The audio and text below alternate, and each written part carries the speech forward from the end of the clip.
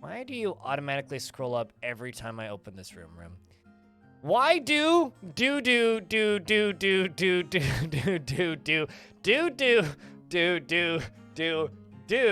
look and cry for doodles in store of dandles? Life goes hurtling over jumps and skips death. Prickly pear rotting in my...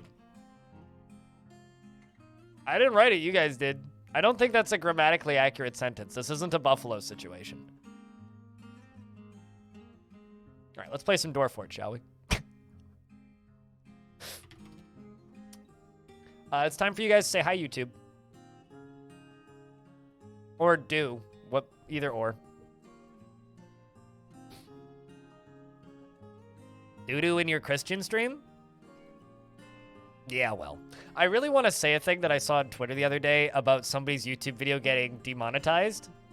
But I don't want to say it because if I say it, I might actually demonetize this YouTube video. So instead, I'm just going to simply open the tweet where she mentioned it.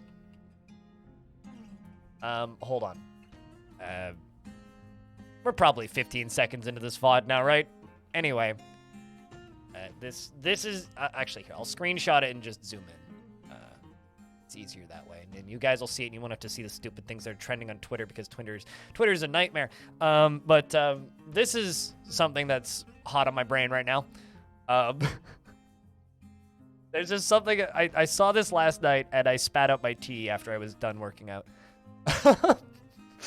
So, thanks, Limes, for making me laugh.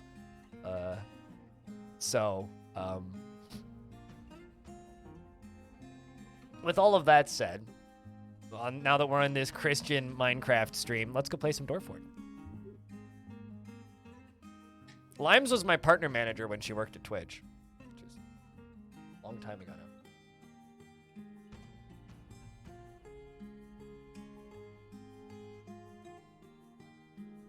It's 3 a.m. for you? Oh, no. Here's the thing, though. If you wake up in, like, 3 hours, I'll still be on. So go to bed early and wake up in the mid-afternoon, and then swing by. All right, so we are still playing the same fort. Let's see how my frame rates are doing. Now that I fix some things behind the scenes. Ghostly dwarven child has vanished. Strange. All right. We have gained like 20 frames per second by exterminating all undead. I'm pretty sure the majority of them were actually in the caverns and not actually in the fort. I think some of them were probably in these cages. Is this an... Oh, that's the giant penguin skin. Okay, so the ones in the cages are still alive. That's interesting. But anyway, or alternatively, they're dead. Good news. Yesterday, we acquired a giant penguin. So I just wanted to inform you of the very good news. We have this very, very big boy, who we probably should name, actually. I realized yesterday that we haven't named the giant puffin nor the giant penguin yet. They're both trained, and they're both very good. So I'm very happy that we have acquired both of these wonderful large animals. Penguin puffin breeding effort? No. Cross-species breeding is not a thing in the video game. But we do have Mr. Suits. Spiffy? I like, how about Spiffy? Puffin named Finn? Is Finn a lady name? I don't know. Finn's kind of a boy's name in my brain. Maybe if we get a boy puffin. Although I'm worried, I don't know how long giant puffins live. I mean, this one's 15 years old. So we might end up with an undead giant puffin, which is kind of terrifying. How do you put an animal on chains? You build a... I mean, if you build a cage and you train them, then you just assign them to the chain. You just place the chain, and then it just gives you a list, and you click. There's a little plus animal symbol. Like if I go to the prison right here. Oh wait, never mind. That's part of the prison, so I can't put it there. If you just have like a little chain sitting somewhere, it'll just be like assign animal to chain, and then you'd be like, yeah, and then you assign the animal to the chain. Done. Snoop would be good for the puffin name. Snoop Puffin.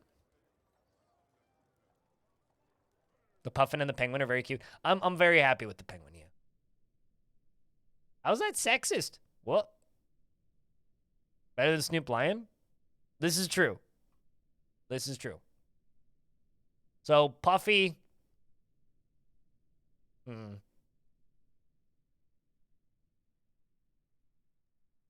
Unless you guys can come to something better. We'll go with Puffy Finn. Puffy Finn. And the penguin can be I don't know. Mr. Suits. I don't know. That's pretty bad. I think we could do better than that. Puffy the Vampire. Okay, that's actually pretty good. Okay, hold on. There you go. Puffy the Vampire Slayer has not confirmed, has no confirmed kills on vampires, but is in fact Puffy the Vampire Slayer. That's pretty funny. We do have an artifact being worked on, and we have a dwarf who's particularly secretive, who needs something. Skeletons, maybe? I think you said skeletons twice. Apparently, I have giant walrus bone. I don't know where I got the giant walrus from, but apparently I butchered a giant walrus. Also, I should start training these walruses again. I do have various other undead things in cages. Big Tux? Ooh! Yeah, Tux is a good name for the penguin. I approve of Tux.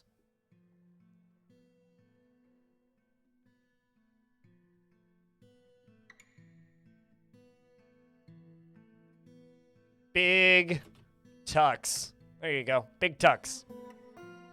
Real good, yes. Real good. And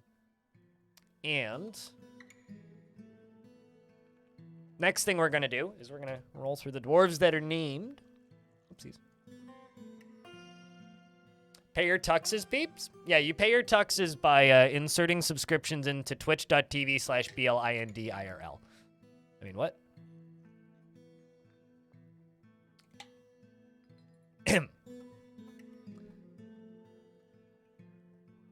The named dwarves in the fortress are Boozehammer, 404 not found, a devilish potato, Acre, ball of lint, blind, blood odin, broccoli, bunch of rocks, chow not found, cold-blooded, commander honk, diamond destruct, Elfie bean, FG squared, Frazier, the heart of the tiger, Insulina Sama, Dryston, Jazz 81, Jelly Belly, Jerry Gord, Joe True, Kylie B, Lyagushka, Mick Jerby, Moo Clown, Earless Zwari, Orange, Pijamang, Rave Rumble, Redbug, and Rex, and Rock Jitsu, Ruby Squeakbird, Raikaloo, Sentient Potato, Salty Tempest, Sterlonian, Stillonitis, and of course Takriel, Tap Dancing Ninja, Tellin Artho, and Thok Don't Think, as well as True Freak, and Umbra Eterna, Urist McFinnigan, and Zed Sticks. Now, if you were in the military and you didn't hear your name, give me a second, because they lose their names. So in the military, we have McTurner, Commander Honk, Kylie B, Brooklyn, Psycholabs, Streamlabs is still alive and she's pissed. Aegis is still alive.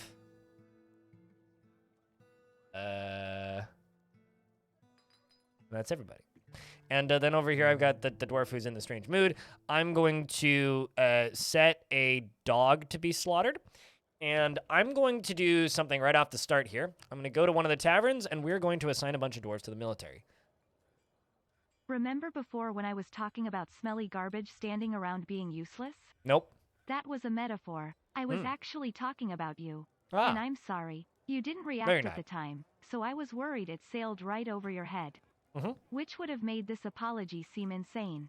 That's why I had to call you garbage a second time just now. Well, thank you. He personally doesn't. I'm gonna say mean things about Blind. I'm gonna make sure that he's right in front of me. I'll tell it to his face. Blind, you smell. Wow. I don't know if I get paid enough to deal with this harassment. In order for me to tolerate this harassment without complaining loudly, I require significantly higher amounts of bits for this harassment. Big meanies. Anyway, what was I doing? Right, yeah, I'm adding dwarves to the military, so we're gonna do that right now. You know, someone's probably gonna be like, just like skimming through the VOD and land on that bit and be like, wow, your chat's so toxic. Speaking of toxic, who am I giving a dwarf, Ruby Screekbird? That's a rubber duck. Values hard work, do you know? Doesn't seek out excitement. How do you feel about danger? Fearful in the face of danger. Additional teamwork to let Blind know that he smells. Well, that's great. Thank you, Pilot, for piling on the dog pile of me smelling. I'll have you know that currently I smell like coconut, actually.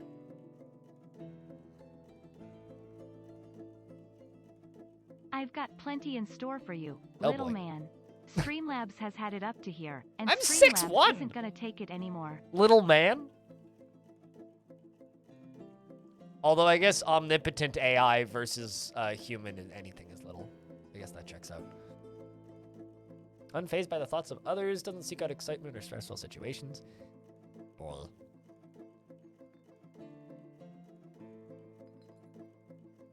The next person who says toxic. So Gaius? I don't think Gaius has a dwarf. Chat, what kind of dwarf am I giving to Gaius?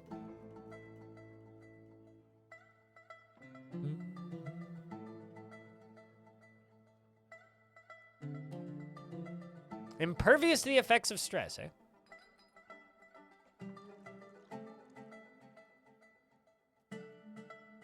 Is there like a delay going on? What's happening? Insert generic toxic comment here. Maybe something about stabbing your toe. I don't know. I'm not good at this. Carrot. I don't know why she didn't read that one. Maybe she's still catching up. Do they have any dwarves that would do well in the military right now? It seems like. Never feels discouraged. Well, that's good. Dreams of pursuit of skill mastery. Off-putting.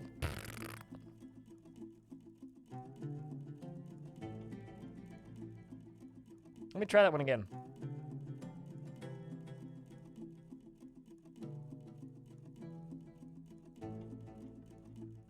Same. But nobody has a GLaDOS text-to-speech voice. Ooh, this dwarf would work.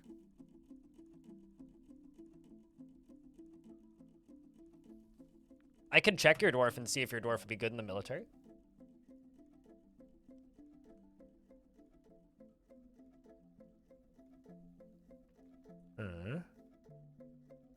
But chat, important question. What kind of dwarf am I giving to Gaius?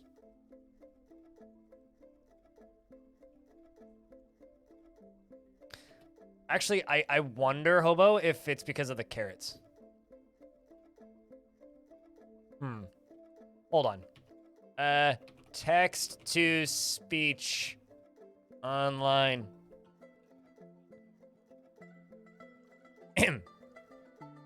You know what's hysterical is all of these things that are just like, yo, we're gonna charge you to just like read out a line of text. Type text here. Speechify is the #1 text. Yeah, okay. That's not useful to me right now, you stupid app. Free text to 100 insert generic toxic comment here. Maybe something about stubbing your toe? Dunno, I am not good at this. Okay, ow, I stubbed my toe. Okay, anyway, what was I doing? Right, yes. Putting dwarves in the military.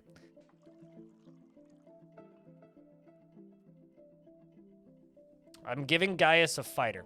I could give Gaius this fighter.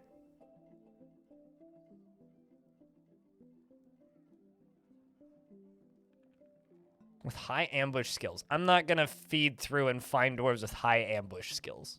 Also, probably not because I don't have any hunters that are actually hunters. And I also haven't done any attacking of things because I'm not certain that they'll make it back in.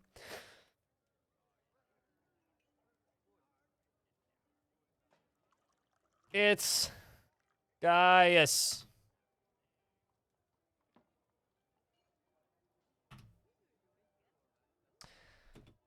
She is naturally trustful in everybody and gripped by crippling shyness. She enjoys being in crowds and seeks out exciting and adventurous situations. She is quick to anger, and she presents herself modestly and frowns on any flashy accoutrements. She has a very calm demeanor, and she tends to form only tenuous emotional bonds with others, and she sometimes acts with little determination and confidence, and generally acts with a narrow focus on the current activity. She tends to be a little tight with resources when working on projects, and she rarely feels discouraged. She doesn't cling tightly to ideas and is open to changing her mind, and she is curious and eager to learn and needs alcohol to get through the working day and does not mind being outdoors, at least for a time, and does not really care about anything anymore. She personally views decorum as a high ideal and is deeply offended by those that fail to maintain it. She believes that those who sacrifice for others should be deeply respected, and she doesn't particularly respect commerce, and she does not care about family one way or another, and dreams of mastering a skill, and the skill was realized. She likes Pericluse, bronze, and Tavizorite, as well as wool and naff fabric. Sweet, we begun a mysterious construction. And the sound of the russet meadow and the sight of the adoration of butterflies, and when possible prefers to consume berry and pomegranate wine, and absolutely hates large roaches. All right, well, we've begun that mysterious construction. We've completed some silver statues. I have got some constructions I need to check in on.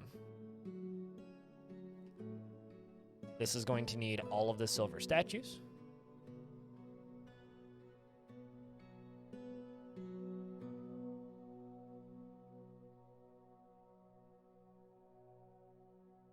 So what I'm going to be doing is this right here is the original military barracks, right? This was my new military barracks.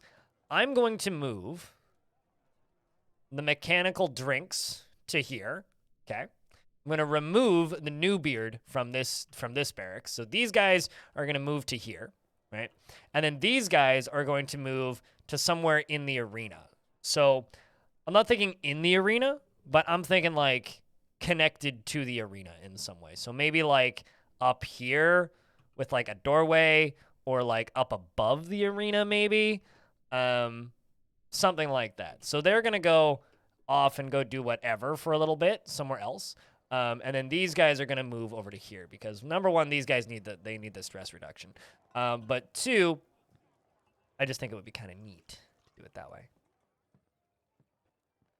Check back at lunchtime. Oh, are you, just remind me to put your dwarf in the military then. And I will chuck you in the military then when you get back, Blood Odin. So now what I need to do is I need to queue up another military squad. I'm sure that there's probably things that I've promised to make for the dwarves that I'm completely forgetting about, but that kind of comes with the territory. You'll fight for my honor in the Coliseum. You'll definitely get opportunities, but you're in the B squad right now. Although now I'm setting up C squad. So this squad right here, I think actually can just be disbanded for right now.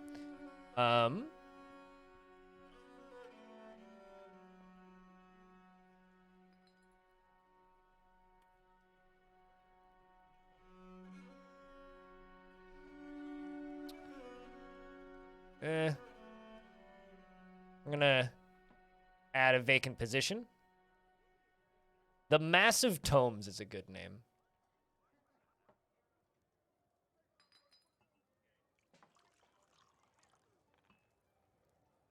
Let's go B gang. Let's go B gang. Dreams of mastering a skill. How do you feel about combat? Where's Mandels on a single-minded focus? Somewhat fearful in the face of imminent danger. Boo-hoo. What this ranger? Dreams of crafting a masterwork someday. Good luck with that. Dreams of raising a family. Boo. Family. Confident under pressure, unfazed by the thoughts of others. Also dreams of crafting a masterwork. All right, let's go to the other tavern down here. Also, we're getting hit by an ad right now, but I'm just kind of going through dwarves currently. Not going to miss much. And chat, thanks for all the bits, by the way. Means a lot. Sometimes cruel. Cruel and unfriendly. Well, that's a named dwarf. That's Acre. That's Takril. What you? That's Blood Odin there.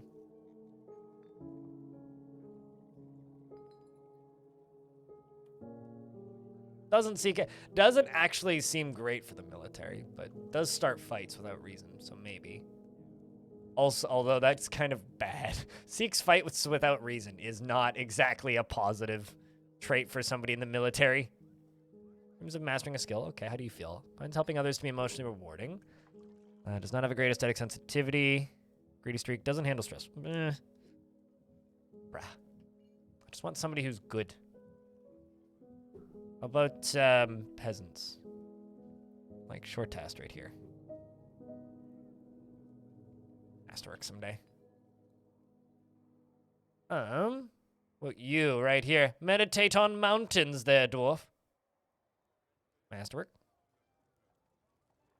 Raising a family.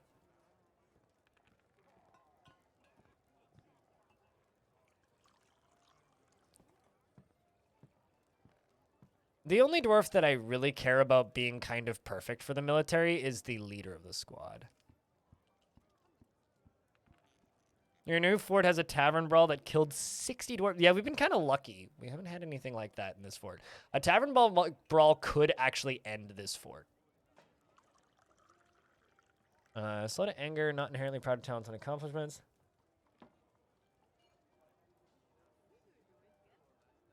No combat skills. This dwarf could do it, though.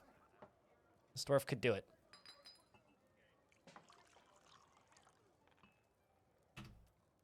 Look at you, hacker.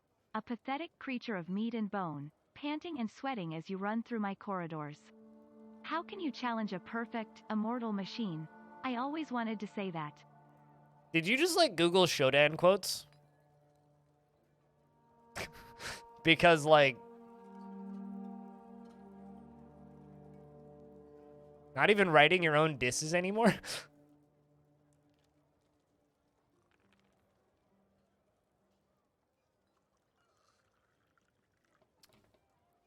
You can go for C squad if you want. I mean, I could put you in C squad, but you're in B squad already. You'll train up quicker if you're in B squad.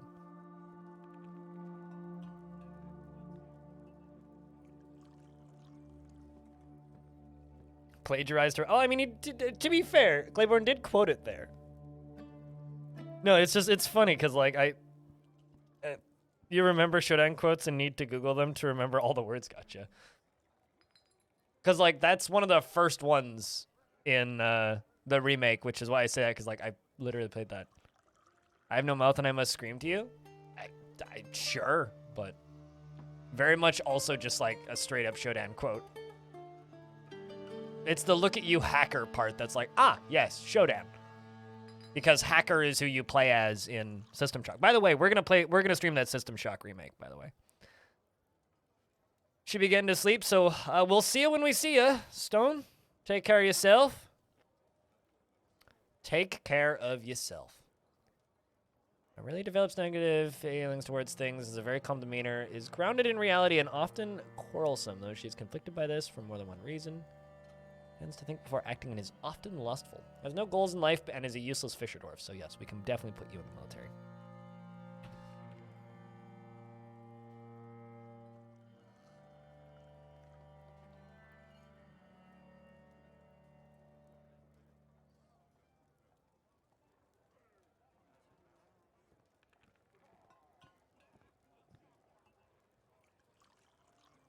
Dreams of raising a family, sees sacrifices wasteful and foolish. Likes to brawl. Well, that's good. You too can join the military. Useless fisher dwarf in a fort with no water on the surface with no fish that spawn? Yeah, pretty useless.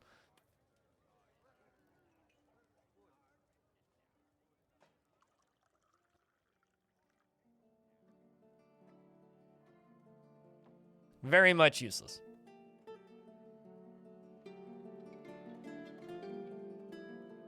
Alright, let's just make sure that they go train over here.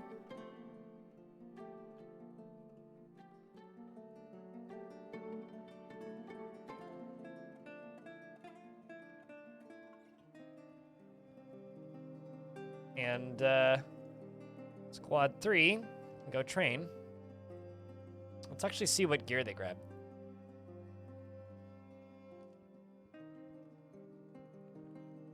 Oh, I can't wait to stream the hell out of System Shock. The thing that I've been debating on is I'm not sure if I want to pre-order it or not. I might just pre-order it. Although, I could try and get key for it. I just don't know who would have it, because it's been so long since I actively pursued keys for games like that.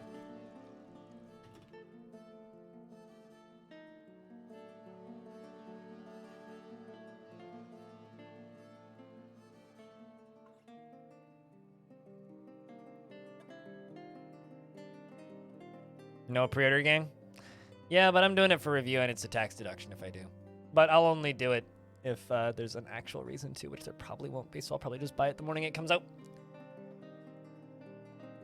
Dreams of mastering a skill. Okay, how do you deal with stress? Finds a chaotic mess preferable to day-to-day living. Doesn't seek out excitement, that's fine. Doesn't try to get things done perfectly. Could be considered rude. Can't handle stress. Perfect.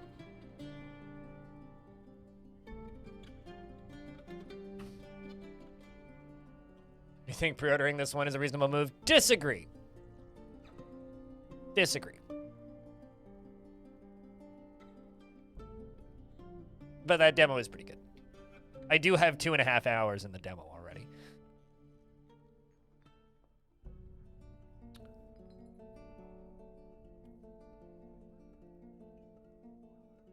But I'll put my feelers out and see if I can just get key for it. That would be optimal. Not having to spend, you know, $55 Canadian on a thing.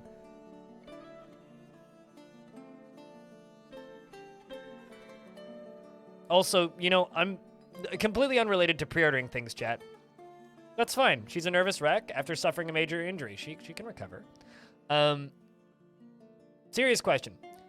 Should I go see Cocaine Bear in theaters?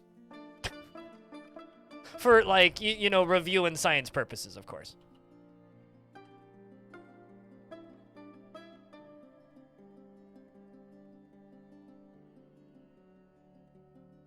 Because I might do that this weekend. I'm like 80% certain I'm going to go see it, like, on Saturday or something.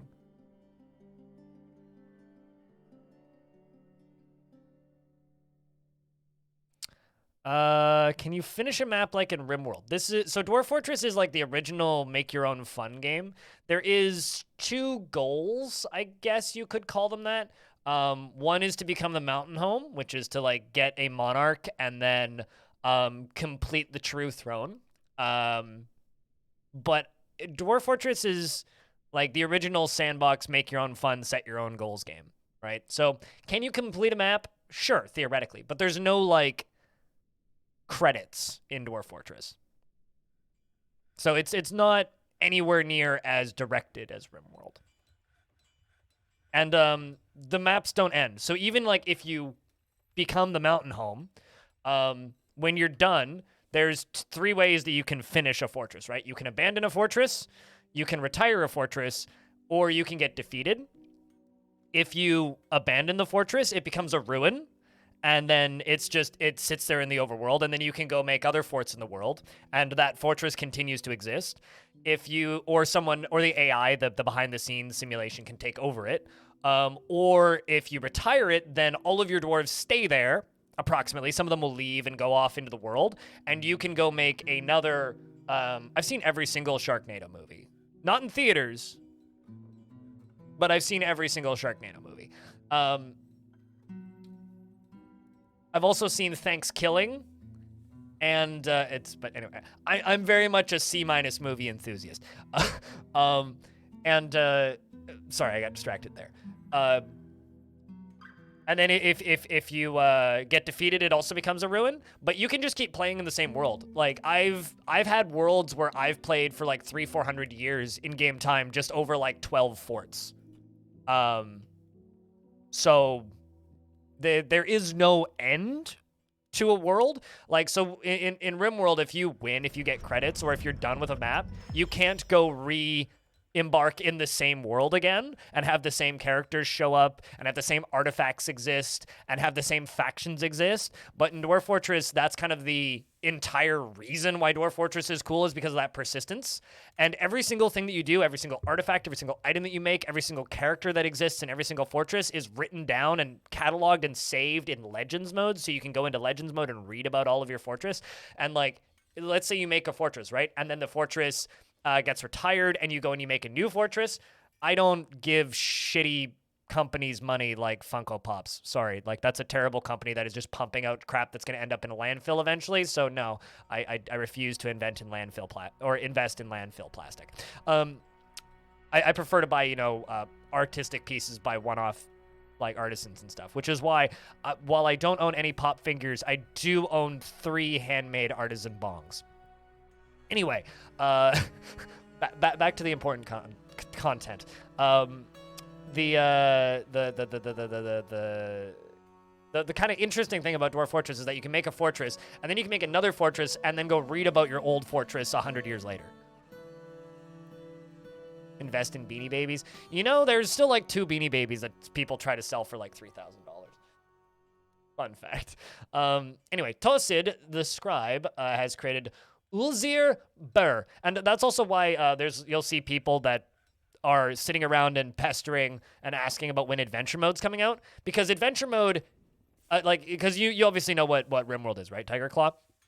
Adventure mode is like Kenshi. So if you play Dwarf Fortress, you can play Fortress mode, right?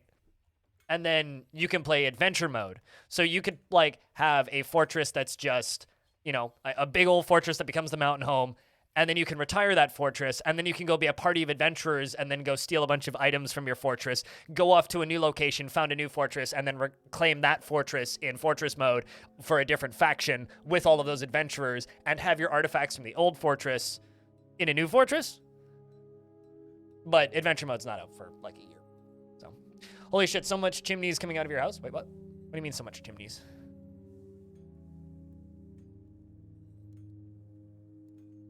Anyway, Tosid the Scribe has created Ulzir Bur, a granite statue of Tok Glow Prince, and offers it to the whales of drowning.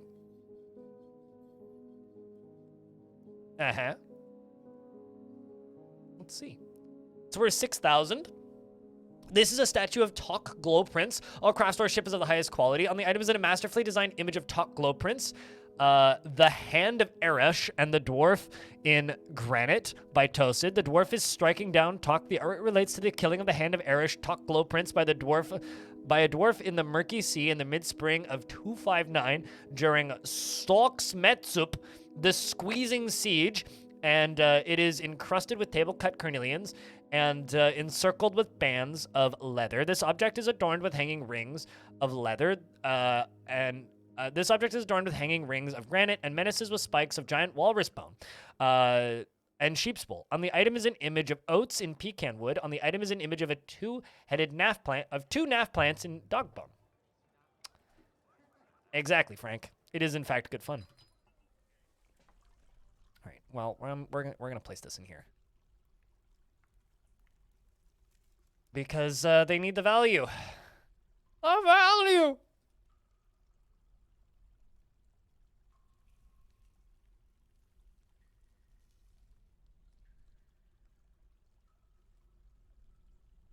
They add value to whatever room they're put in. So, yes, they do.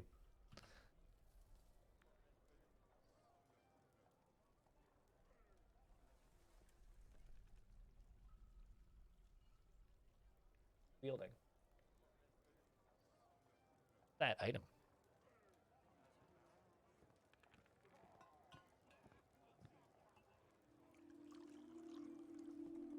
Are you wielding a whip? Oh, it's a Scourge. Wow, that's kind of cool. Silver Scourge. Your nobles are complaining? Clearly you need more value.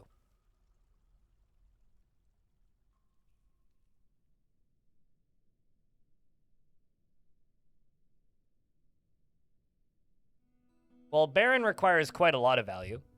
But you just need to give them value until it's green. All you need to do. Quite simple.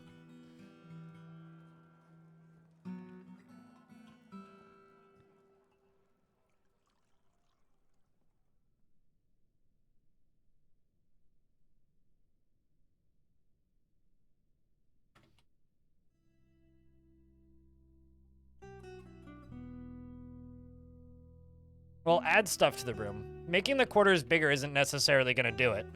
I mean, it will add value, but that'll be very low. What you want to do is you want to, like, put things in the room, put walls in the room, engrave the walls in the room, put statues in the room, put items in the room, put items on pedestals in the room, engrave the floors, put bars in, put fancy metal walls in. Do they get sad when it's yellow? Not really, but they won't be totally satisfied. They'll get the occasional upset moodlet. But do they directly just get sad? No, not really. I mean, my mayor isn't totally satisfied, and that's fine.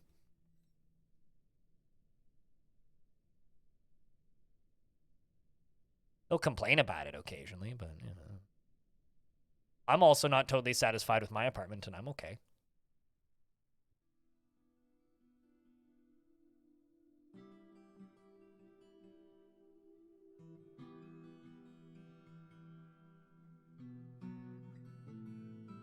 Metal engraved floors are great, yeah.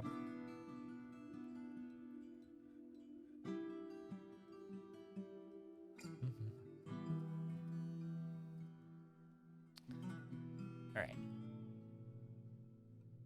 Looks like we've managed to get most of these bodies dealt with. This one is very full of stuff. Let's just make sure that this route works. Probably this one. Kind of wish I could do 5%, but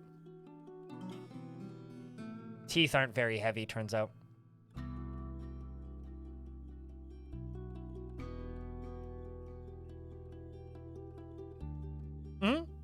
This is here's the thing. Not only have I experienced this, but I was one of the people who discovered that. I didn't add it to the wiki though. I think Sal added it to the wiki, but there was one of Sal's viewers added it to the wiki. There was a good chunk of time there where we were doing dwarven mental health stuff, and because in version 45, stress was about 4 to 5 times, I would say, as difficult to manage. It's gotten a lot easier to manage stress in Dwarf Fortress to the point where it's like almost a non-concern at this point. So for a while there, it was very much if your dwarves get even remotely stressed, they're just dead, basically. And now it's very easy to manage stress now. So I would say that yes, that is a thing, but you don't really need to do it, like, at all.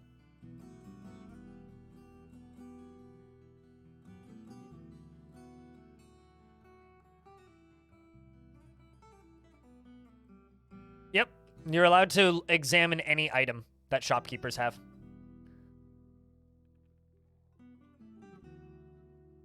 Some of them don't even require you to pay water.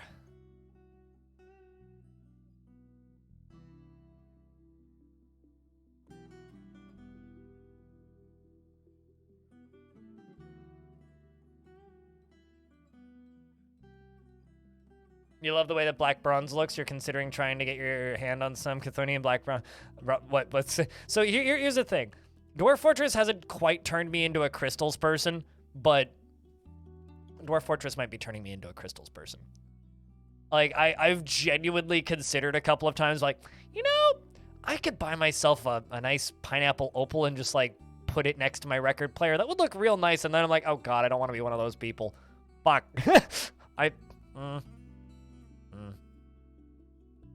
Dwarf Fortress is turning me into a crystals person, chat. I don't know how I feel about this.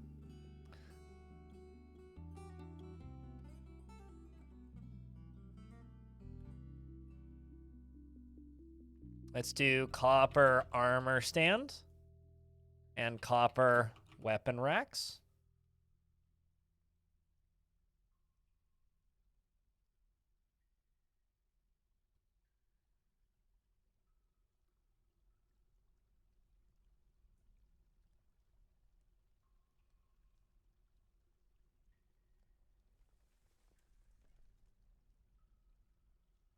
We're gonna mine out all this.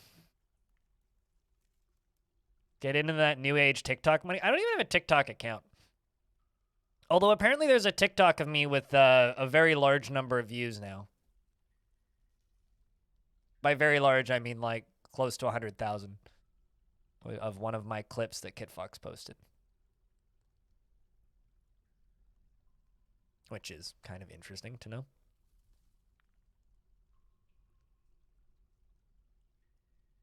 Okay, very large in comparison to the amount of views that I normally have. It's not like 70 million or anything psychotic like that. This is Dwarf Fortress we're talking about. I could. But then I would have to make a TikTok account. I'm not quite one of those people where I'm just like, I don't want to give them my data. But like everybody I think has to pick their battles. And I'm still sitting here waiting for TikTok to get banned in North America because I'm still kind of expecting it to happen. But yes, I could in fact just upload my YouTube shorts to TikTok. I probably should, but...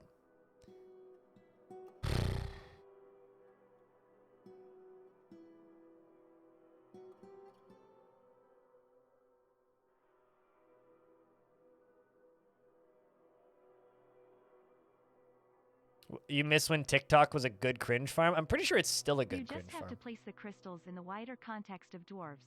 For instance, a tastefully arranged pickaxe or forgotten beast head will tie any room together whilst accentuating your silly little crystals.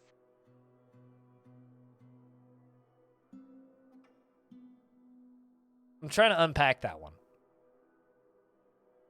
That too, like it's not exactly my target audience. Like if I was making, like there definitely are Dwarf Fortress enjoyers on TikTok. There definitely is. But like if I upload like, okay, I put a short of War Sim up on YouTube this morning. There aren't that many War Sim enjoyers on YouTube. I think there's probably even less on TikTok.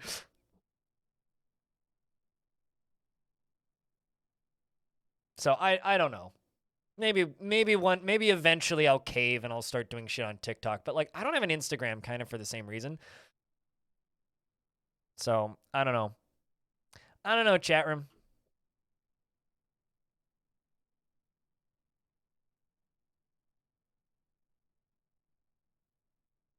Oh, probably. But like I said, I don't like the platform, right? I don't like the way that platform works. I don't like what that platform does with its EULA.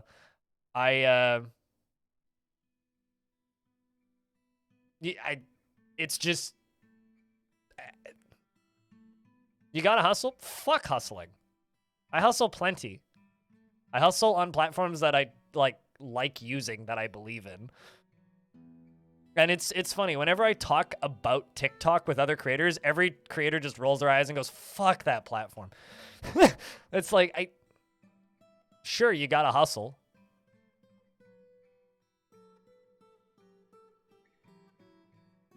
I mean, there's just as much selling of placebos on like Instagram and Facebook Marketplace. Like that's not why I don't like TikTok. That happens on every social media platform.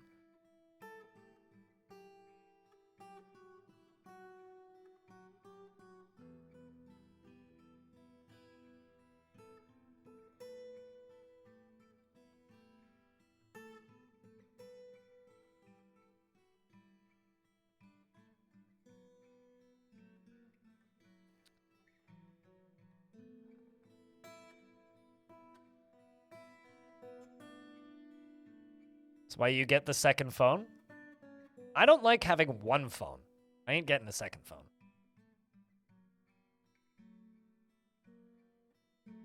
I don't know what that means because I don't use TikTok, so I don't even know what you're referencing, Zylon.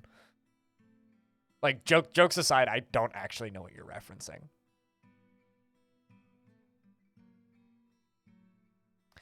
You used to use TikTok to promote your art, but it's the worst platform for anything outside of its algorithmic preferences. Yes. That tends to be the gist that I get. I don't know. I love my job.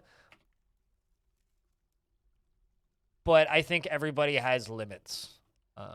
And yes, you got to hustle, but there is also limits to hustle culture. And I think hustle culture is going to kill more people than it's going to help. And, you know, it's funny. You guys talk to me about, like, don't burn out. The reason I'm able to do this so consistently for so long without burning out is because I only create content on platforms that I actually enjoy. I can now recognize a high priest, the Holy Festival. You know, I think the Holy Festival is going to be, or the Holy Festival is going to be Bunch of Rocks, and the Exalted Fragrance is going to be Bunch of Rocks, and the new Holy Festival is going to be Rock Jitsu for the Pregnant Creed. And there we go. So yeah, I don't know. Should I have a TikTok? Fuck yeah, I absolutely should. Do I want one? No. Do I like that platform? No. Do I think that platform is good or has any value to society? No, I don't think it does. Would me using that platform take away from my enjoyment of content creation? I would not enjoy making content for that platform. Do I use YouTube Shorts? Yes. Why? Because I already have an audience on YouTube. Yes, your dwarf is still alive, Bunch of Rocks.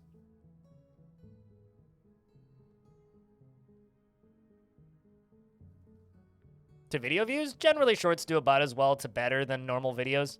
But I can show you this. They improved the ad revenue on them, which is hilarious. Apparently it's still paid. Apparently YouTube ads pay better than TikTok. Not that I would know. And so like this one got 5,300 views and made me 14 cents. Anyway, yeah, I don't know. It's I don't make content on platforms I don't like. Because the way my brain feels about platforms is more important than actually making money.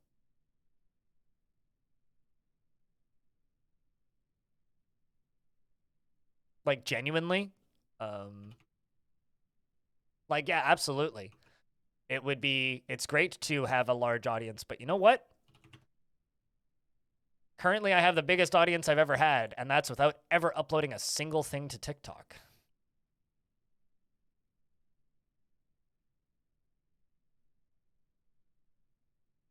So,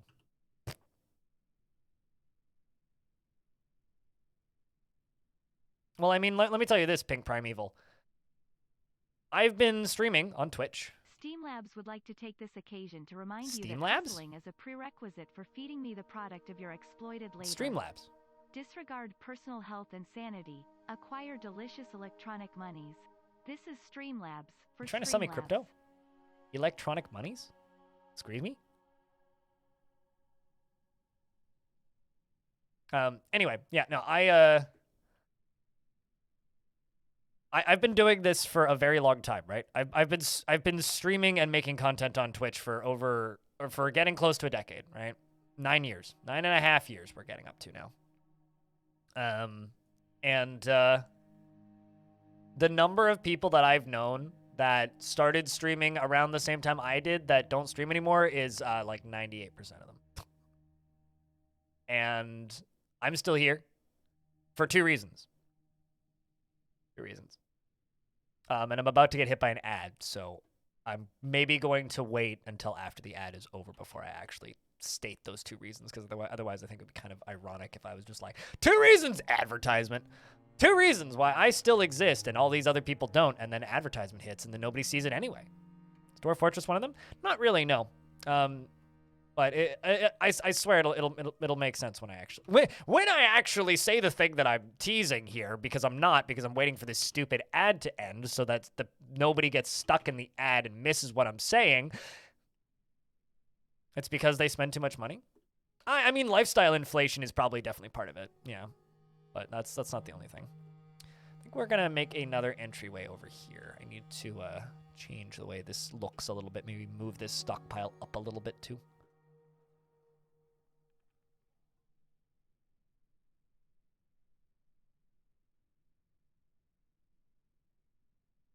I've never done that in my entire life, Claiborne. Hey, Porcelet, it's good to see you.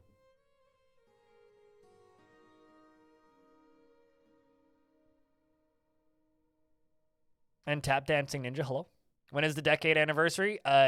November 17th this year. Will be 10 years. Me streaming actively on Twitch.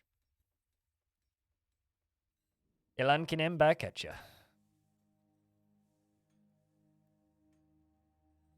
52 seconds left.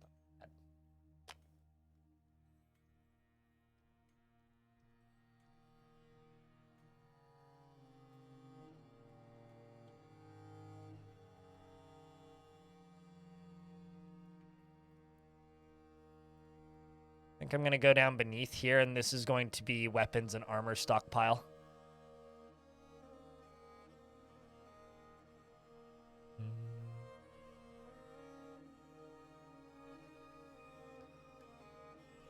Like something like this.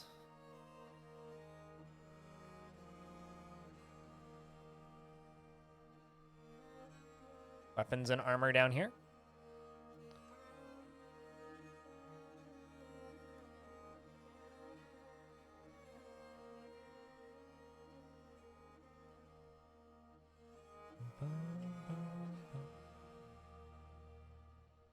And can actually maybe even use this as a connector for that area there.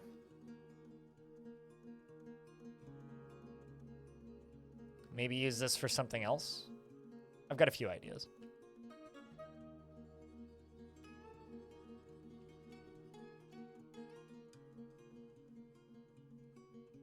All right, so we should be through the ad now. So the reason I haven't burnt out and the reason I've been able to do this for so long is I don't treat streaming like a job. I've had this conversation with many of the people I stream with in my stream team a couple times recently. I don't treat streaming like a job. I think what a lot of people do when they get into this industry is they go, oh, it's a job. So they treat it like a job. They go get an agent who helps them find sponsorships. They focus on sponsor money. They work really hard to build a brand and build pitch decks. They treat it like an acting career, which is a very wise way to do things. And I'm not knocking that way of doing things. It's a very profitable, specifically, way of doing things, is to treat streaming like a job. I do not treat streaming like a job. I treat streaming like something I enjoy doing. The result of that is I directly make a lot less money, right? And my growth is stunted because you don't see me jumping onto the newest release every single time. You know, I haven't streamed Atomic Heart. I didn't stream Returnal when that came out on Steam. I didn't stream the Harry Potter game. I don't stream games that, like, what's the top selling game on Steam right now? Company of Heroes 2. I'm passively interested, or 3. Company of Heroes 3 and Blood Bowl. I'm passively interested in both of those games. I'm not going to stream them because I don't really care. Streaming and hustling and play Sons of the Forest is the next one, right? Those are the hot games. And if I were to go stream those, I'd probably have another 150, 200 viewers if I consistently streamed whatever was new.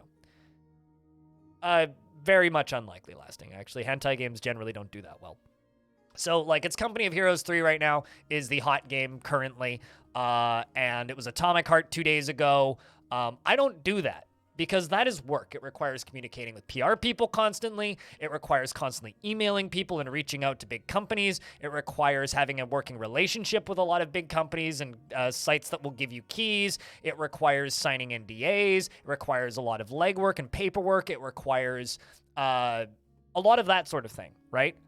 I play games I enjoy. I stream games I enjoy. And I create content about those games in formats that I enjoy doing, with a few rare exceptions, like the release of Dwarf Fortress, where I streamed a whole lot of Dwarf Fortress and made a whole lot of tutorials. I don't really like making tutorials, but I'm pretty good at them when I put my mind to it. And I did that for, like, to increase the size of my audience, right? And cause Steam to crash, apparently. Really? That's not the first time that Steam's payment system is broken. So, like, because of the size and the way that side of this industry works, I don't enjoy it. It sucks. Like, I've tried. I really, really have. And the only times I've ever burnt out in my entire streaming career are when I sit there and I go, what's the next big game, and try and stream those constantly. Zykespear with the Prime for a second month, welcome back, and a gift, anonymous gifter, thanks for sniping Tap Dancing Ninja. That's what burns me out, is the business side of this job. And when I talk to people who stream, who are burning out, 9 times out of 10, it's because that's the way they run their business. They run it like a business. They they hustle. They're constantly, they go to a lot of events. Like when I go to TwitchCon, like I'm talking about going to Las Vegas TwitchCon this year. I'm going to. I've got tickets. I'm gonna hang out with Stone Hobo. We're gonna drink. We're gonna get into as many industry parties as fucking possible. I'm gonna try and get tickets to the When We Were Young festival, which is gonna happen at the end of it. I'm gonna go see fucking Blink 182, ideally, and I'm gonna hang out and party for a weekend and maybe go to one business meeting. There are some people that are so heavily booked at those events that they don't do anything but business meetings for like 4 days straight. For me, those are a tax-deductible vacation.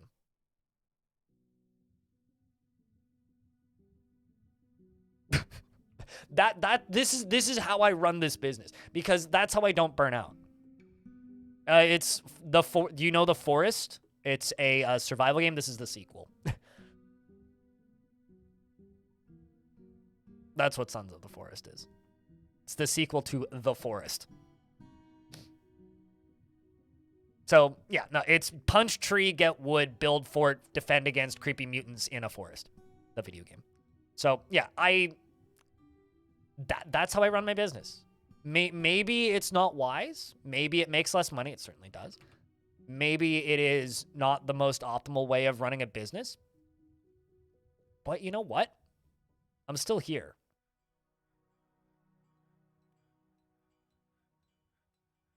And when opportunities arise around the games I enjoy playing, I take full advantage. Which I did with Dwarf Fortress.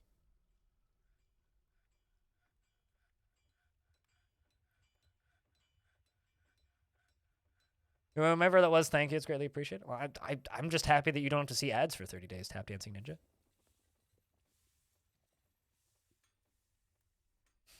You're not wrong, but it's okay. Well, see, it's the sequel to this game.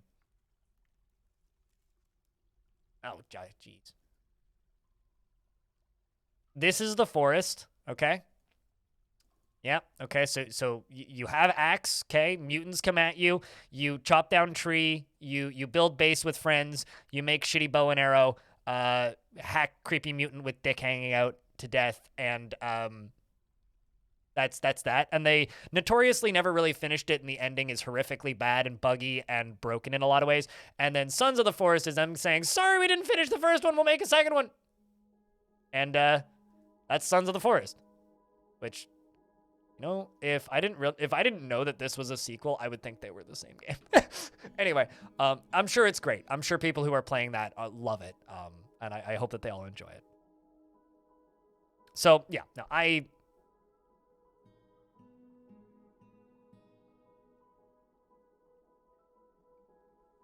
hope KSP2 is good for all of those people who like KSP. Rolf, hello.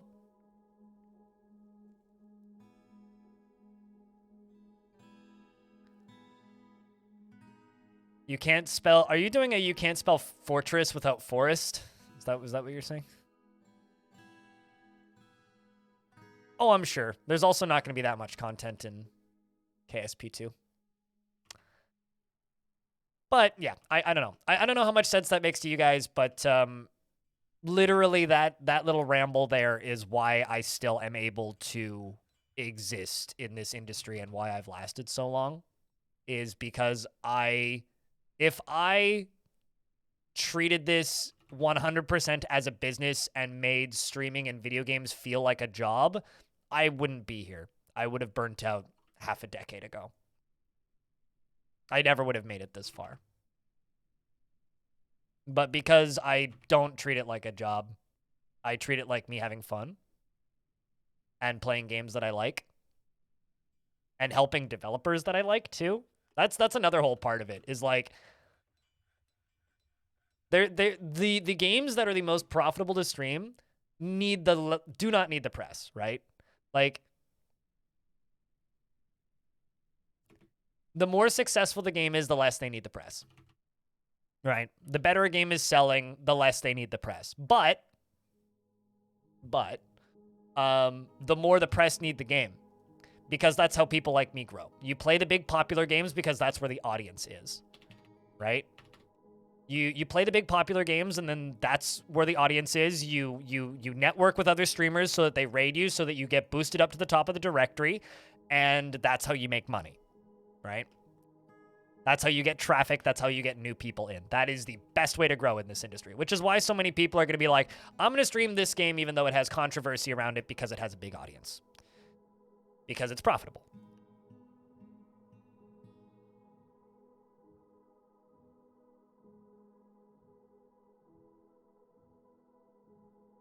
Whereas, I'm like not even looking at chat. I'm just rambling now. Whereas I will stop playing a game when it becomes big and successful, not because I don't want to play the game, but because the game doesn't need my press. You know what game needs my press? Needed my press for years and is going to continue because it's not on the spotlight anymore. Dwarf Fortress. War Sim. You know? 3 people made big videos about War Sim when War Sim hit 1.0. One of them was me. You know, and yes, I will stream a big flavor of the month game, maybe, in a couple of weeks when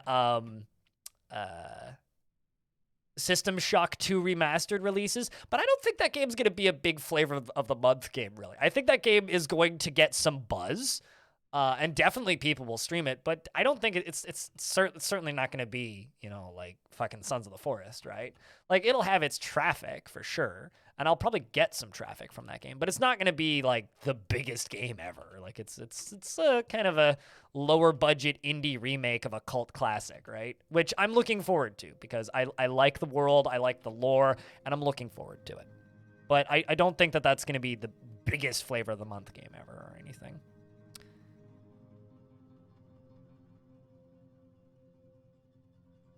Totally.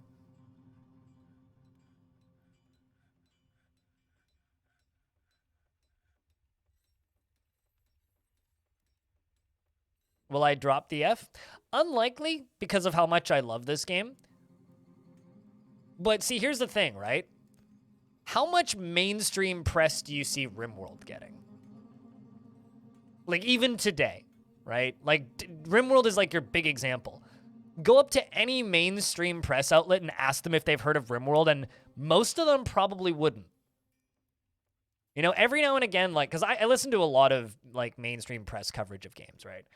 And every now and again, I'll hear one of them mention RimWorld, and it's always weird because it's like, it's very clear the way that they talk about it that they don't really know what that game is.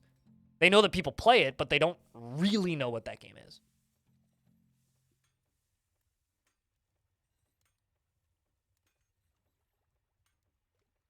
I need to play Star Sector again. I really do. But there's something about Star Sector that always makes me nervous, and that's every single time I watch Star Sector streams, I just see people backseating horrifically and being mean when you don't let them backseat, and that kind of turns me off.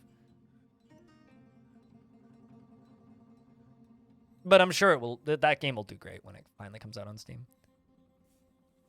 I don't see myself ever dropping Dwarf Fortress. Dwarf Fortress is kind of the example to that, the exception to that rule, not the example of that rule, the exception to that rule. It would be the only thing I think at this point that would make me drop Dwarf Fortress is if both Zach and Tarn Adams started funding like white supremacist groups, which I don't see happening. So, yeah. That would probably be like the only thing that would really make me drop Dwarf Fortress at this point. I mean, I'll take breaks from Dwarf Fortress because, you know, you don't want to burn out, but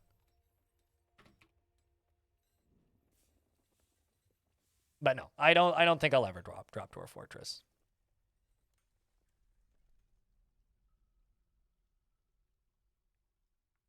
Oh yeah, if they sold it to EA Games, yes, that would do it.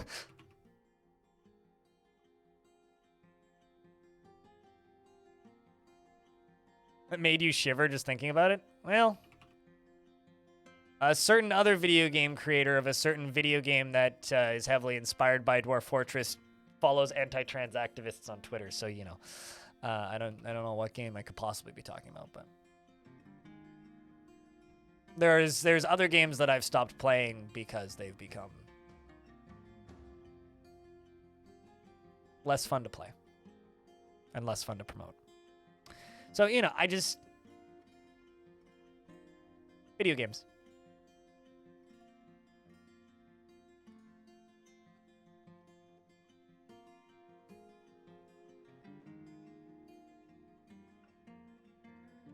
Gotta sleep at night? Yep. And I don't honestly know how people who have, like, EA Game Changer in their Twitch title sleep at night. What would my main game be? Fuck if I know. That's not a hypothetical I could answer at this point. Like, genuinely, I can't answer that question right now.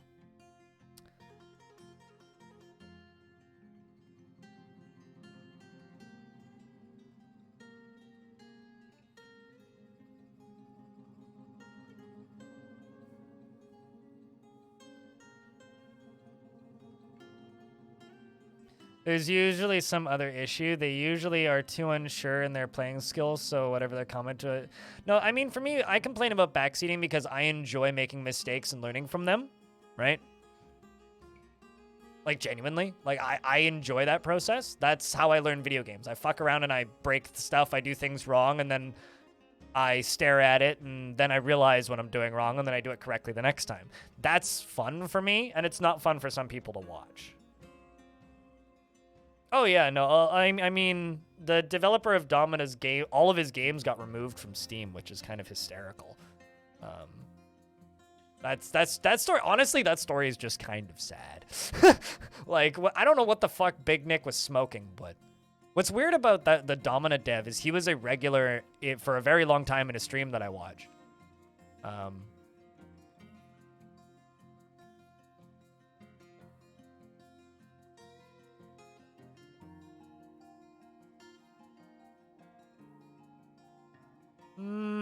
I disagree with that, Draxon. Ever smoked Christian kryptonite? I was raised Lutheran Christian pretty, like, heavily, so unfortunately, yeah. Shit stinks. What was I doing? I think granite. Yep.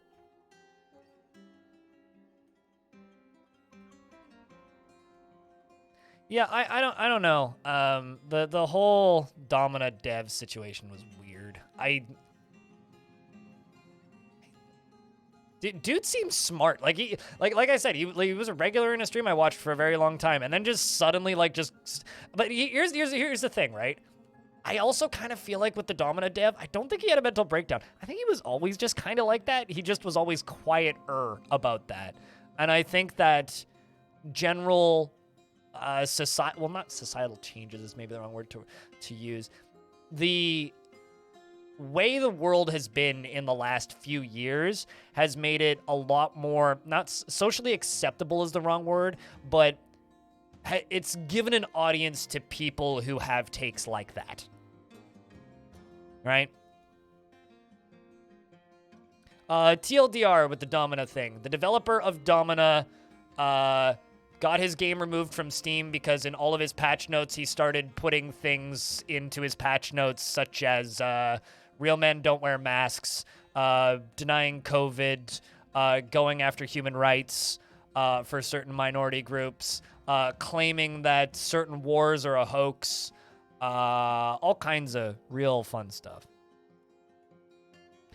Well, I mean, I don't even know if it's saying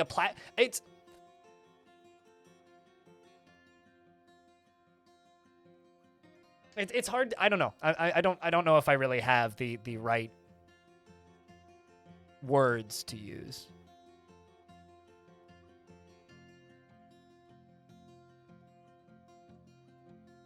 But like it was just like it was strange because like it was just his totally normal patch notes, totally normal game patch notes.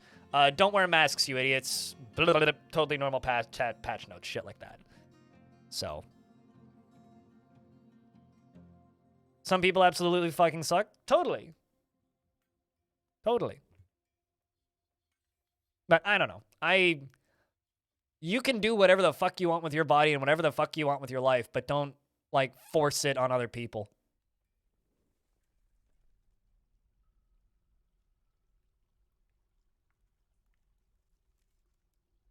Once again, okay, so Darksian, I don't fully understand why you're still talking about this specific subject. What I'm going to ask you is, do you stream full-time for a living?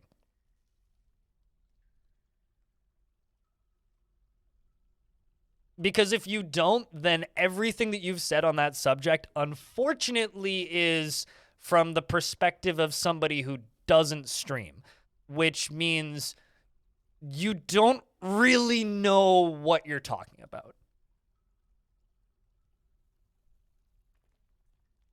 So I don't agree. I understand your point of view.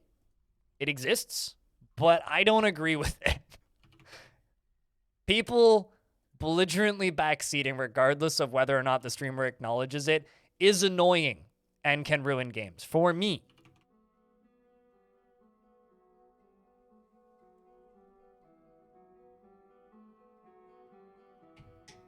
I don't think you fully understand what you're saying, so. You just realized you own Domina? I removed it from my Steam library a while ago. But I'm not going to say anything else on the subject, Darkson. If you have your opinion, then you clearly have your opinion, and backseating doesn't exist unless the streamer accepts it. You've heard my opinion, which is I don't agree, and I'm not going to say anything else on the subject there.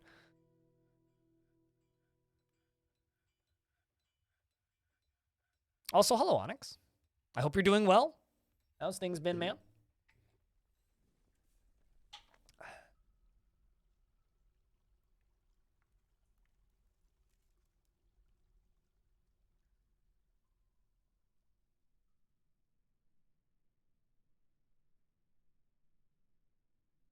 Well, I mean, he's not allowed to sell it anymore. He's banned from Twitter for his takes. So it's beyond, like, alienating his audience.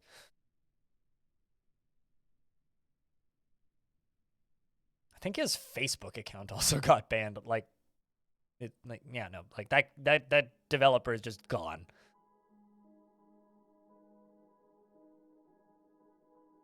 And you don't need to elaborate or discuss them if you don't want to. Pophead. You have returned and I cannot get rid of you. Disagree. I could get rid of you if I wanted to, but I don't want to, so welcome back.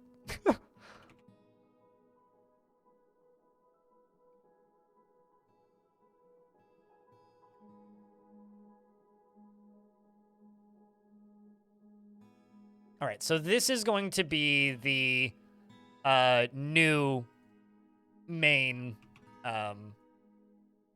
military training area. I think I'm going to put 2 barracks in here, actually. One at the end here.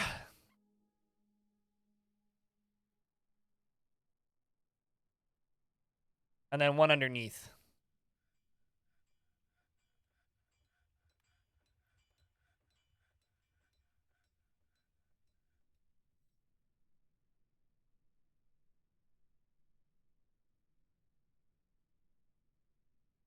I'm assuming all of these are done.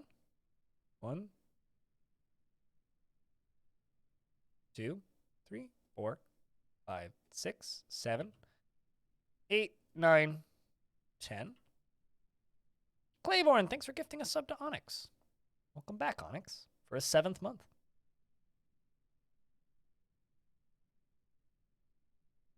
Yeah, and I really hope that that KSP2 release is good. I hope people get to fully enjoy that game. I have a lot of friends who are as dedicated to KSP as I am to Dwarf Fortress. 1, 2, 3, 4, 5, 6, 7. So I do hope that thing does very well. 1, 2, 3, 4, 5, 6, 7, 8, 9. No. You never gotten dwarves to use weapon racks? Just click this button. Or rather, no, they don't use weapon racks. They only use armor stands. But they put their weapons on the armor stands. Also, fun fact, this is the first version of the game, version 50, ever where armor stands work. Which is kind of hysterical.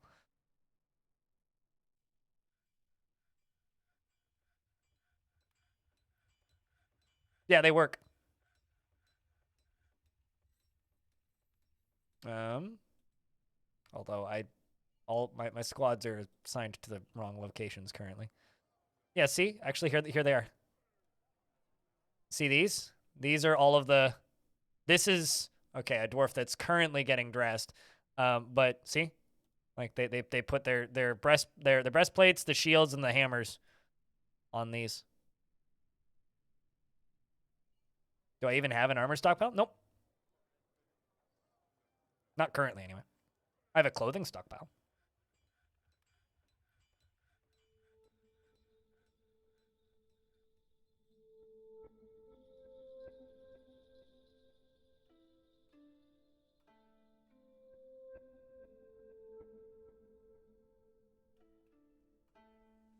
Doesn't feel anything after seeing a billy goat's dead body. Oh boy.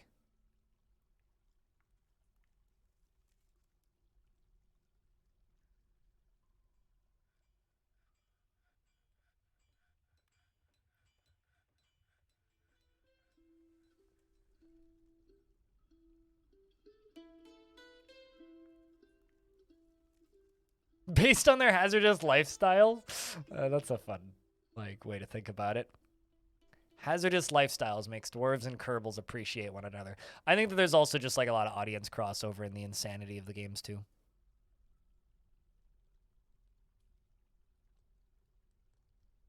Also, sorry about all the weirdly serious topics this morning, but... I don't know. It's just one of those days, I suppose. You want to know what's really cool, though? Is we can actually have these, like, semi-serious discussions, I guess. And no one's complained or been like, streamer no politics! It means I've done a good job pruning the audience.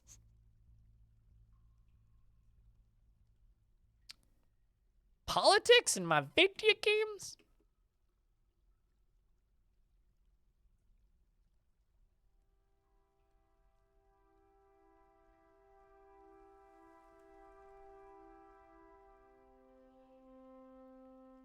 Nope, this is no DF hack.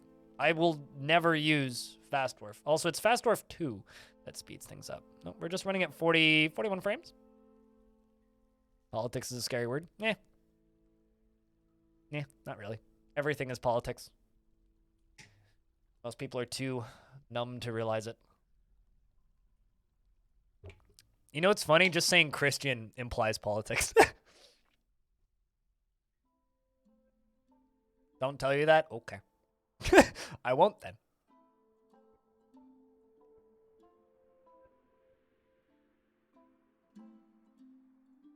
Bum, bum.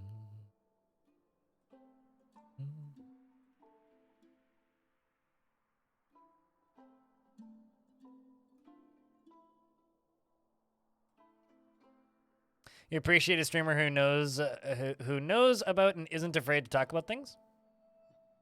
Well, thanks for the prime. Cheers, friend. I don't know. It definitely alienates some people, and that's okay. They'll live. And there's plenty of other, like, channels that they can go watch. A stray walrus has forgotten its training! Oh no! Whatever will we do?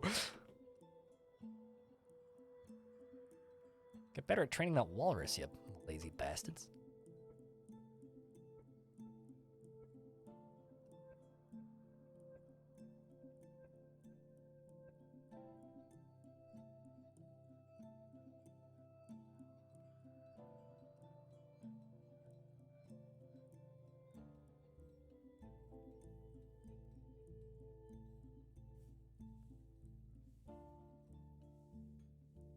I've got a lot of gems, apparently.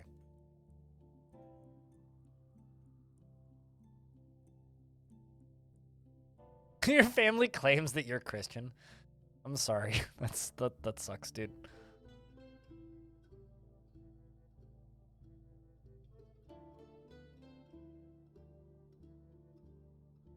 My favorite take about me, Boreas, is there's somebody on YouTube that says you do realize that your takes on politics make you sound like the human personification of Reddit. I still don't know how to feel about that. But yeah, this is all of this just got used by Claiborne. Walked in and put his helm, his mail shirt, his copper thingy, and then also the artifact mace all right there. The fuck? Yeah, I'm still trying to unpack that one.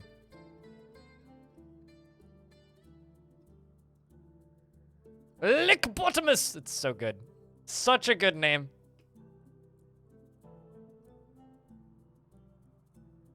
I mean, it's not wrong. I spend a lot of time on Reddit. For whatever that's worth. I do, in fact, spend a lot of time on Reddit.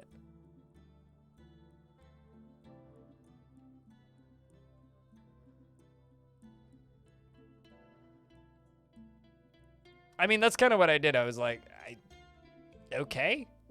The thing is, like, I don't know, Reddit is pretty left-leaning in general, especially the subreddits that I go on.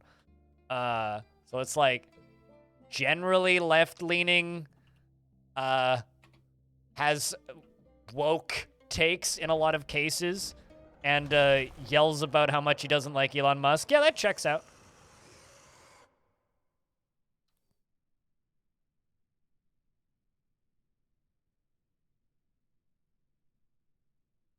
I'm willing to accept a certain percentage of shit takes. Now I want to know what that percentage of shit takes is and how many of them are mine. Anyway, the Etten Murding Canatico has come, a giant humanoid monster with 2 heads. Can Etten breed? Yes. Ettens, giants, all of those can breed. But they have to decide to, and good luck with that. In fact, let's see if this Etten has no family, though. Ooh.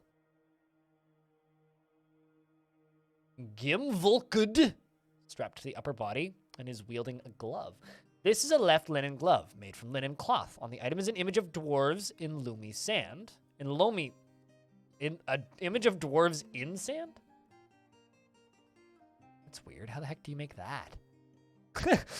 And then this one is a water buffalo bone shield. All craftsmanship is of the highest quality. The item is adorned with hanging rings of elk bird bone. On the item is an image of Moral, the dwarf, and dwarves in shale. Moral is surrounded by the dwarves. The artwork relates to the appointment of the dwarf Moral to the position of the captain of the guard of the Mansion of Swallowing in year 1. Yeah, but no, it's the image is on the glove in sand, which is weird. You're an enemy of a lot of people. Well, kick his ass. Problem is the gates are shut.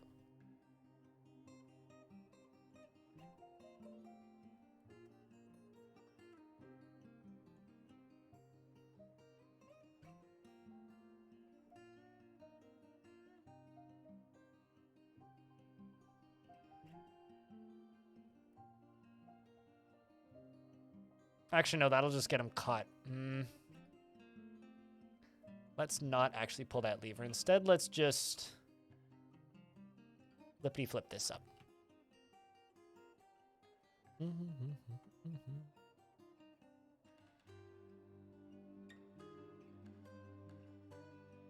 Which means, yeah, here you come.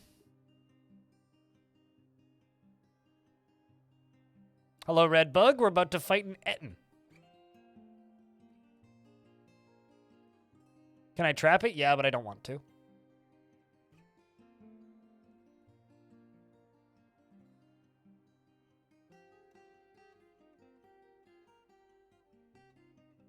Actually, I still might end up trapping it. Yep, I'm going to end up trapping it. If I do it this way.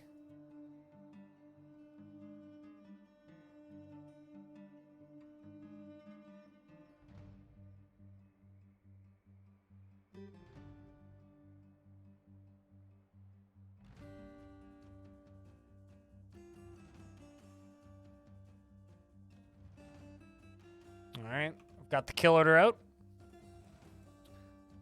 Gonna clear all these notifs. Here's Orange is running in first.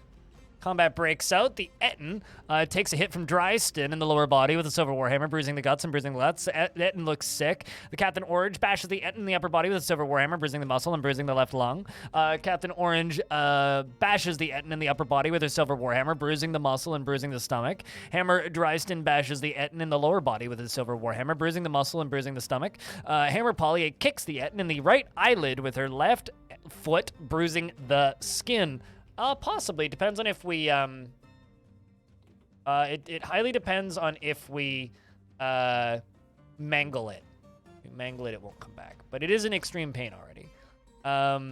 Cold-Blooded has run in as well, and, has actually opened up an artery, by hitting the Etten with their Bismuth Bronze Battle Axe. An artery has been opened, by the attack, and that's, I think, the most recent attack to have happened. There is now a Forbidden Glove on the ground, which we're going to pick up. And the Hammerer Kaylee B, or Kylie B, bashes the Etten in the lower body with her Silver Warhammer, bruising the muscle. And the dwarves continue on with the fighting. The Etten is now running. There's definitely an Etten's foot on the ground. So somebody severed the Etten's foot somewhere in there. Let's see if I can find that. The Axe Dwarf hacks the Etten in the right foot with a steel battle axe, and the severed part sails off in an arc. Shoutouts to the Axe Dwarf. Cold-Blooded hacks the Etten in the lower body with a Bismuth Bronze battle axe, tearing the fat. The Etten says, "I have improved my armor. That was satisfying." I'm not sure about that. The Hammer Polly bashes the Etten in the left lower leg with her Silver Warhammer, fracturing the bone. Dryston the Etten bashes the Etten in the lower leg with her Silver Warhammer, fracturing the bone. And it appears that Hammer McJerby bashes the Etten in the upper body with her Silver Warhammer, bruising the muscle and bruising the heart.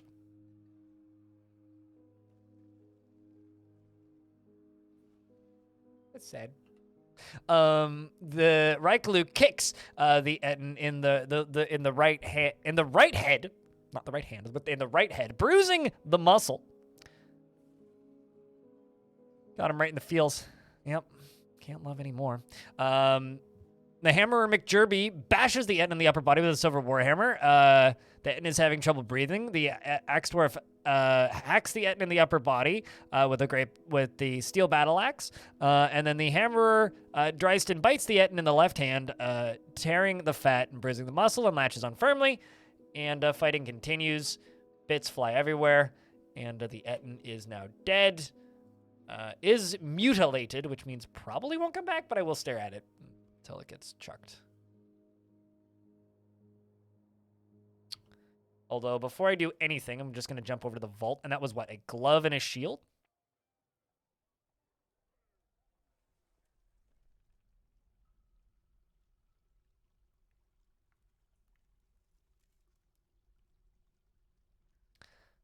And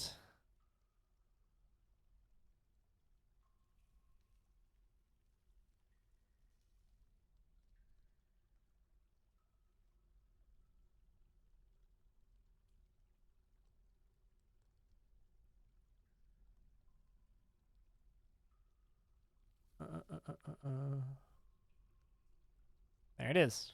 Right there.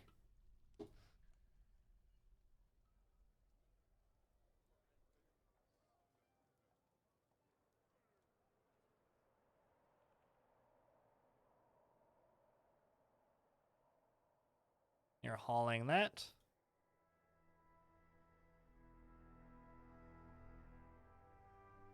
Anonymous Gifter, thank you very much for gifting a sub to Hooker Money. A funny name. Someone just likes funny usernames. I have a question. Prove that you're listening to this stream, Anonymous Gifter, and gift a sub to Toady One and Kid Fox Games. Let's see. Sup, butt kittens. Gift to Reddit. I wonder if somebody actually has just the username of Reddit.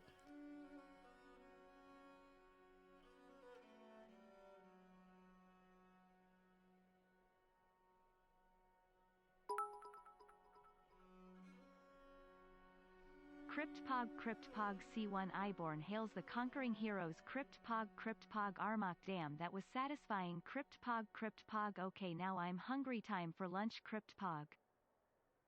Did you do well on your trading this morning or something? What's up, man? Thanks for the $10. Also, I think I understand the problem here.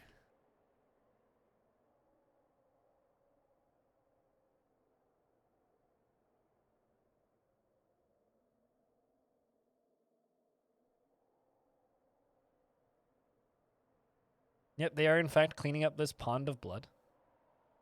Did you see something scary? Nope. I don't know why they keep running up here and then leaving immediately. A miner's been taken by a mood.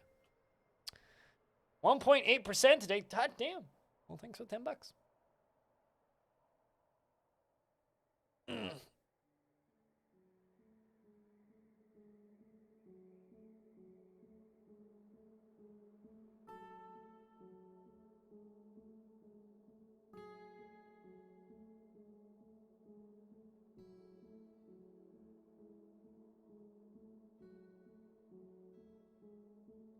Yeah, I saw that. But I'm not super concerned about that part of the Etten. I'm more concerned about the main body. He's in prison for like 400 days. Or wait, how do you deal with them? Look for the turquoise dwarf and then use the criminal justice system. Interrogate them and they usually admit to their crimes. They're generally blue. They're pretty easy to see.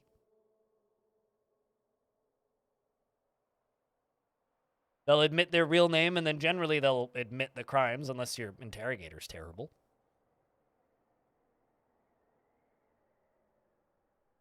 Unless they have 0 kill. Well, I mean, ours had 0 kill, and he still admitted to the crimes.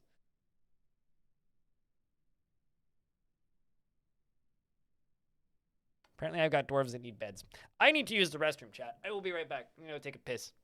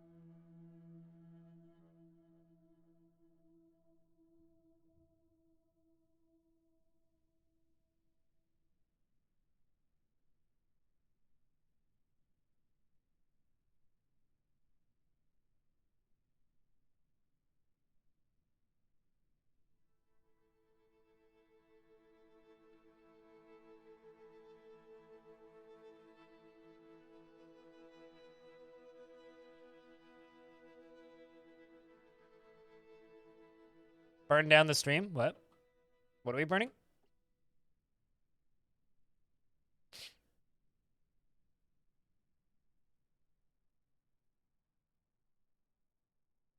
Coupled by a ghost.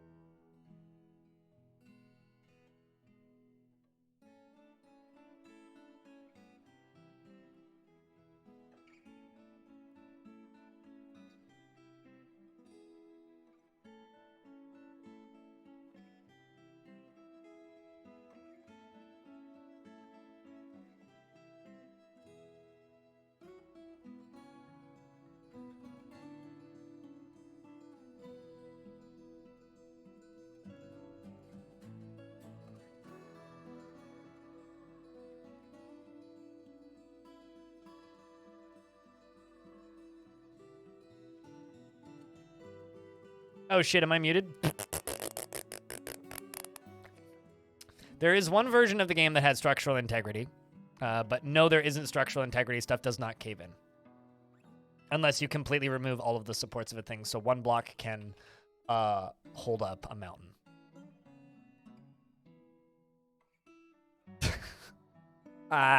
Is that what you're telling me to do, Mayushka? Ah, shit, we can hear streamer again. The jig is up, boys!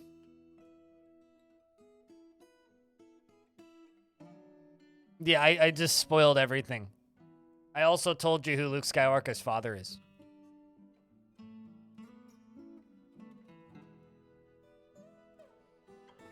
And I told the great story of how in Star Trek, Snape kills Darth Vader. It's terrifying. In this reality, no one lives long and prosper. Due to the Genesis device bringing massive destruction on the TARDIS? I don't know. I was like, what is something else I could reference? But I don't actually know anything about how that shit works. A pigtail toga. Damn. Rigoth Ginnonber has created a a frilly pigtail toga and offers it to the whales of drowning. Toga party. Seems like it. This is a frilly pigtail toga. All craft worship is of the highest quality. Isn't that just like a piece of cloth?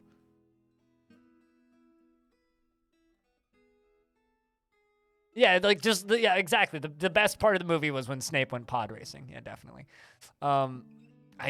I can't keep this bit going any longer. Although actually the true ending when Captain Jack Sparrow shows up and just completely obliterates Mr. Rogers. It was almost as good as the part when Darth Sidious showed up and just started doing a jig during the credits. Jokes aside, they need to put Mr. Rogers into Fortnite. I don't play Fortnite and don't care, but they should put Mr. Rogers into Fortnite. Where did we go? It's a frilly pigtail toga. Our craftsmanship is of the highest quality. It is made from pigtail cloth. On the object menaces with spikes of pigtail. On the item is an image of Azdrag open hexes, the goblin, and dwarves in pigtail. Azdrag open hexes is surrounded by the dwarves. The artwork relates to the ascension of the goblin Azdrag open hexes to the position of king of the accidental ceiling. So it's our goblin king. The accidental ceiling in the early autumn of 220. During the overthrow of the accidental ceiling in risen letters. On the item is an image of warthogs in goblin cap. We have a goblin king. Mr. Rogers 360 no-scoping noobs. Oh, definitely. Every day. What else do you think Mr. Rogers does? How else do you think Mr. Rogers pays bills? Come on.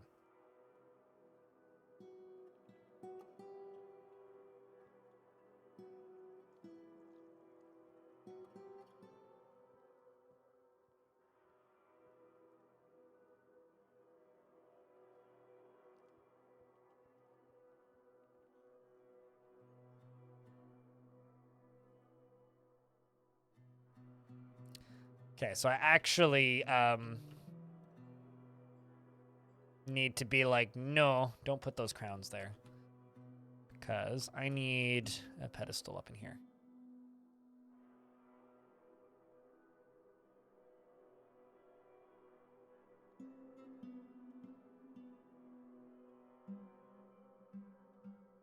Could move in, yeah.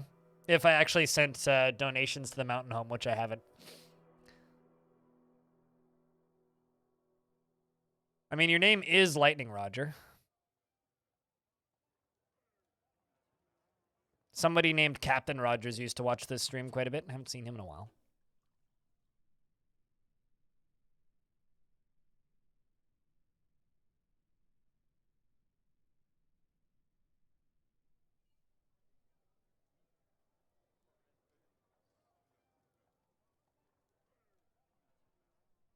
Good couple of dwarves still need bedrooms.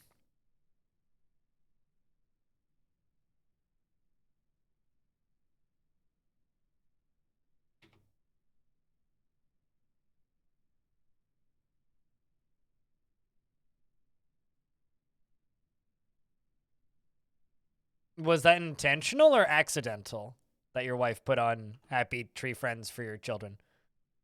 Because if it was accidental, okay, fair mistake. I think that's the point of Happy Tree Friends. If it was intentional, what?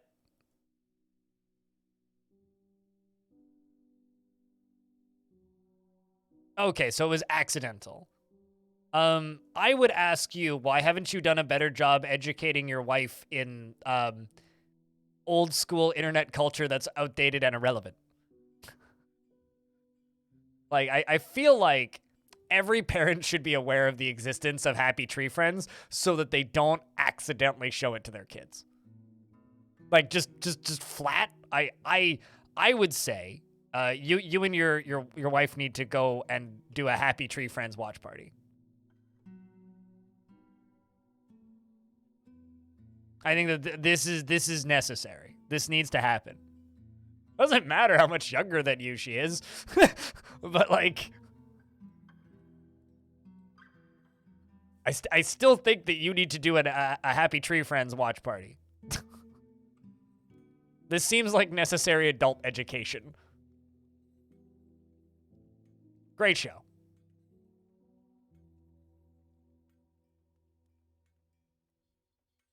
I have a PhD in early. I have a PhD in perfectly useless information that nobody needs to know, but might be helpful to some people.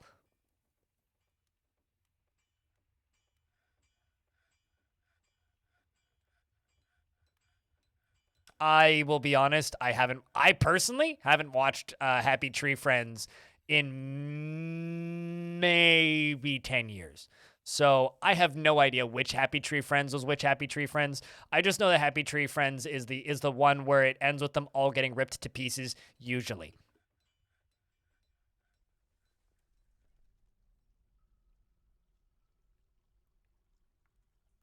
I mean, I don't own what I just said, so you are allowed to repeat it. That's totally fine.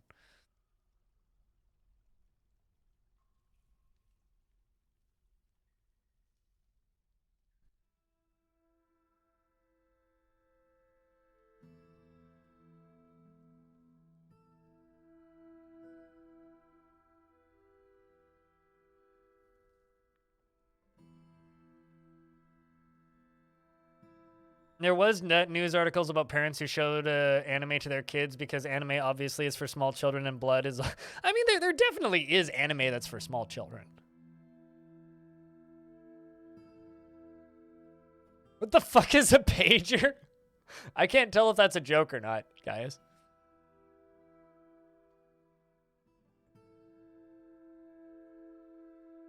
I hate to break it to you, Salty Tempest, but Happy Tree Friends is pretty old. And you know, it's funny that there are times where like I feel kind of like a young person, and then I realize that there's people that are like 10 years younger than me that have kids, and I'm like, wow, okay.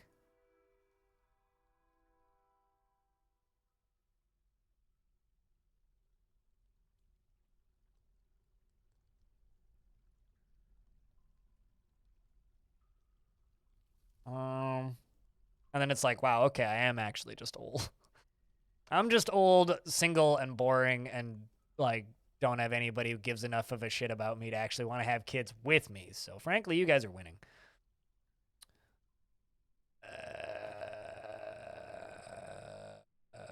Okay, let's do that. Silt. There you go, down there. Perfect. I'm 28.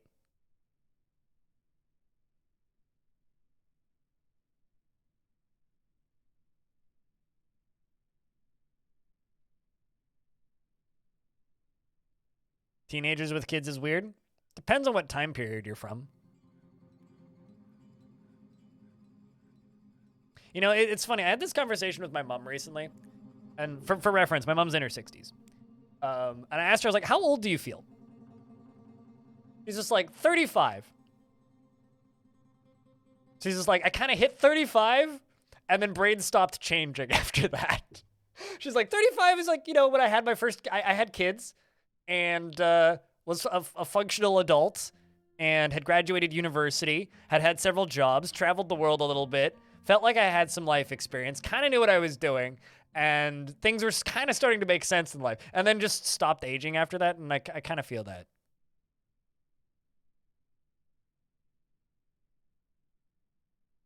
Young is relevant, Rolf.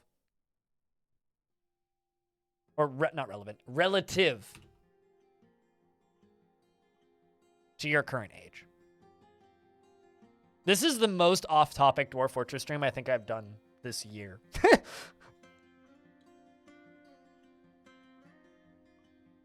Oh, yeah, there's a Sequisha clip that he posted on Twitter recently, which is just titled, it's like when you're having a very important conversation about the Sega Channel and retro gaming, and then somebody pops in and says, talk about the game streamer. I'm just kind of thinking about that right now. Sequisha is one of the few like bigger streamers on Twitch that I genuinely love watching because of how far off topic he gets frequently. He's always talking about something entertaining.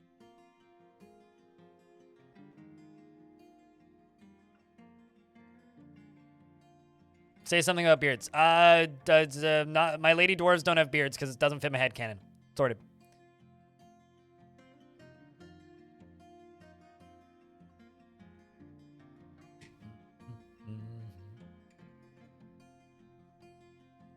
Manhattan? What time is it where you are? Actually, I guess you could be like 4. I don't know if you're Eastern time zone. I was gonna say, isn't it early for Manhattan? But my brain is in Western time zone and it's noon here, so bit early for an alcoholic's beverage at that time of day. But 3 p.m. Still early for a Manhattan, but to me, like a Manhattan's like an 8 p.m. drink.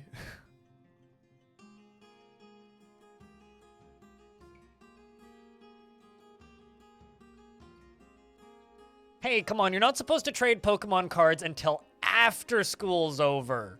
Playborn, come on, man. Sniper, who am I giving a dwarf to? Dinner too early for a problem.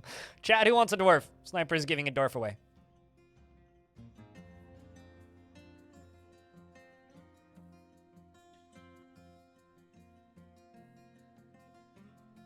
Have I seen a pager? My dad had a pager.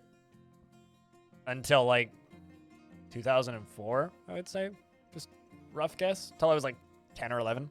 My dad also had a Palm Pilot. I feel like less people probably have seen Palm Pilots in the current year than a pager. Oh, volunteer fire department still used pagers. And we had a family friend who was part of the volunteer fire department, and we went to their Christmas dinner one year, and then half of them got called out, and all of their pagers went off simultaneously. So, and that was not too long ago. That was like 08 or 09? 2 Motorola Razors? I had a friend who had one of those.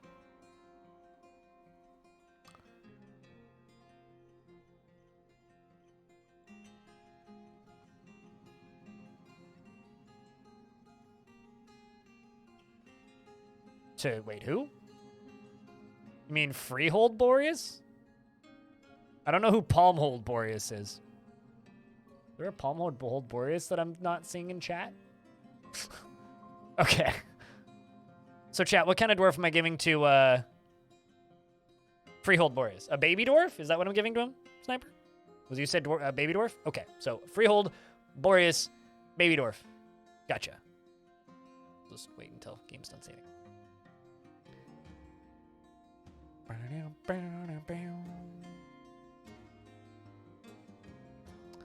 I remember going to a sports event, and we just crashed on people's floors at that event because it was cheaper to sleep on other people's floors instead of, like, getting a hotel. And when we did that, I remember one of the kids at that house that had a lot of money in Seattle, had a Motorola Razr, and we thought it was the coolest fucking thing in the world. This was like, I don't know, 07 maybe? 08? This was like before smartphones were something you really saw in the wild.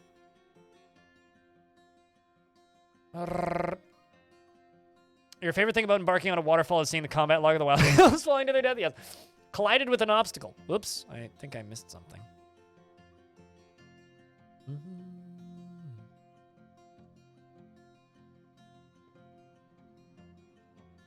Hold on a sec.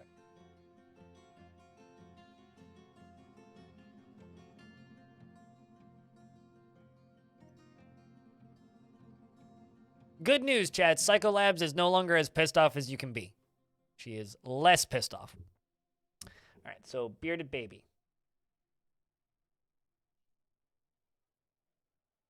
Not a baby. 6 years old, but very happy.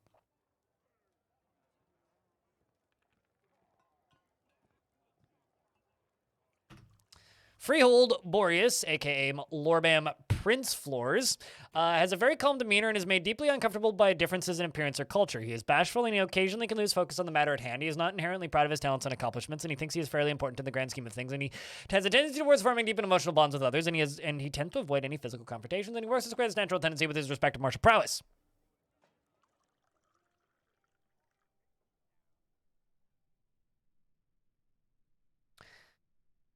He tends to make a small mess with his own possessions, and he enjoys the company of others. He has little interest in joking around and is given to flights of fancy.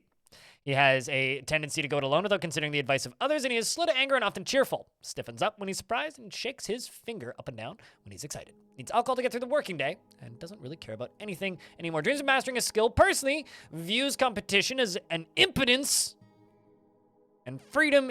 He thinks freedom is somewhat foolish, and he respects perseverance and does not care about friendship.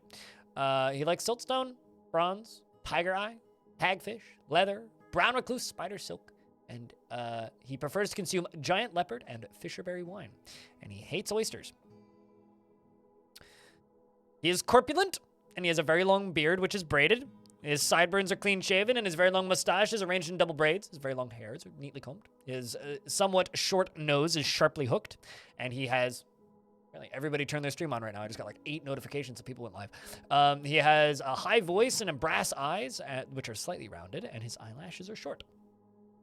Welcome to the fort.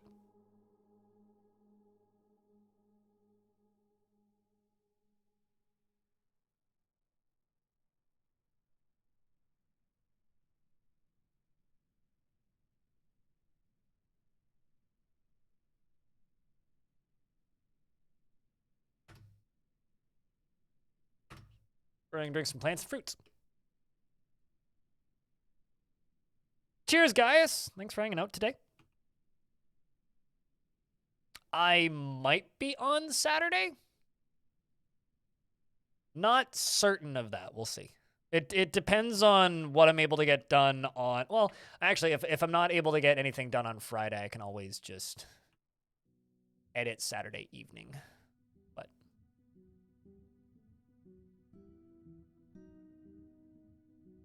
Because Friday's going to be busy. Sniper, what kind of dwarf am I giving you?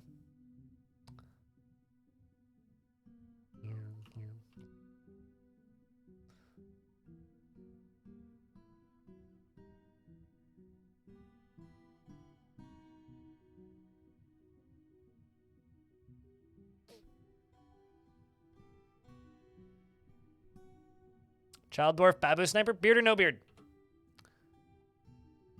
Or actually, just tell me which one you want.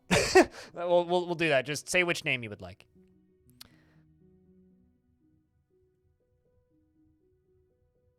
Reg is the only baby in the fort, which is the one all the way at the very, very, very bottom. Okay, so you want Mistum? Okay. Mistum is 6. Oh, you want Reg? You want the one at the bottom? The regular dwarf. You're currently being used as a shield by your mum, who's moral. Apparently you disdain cunning and you have high stamina. Reg Torin Knights. She likes to present herself boldly, even if it would offend the average sense of modesty. She tends to form strong emotional bonds with others at times to her detriment, and does not generally respond to emotional appeals, and is quite ambitious. And she is rarely happy or enthusiastic, conflicted by this, as she values parties of merrymaking in the abstract, and she is generally acts with them impartially, and is rarely moved to mercy. She doesn't handle stress well. She is somewhat uncomfortable around those that appear unusual or live differently from herself, and she has a sense of duty. She is trusting, and she is quite polite, and she is moved by art and natural beauty, and she is troubled by this since she dislikes the natural world. She has a greedy streak, and she has a tendency to consider ideas and abstractions over practical applications, and she needs alcohol to get through the working day and is starting to work slowly due to its scarcity. Mom, give your kid a drink. Jeez. She personally sees guile and cunning as indirect and somewhat worthless, and she finds the ideas of independence and freedom somewhat foolish, and dreams of crafting a masterwork someday. She likes granite, sterling silver, praise opal, durian wood, crystal glass, gems, barrels, musical blossom, and when possible prefers to consume mullet beer, and hates bark scorpions. Her hair is clean shaven. Her flattened ears have nearly fused lobes. Her heliotrope eyes are round, and her hair is cinnamon. Her skin is brown. Welcome to the fort.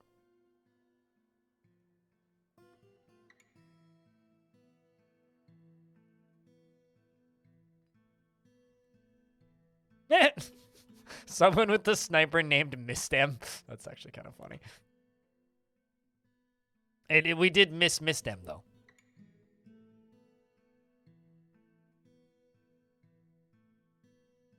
Bark scorpions, yes.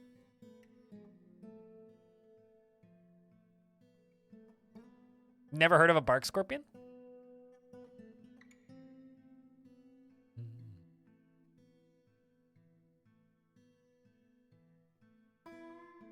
I wonder if Twitch ever got back to me about my angry tweet this morning. Probably not.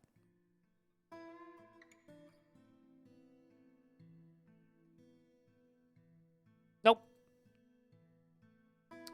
No comment from Twitch or Twitch support. Grr.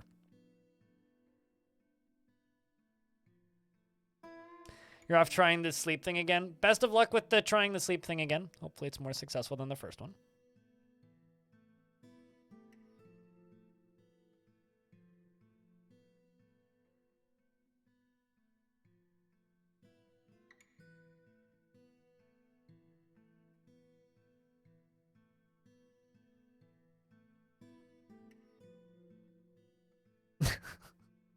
I only just got the joke that it goes woof. I'm sitting there like, it goes woof?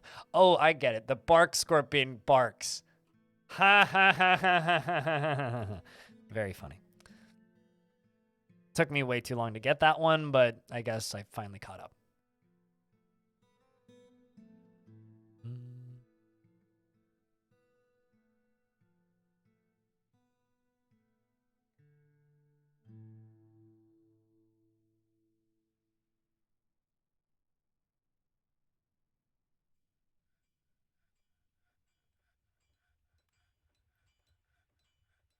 You hope this dwarf survives?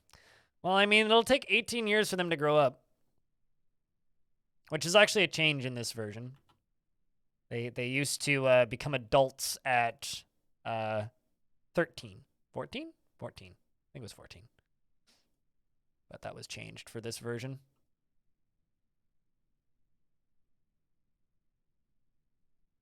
Due to them doing chores now.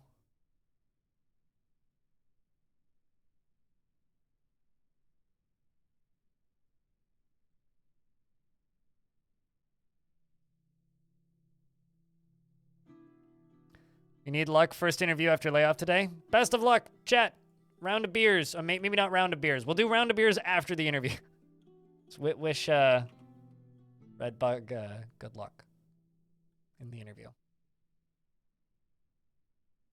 Round of beers before interview might make you not do so hot in the interview.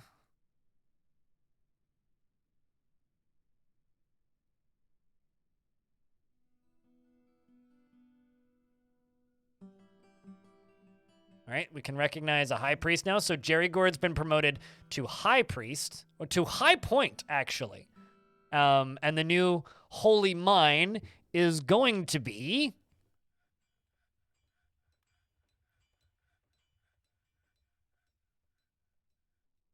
They're all in the military. Oh, no, Jazz. We'll give it to Jazz. Jazz is now the holy mine of this temple. You're specialier. Yes, you are in fact specialier.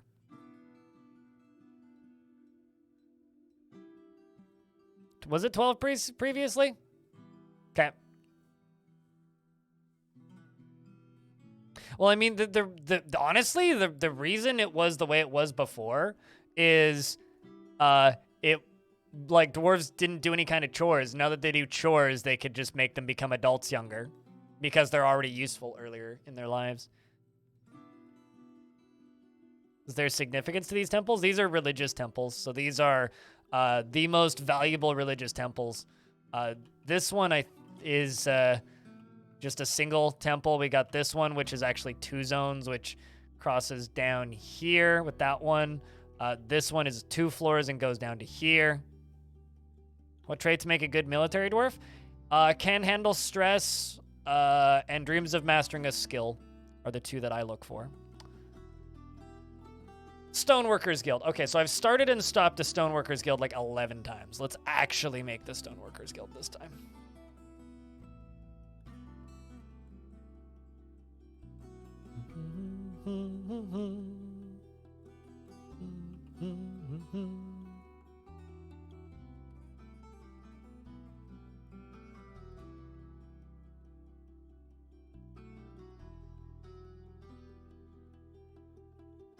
What if I make like a little query here?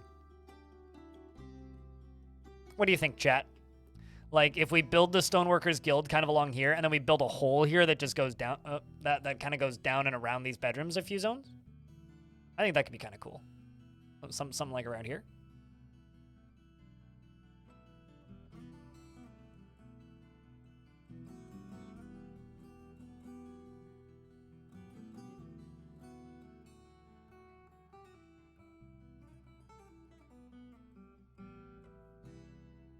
Tobin wants me to read the word story. Do they have high significance? The higher roles for the dwarves essentially act like a mayor or something. They comfort upset citizens.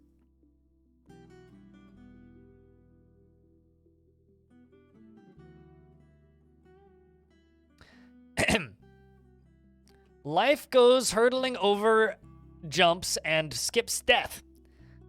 Prickly pear rotting in my garden of cheese. This coconut tastes like it could scream. All caught up. Do I use fertilizer? Nope.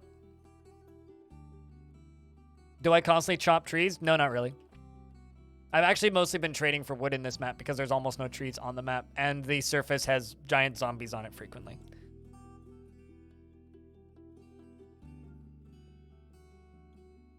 But no, I never just constantly chop trees. Generally, what I do is I go down to the lava sea, which is something I'm planning on doing for this one, and I use magma forges like a big proper dwarf should. Also, like, you don't need that much metal. You just need enough charcoal to make what you need to make, and once you've made it, you're good. You don't need to constantly chop trees. And I don't use fertilizer because it adds like a fraction of a percentage of effectiveness. So it's kind of a waste of time generally.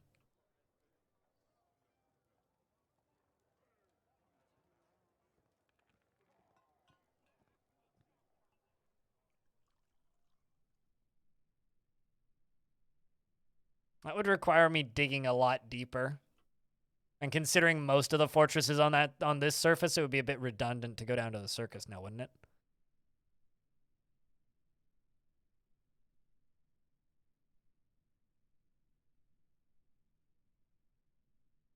Enjoy your lurk, Sal.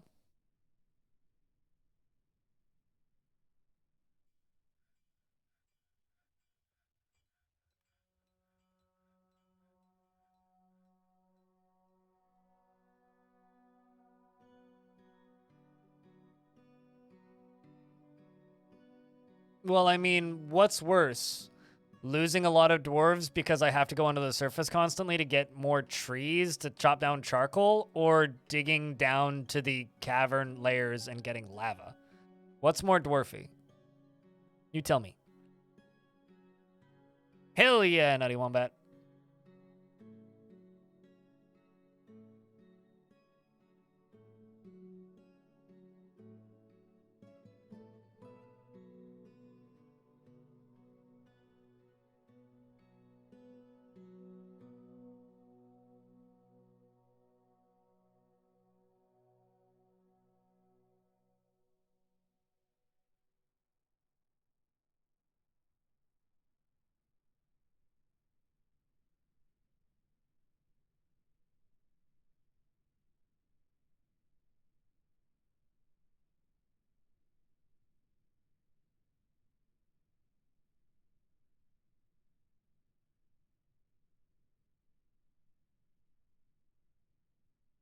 Spicy water, pretty important.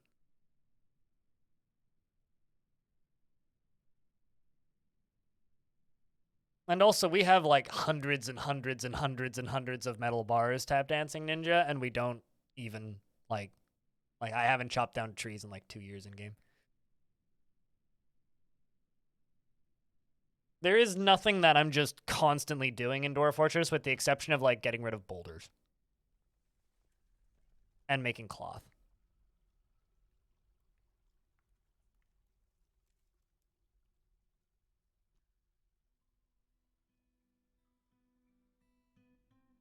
All dwarves don't mind being outside unless you keep them inside for multiple years at a time. So there is no such thing as a dwarf that doesn't like being outside unless you've intentionally like removed them or not permitted them to go outside for a very extended period of time.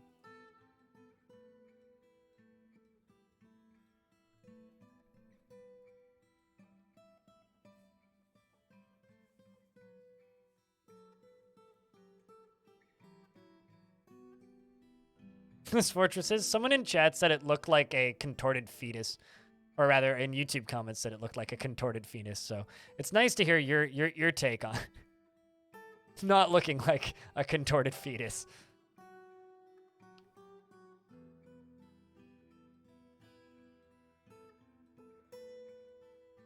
Chubby Dino? I'll take Chubby Dino. Kind of does look like a Chubby Dino. It's like that's the face, that's the eye, that's a little hand.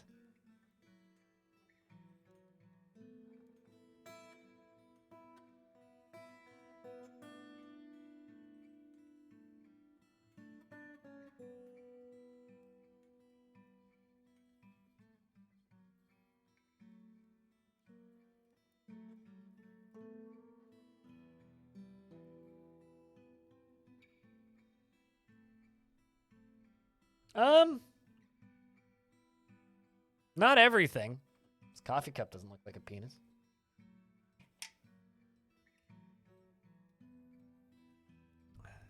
Some things do. Not everything.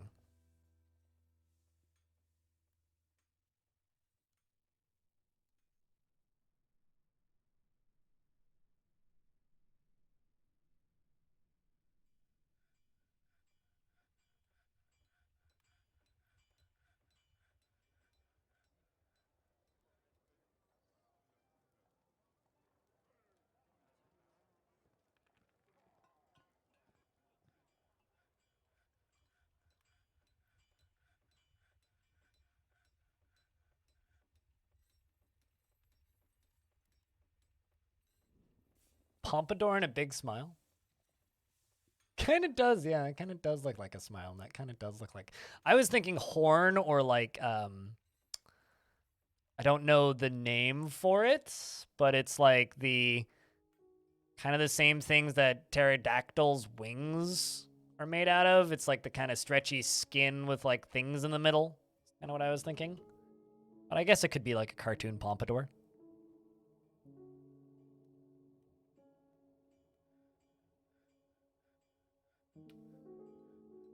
Your son said it looked like a chubby dino too. I haven't seen cave adaptation in this version, or cave adaptation in this version of the game at all, so it wouldn't surprise me if it's bugged. But I don't know directly if it's bugged or anything. I haven't heard any reports of that. But it wouldn't surprise me, considering I literally haven't seen it in this version of the game. Cave adaptation, for those of you who don't know, is when your dwarves get sick because they haven't seen the sun in so long, which they do when they see the sun after not seeing the sun for hundreds and hundreds of years, or weeks, months even. Oh. Huh. Well, I also haven't looked at the bug tracker much. Good to know. Which basically means, I guess, maybe they would puke once and then not care again. That's kind of cool. Do I have any cabinets? We have cabinets.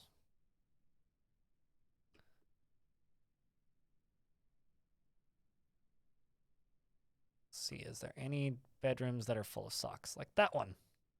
There you go. These ones.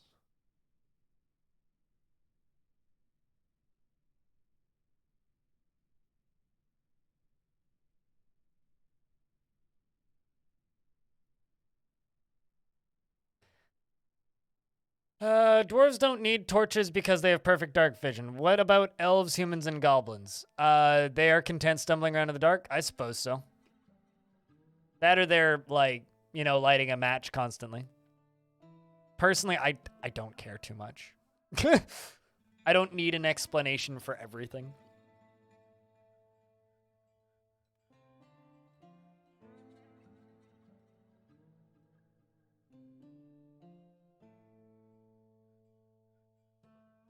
Elves have tree vision?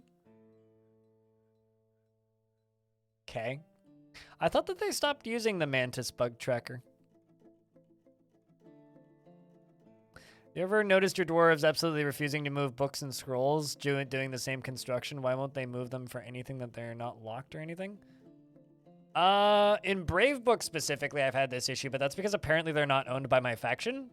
And I think that that's got something to do with the hostile entities on the map. Outside of Brave Book, I have not noticed that happening, no.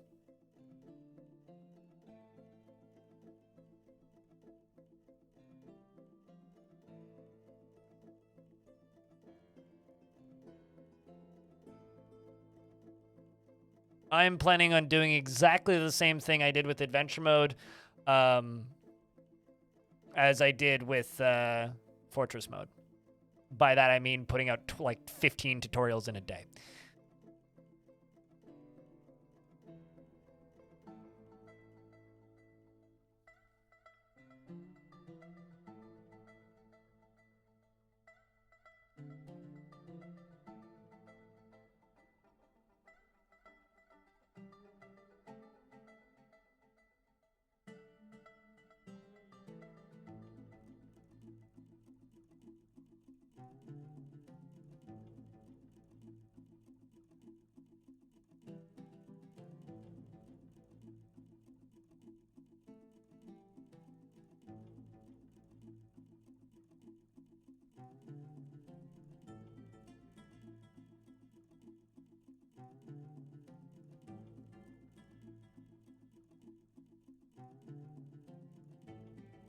It never really clicked. I mean, it's the same process as learning, you know, Fortress Mode. It's just depending on it's just for some people. I think what it is more people kind of have a degree of knowledge of how city builders and colony builders work, where they don't have that same degree of knowledge with, what's it called? Roguelikes. And I appear to have hit a Aquifer. Clay Commander has bestowed the name Cephal Mantle upon a copper shield. And I've got 2 ghosts that I need to deal with.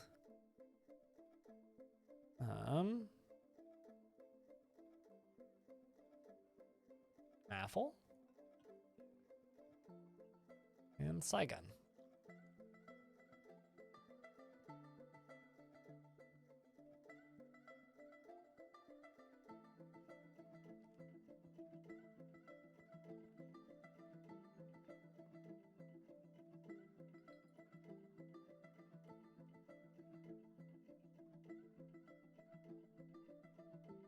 I think that one was blank.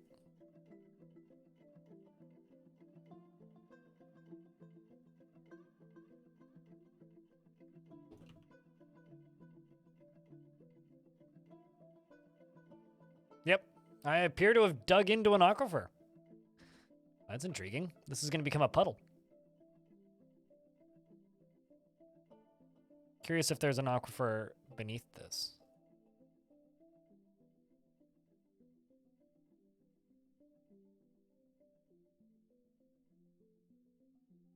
You can just play as elves. You just need to do some very simple modding work. But they don't have their special tree powers, which is why it's less interesting than you might think. All right, so this whole area is going to fill up with water. I'm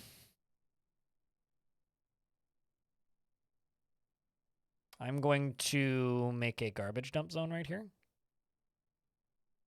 And set all this stuff to be dumped. Although, I'm going to go over to here and pause this one.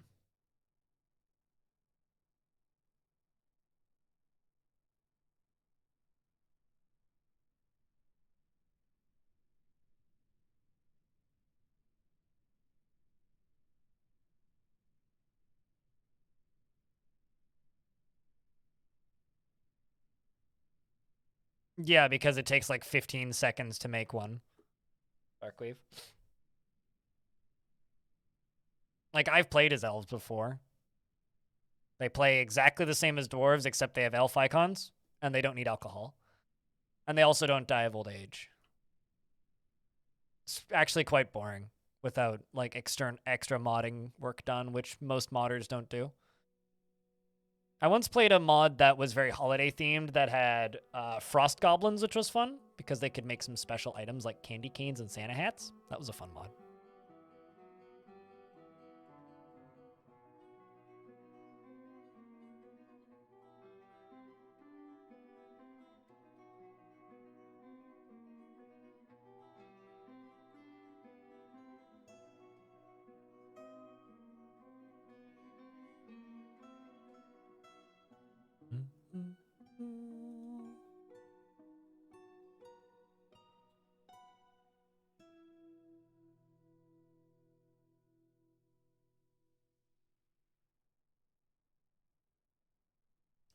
Because this is all going to eventually fill up with water. Get all this stuff out of here. We're about to get hit by an ad. You're not going to miss much. Just dwarves hauling and constructing. Yeah, because the kobold one actually adds mechanics. Because kobolds are completely unplayable if you just use vanilla kobolds. And also, some people, please don't take this the wrong way, seem to very much sexually identify with kobolds for some reason. Kind of for the same reason that the furry mods tend to get a lot of praise. They are cute, yeah. Not going to deny that. I just don't fully understand the fascination with them, but...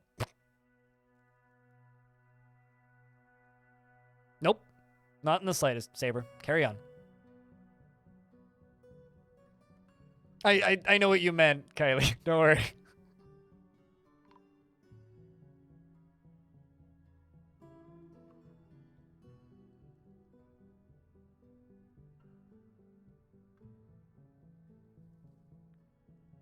Although I think technically that would be scalies, not furries. But...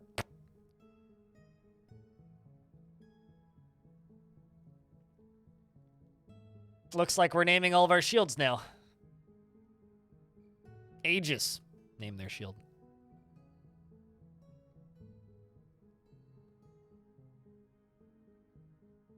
Good humor, uh-huh.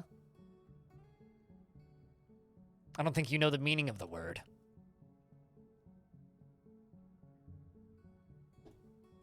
Considering all of the harassment that you indirectly RP'd fucking Streamlabs into throwing at me, I think it's more like chaotic evil humor. What's up, Ace Grizzly? How's things? Scalies? It's furries, but for lizards. Literally, that's what that is. Spend enough time on the internet and you learn all of the words.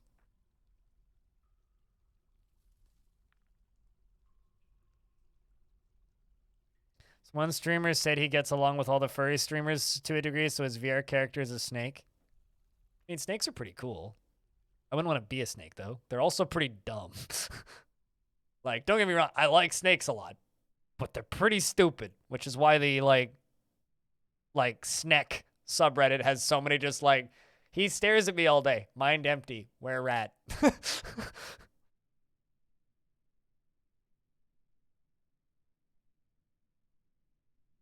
Snake bit me. Are you food? Wasn't food last time you bit me. Are you food?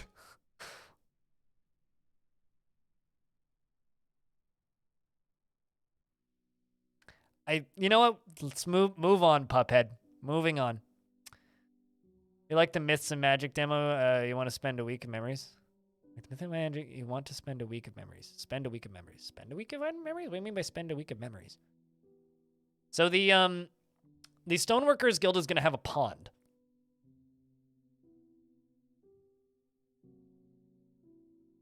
That's pretty cool.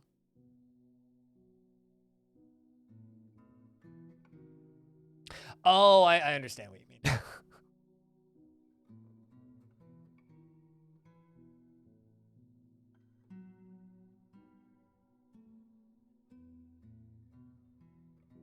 You know, it's kind of funny. I really, really, really want a pet snake. Really, really, really do. It's actually one of the reasons I eventually want to move out of an apartment and get a house so that I can legally own a snake. Because in the province I live in, long story short, there's no real need to explain it, but it's not legal to own a snake in an apartment, especially if you're renting. If you live in an apartment here in BC, doesn't matter how big or small the snake is, you are not allowed to own one. It's a massive fine and or threat of eviction. It's just not worth it. Domestic or otherwise, doesn't matter. Due to a lawsuit from 2007 due to some fuckwad. Anyway, but I probably never will, because my best friend Kevin, who's the guy I go camping with, yeah, I'm in BC, Greater Vancouver area. My best friend Kevin, who I go camping with, is horrifiedly scared of snakes. So if I ever want to hang out with my best friend Kevin at my house, I can't have snakes in the house. Doesn't matter if he knows that there's a snake in the house, he just won't go over to your house. So I never get to own a snake, even though I really want one. Thinking of buying? I don't know how much money you think I make, but it's not enough to buy a house in this province. I mean, actually, that's not true. I could buy a house in northern BC or something outside of the city limits, but I also can't legally drive. So, no, not thinking of buying.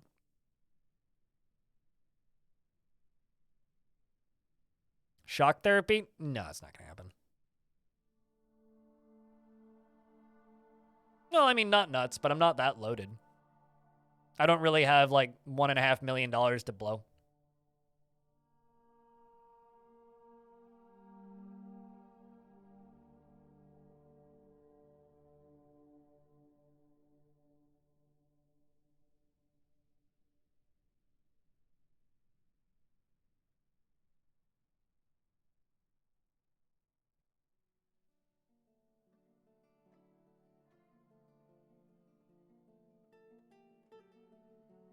Yeah, shock therapy is a meme because it very much doesn't work. It generally causes the exact opposite visceral reaction. It works in that it causes people to admit things, but they admit things because there's pain involved and they want the pain to stop, not because they're actually admitting things. So shock therapy actually has the opposite reaction that you would want it to have, is it makes people go, yes, fine, because they're getting electrocuted. Not because it actually works.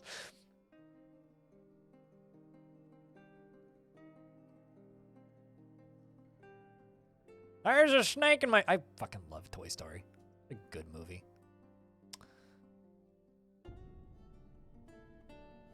But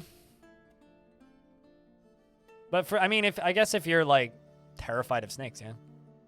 Suddenly a horror movie.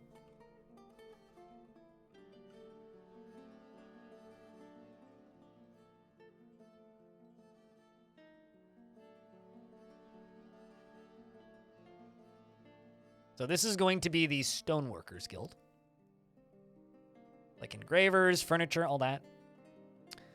Guild Hall. Stoneworker Guild.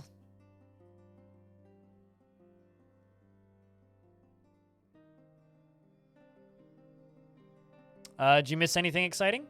I'm building a Stoneworkers Guild that I wanted to have a quarry next to, but I hit an aquifer, so it's going to have a pond. Instead of a quarry.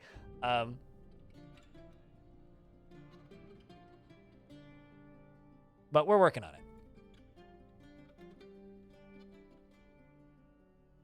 It's okay. It'll have nice windows of the quarry.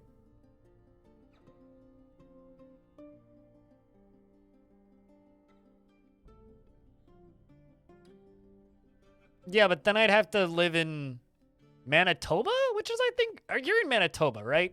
Bastet?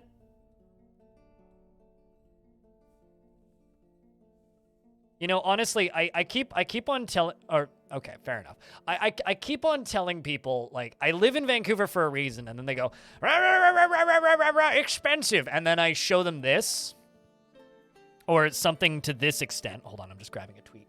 Then I show them this, and they go, and I go, I can take a bus up these mountains. This is why I live in Vancouver, is because that's a trail down there that I've hiked, and I can take a bus to get to this mountain and go camping for free. And that mountain, actually. And that mountain up there. So this is why I live in Vancouver. Find me somewhere else where there's public transit that'll take me to a mountain like that for free, where I can camp for free, and I'll consider moving there. And I need good public transport. It's like, yes, I could move to Edmonton and probably buy a house, but no, I mean, realistically, what's probably going to happen is I will keep living here in Vancouver, and maybe in 3 or 4 years, if the housing market crashes and you guys don't all spontaneously decide that you hate me and stop watching me and stop giving me money, maybe then I'll buy a condo or something, and I'll just live in that. But unlikely. No, I will probably stay in the renter's economy for a good long time. I'm not going to leave Canada. Thank you.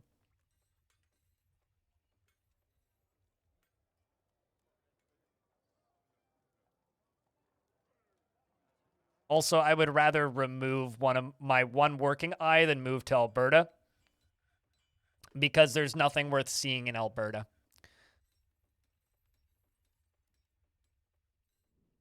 I don't ski, no. I'm legally blind. Skiing is extremely dangerous for me. No, I go snowshoeing and backpacking and hiking. I don't ski or snowboard. Come to Montreal. I'd have to speak French. To your condo. Thank you for the condo fund. I'd have to speak French to get health insurance as of the most recent law. I don't speak a word of French. Also, my insulin wouldn't be covered because I wasn't born in Quebec and didn't move there before turning 19. So suddenly my living costs would go up by about $2,000 a month.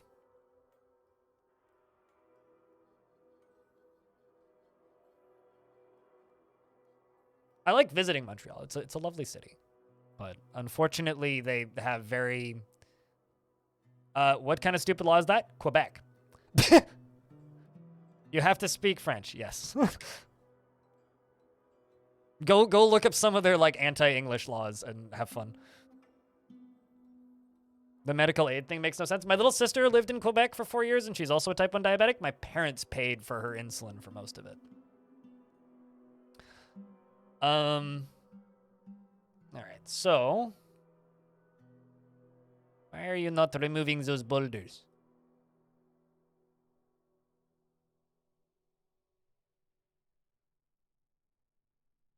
I mean, to give you an idea, some of you guys know Orange, who just moved here. Orange is from Montreal. He was born in that area and moved here because he doesn't speak French well enough. And it was like impacting his ability to stay employed.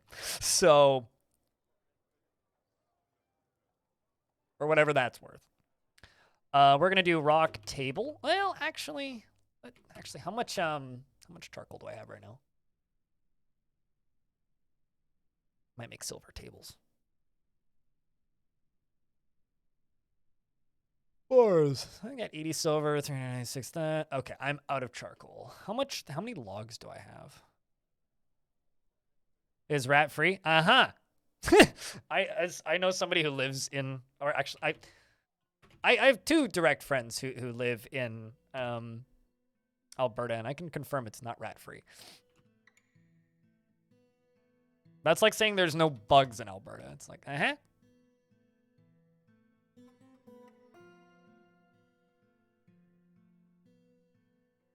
If you follow me on Twitter, you'll see my camping escapades pretty frequently, but or if you join my Discord, or if you follow me on Mastodon, any of those works. But here, I'll show you some photos of my last camping trip from a couple weeks ago. I'm a backpacker, generally. I've got this video where, oops, that's my mug. You should buy my mugs. This is a video of me feeding a whiskey jack while camping. But, hold on.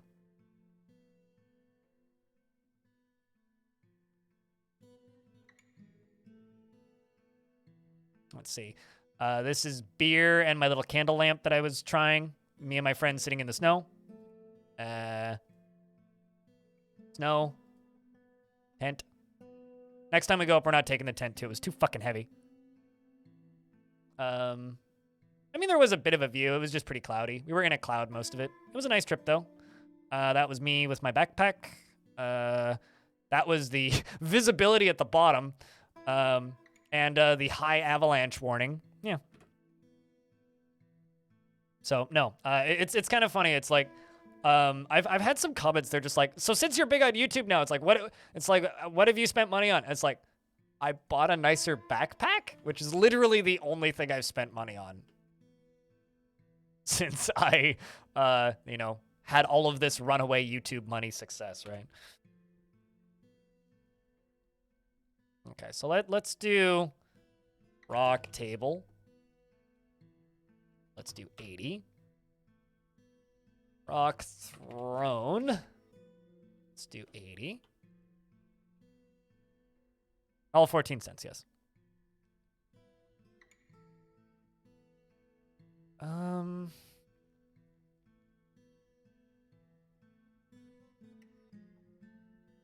Let's do 100 rock statues, rock cabinets, and rock chest. Oh, coffers. My bad.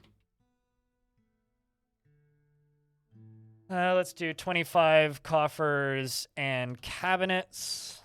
We'll do the coffers and cabinets out of siltstone.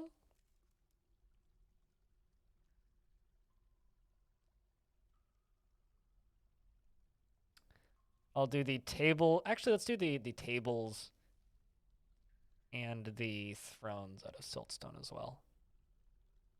And anything goes for the others.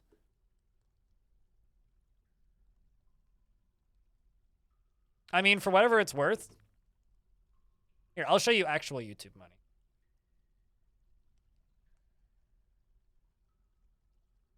I'll show you YouTube money. This is the most viewed video on my YouTube channel, keep in mind, so it's also my highest earning video on the YouTube channel. That's YouTube money.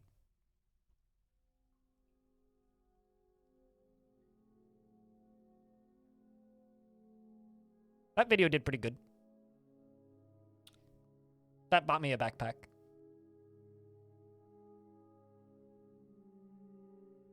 $14C is a meme? Why is 14C a meme?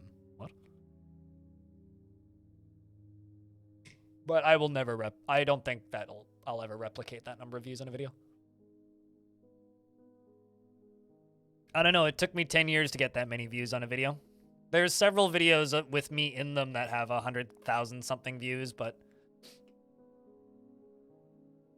those aren't videos that I made, so.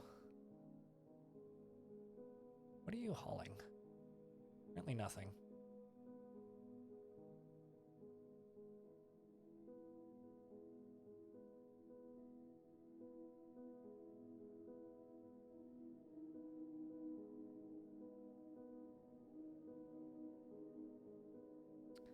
You know, I kind of want this little river to come along this way and flow into here. So what I'm going to do...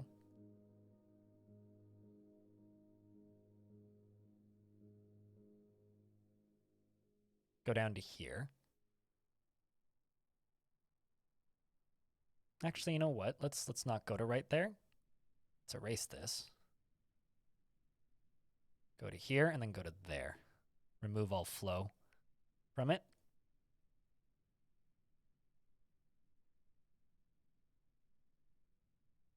Uh-oh. Gonna run into that person's bedroom. Also running into this person's bedroom too.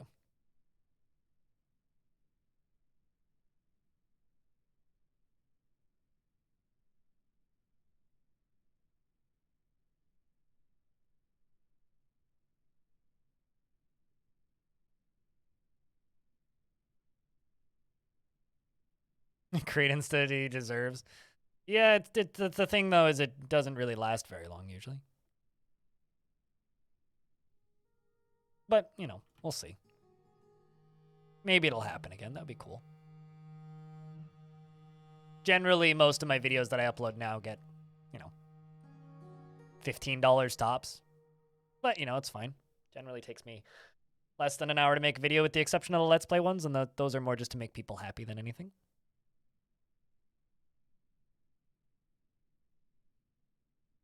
And one video with 2.1 million views? Oh boy. To give you an idea, 1 million views is about $1,200. Just if you're ever curious. That's like normal ad revenue with low retention on a shortish video.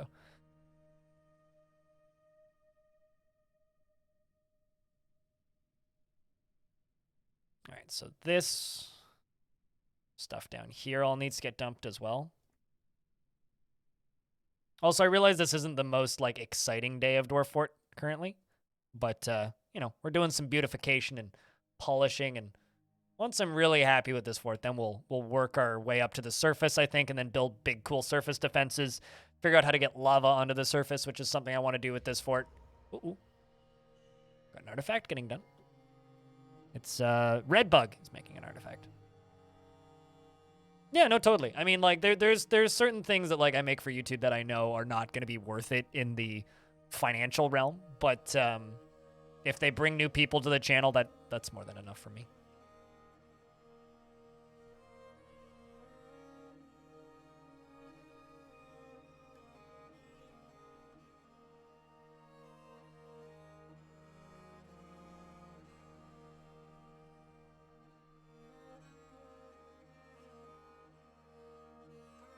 I'm going to put a fortification here just so the dwarves don't use this as a pathway.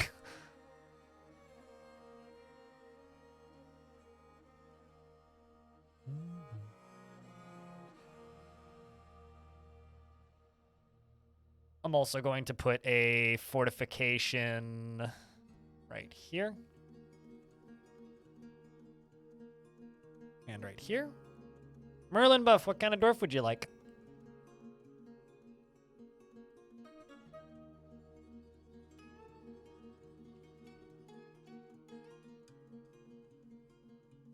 Yeah, I'll keep an eye on your dwarf and see what you're making. I'll read it once it gets done.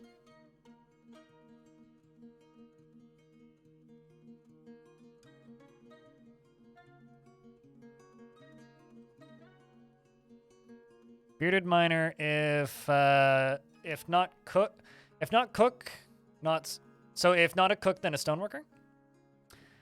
Shilohelic, okay, hold on. Am I crazy or did you subscribe earlier today? Maybe you did. But thank you very much for the tier 2. I now need to give you sound commands, friend. You are getting access to the in-chat soundboard that you see some people using.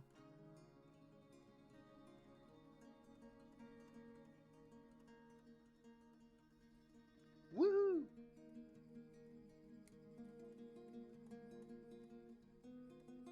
If you type in ! annoy me, if it's confusing, someone else can show you. You'll have access to those sound commands. And thank you.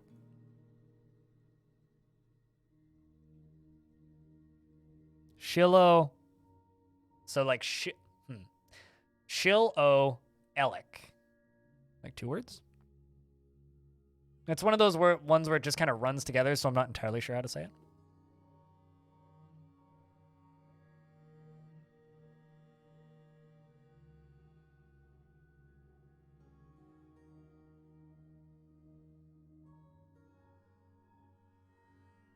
Okay, like electrician. Gotcha. That makes a degree of sense. What's the value of this currently? 4,000. Easy peasy.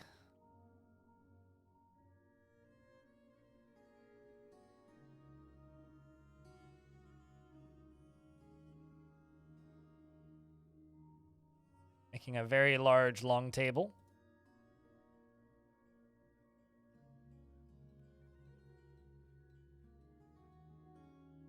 Oh, really? You're an electrical engineer. Neat. You seem to have claimed a stoneworker's shop. Red bug, and so far you've grabbed 2 pieces of shale.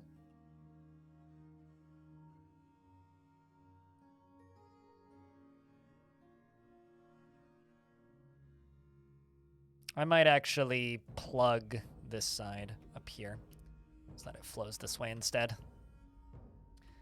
Because this is just not really doing much of value for anybody.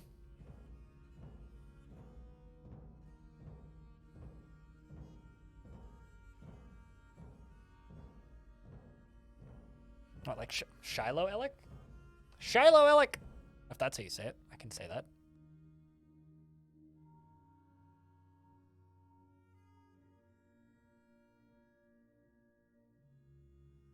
But yeah, I mispronounce. There used to be a joke in this chat where I mispronounce usernames for a living.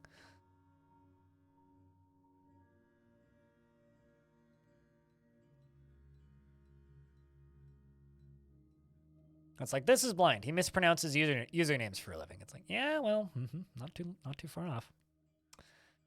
You would know, wouldn't you? Alright,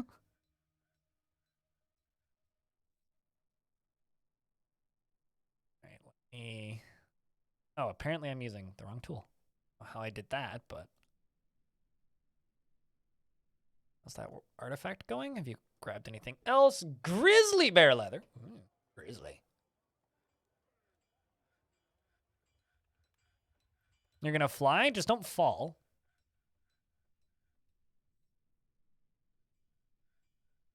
My favorite mispronounced word is still C1 Iborn.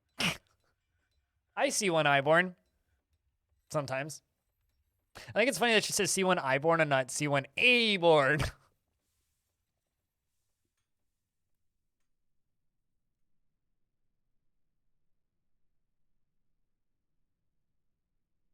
I mean, floodgate wall, I mean, probably it would be better to put a floodgate. It's easier to put a wall.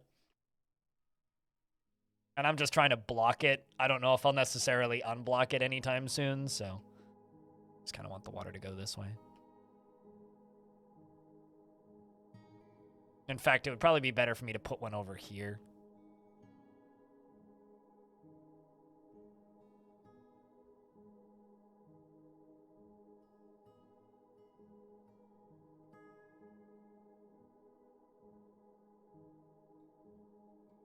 She needs a Fonzie update. Nothing needs a Fonzie update.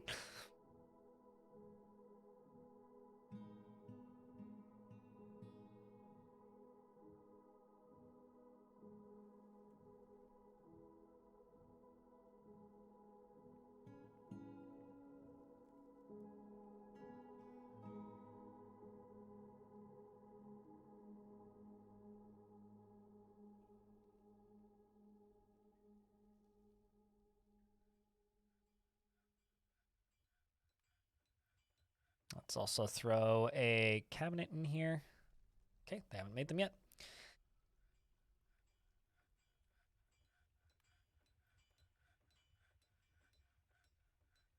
I think this is a pretty fancy looking Stoneworkers Guild. I hope that they are happy with it finally, because I've rejected it like a little billion times now.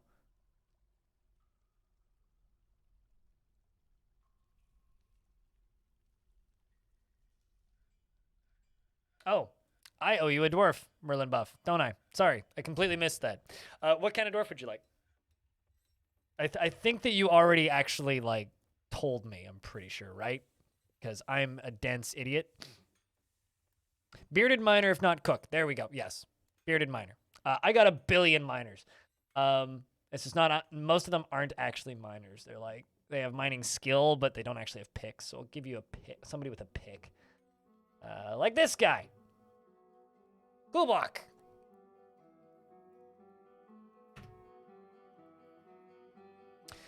You have a spouse and a kid, and a pet goose named Melville. He doesn't generally think before acting, and he is slow to anger, and he doesn't cling tightly to ideas, and is open to changing his mind. He finds obligations confining, though he is conflicted by this for more than one reason. He can easily fall in love or develop positive feelings, and he thinks he is fairly important in the grand scheme of things. He is pleased by his own appearance and talents, and he is curious and eager to learn, and he does not try to get things done perfectly, and he does not go out of his way to help others. He has a tendency to go it alone without considering the advice of others, and he often feels lustful. He is slow to trust others, and he is a friendly individual. He whispers when he's nervous, and he needs alcohol to get through the working day. And he doesn't really care about anything anymore. Dreams of mastering a skill. Personally believes that it would be a fine thing if all time were leisure time. Values peace over war, and sees guile and cunning as indirect and worthless. And doesn't see cooperation as valuable. Dreams of mastering a skill. Likes tin, amber, opal, one-humped camel leather, giant capybara parchment, and the color rust. Bolts and peafowls for their enormous fantails. And the words and the sight of the musical blossom, and when possible prefers to consume bush tit. And fisherberry wine, and dwarven syrup, and pendant amaranth flower. And he hates lizards. He is corpulent and has a very long beard arranged into double braids, sideburns that are clean shaven, medium length mustache that is neatly combed, and his medium length hair is neatly combed. His bulging round amethyst eyes have very large irises, and he has a round chin, and his somewhat short nose is slightly hooked. His hair is gold. His skin is burnt umber. There we go. Sorry about that. No, they're probably pretty crunchy in regards to a bush tit. Chat, I'm gonna real quick go use the restroom because an ad's about to hit, so it's a good time for me to do that anyway. I'm also gonna go check my blood sugar because my head's a little spinny. Back in a sec.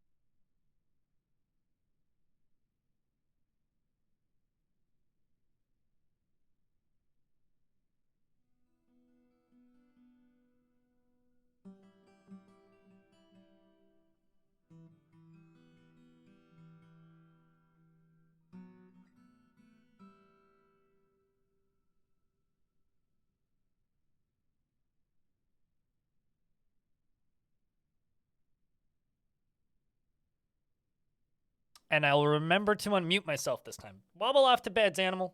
Nice badge.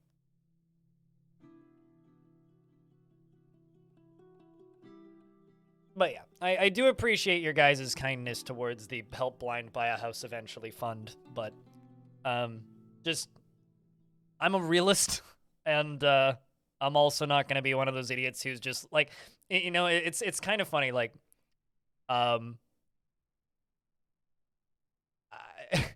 financially, the only thing that's changed since I've had this explosion in success, if you want to call it that, is I bought that backpack and I spent a bunch of money on camping gear. And even by that, like, terminology, like, a bunch of money is maybe not even accurate. I spent some money on camping gear.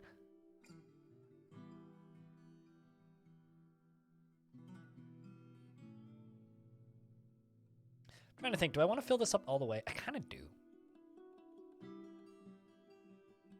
Relatively tall. I'm 6'1.5". Want to call it that?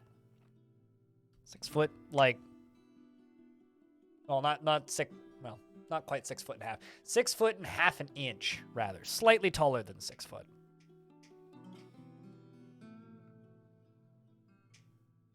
In terms that most people understand. I could do it in centimeters if you want, but.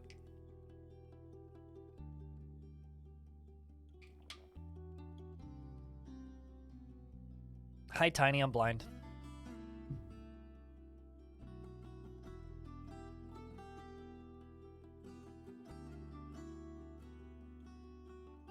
Well, I mean, 185.42 centimeters.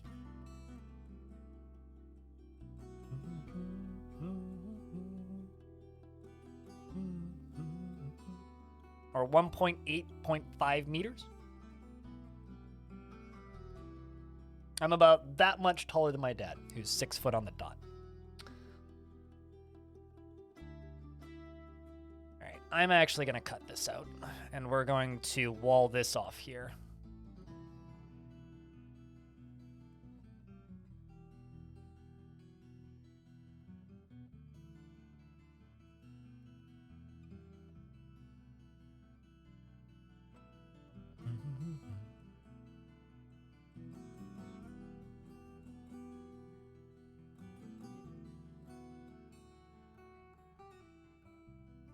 Now you're 22 hours deep? Well, hell yeah. How many times have you died to monkeys? A force that is dark and vile has arrived. That's fine, we'll ignore them. And they want to, the inferior midnight wishes to parlay, and I wish to give them a middle finger. What's up, El Naso? How you been, dude? Do you have any favorite abilities so far, Hyman? I really like playing as Espers, and I'm not super fond of playing of anything else because I tend to just die when I play other things.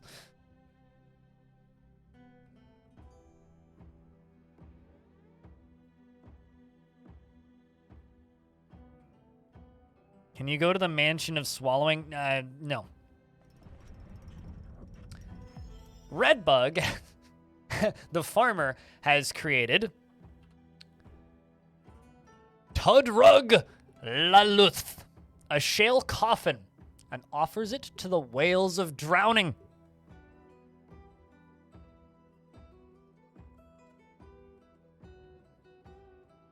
The whales of drowning, hey? Once again, us.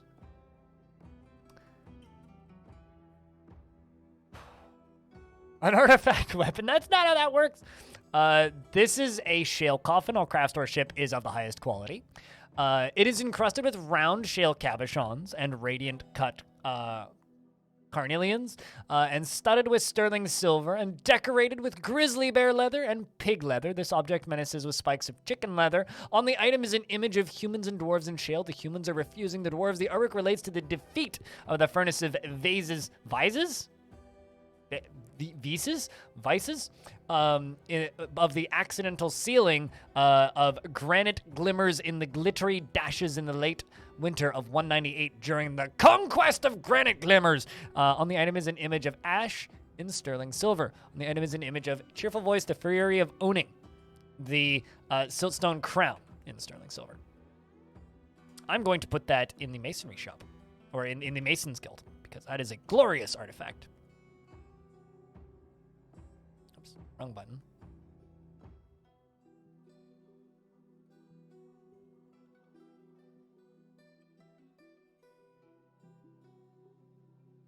Spikes of chicken leather? Yeah. Squawk.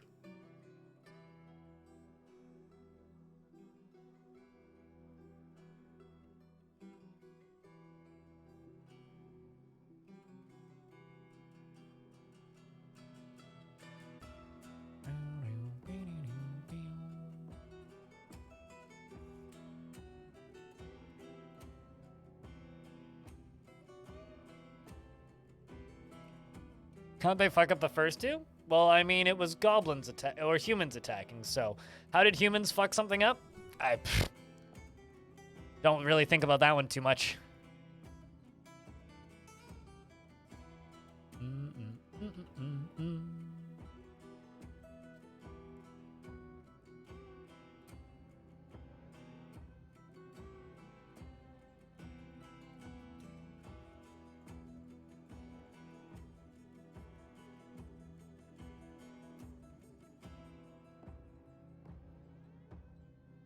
It's our superpower. This is... I don't disagree with that statement.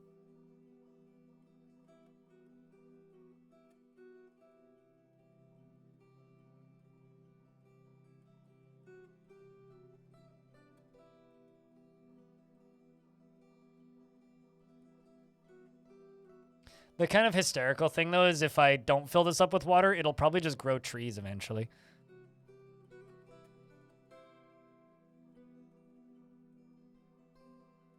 Which would be kind of neat, but I probably should make a underground mushroom tree farm eventually, but I haven't reached that point where I need that yet.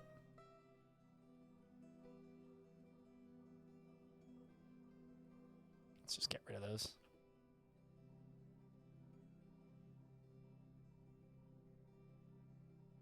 All right, well, this is going to start flowing.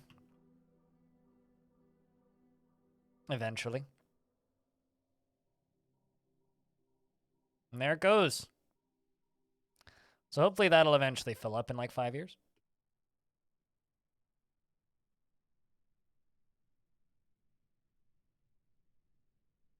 You only need 2 open Z levels? Yep.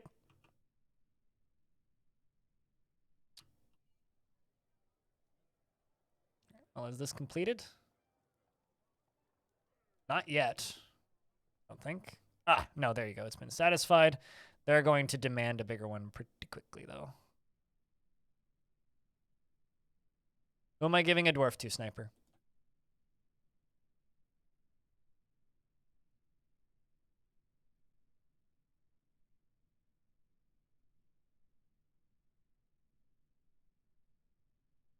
Sniper would like to know who would want a dwarf.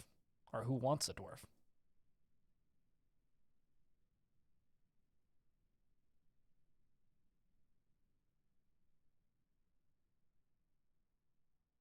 Best of luck, Sniper. We'll see when we see you. Magna would like one. As for Zeno would like one. JKRT would like you. Deep fried mango sounds delicious would like one.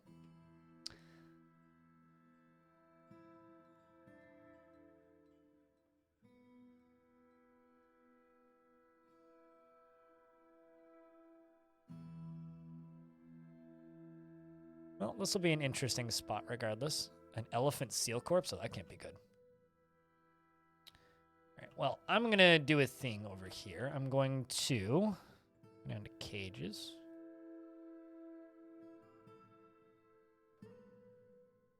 Goblin.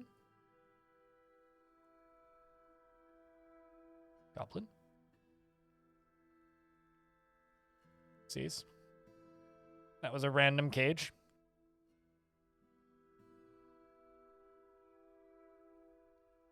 Deep fried mango gets a dwarven child. All right. Deep fried mango, beard or no beard?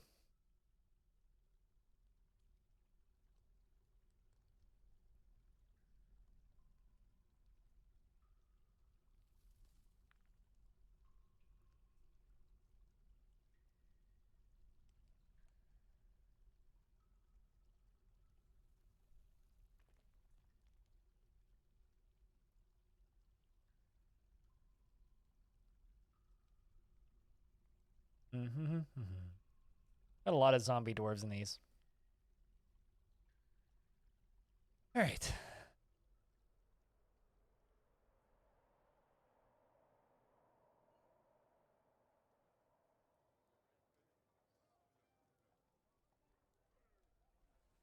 Dwarves that shave, shave. Dwarves that don't shave, don't shave. The only dwarves that shave that are male generally were raised in human civilizations. So they probably have human culture.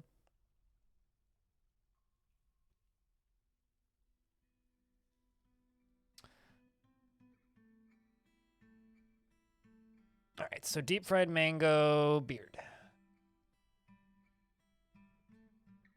Yeah, mouthful.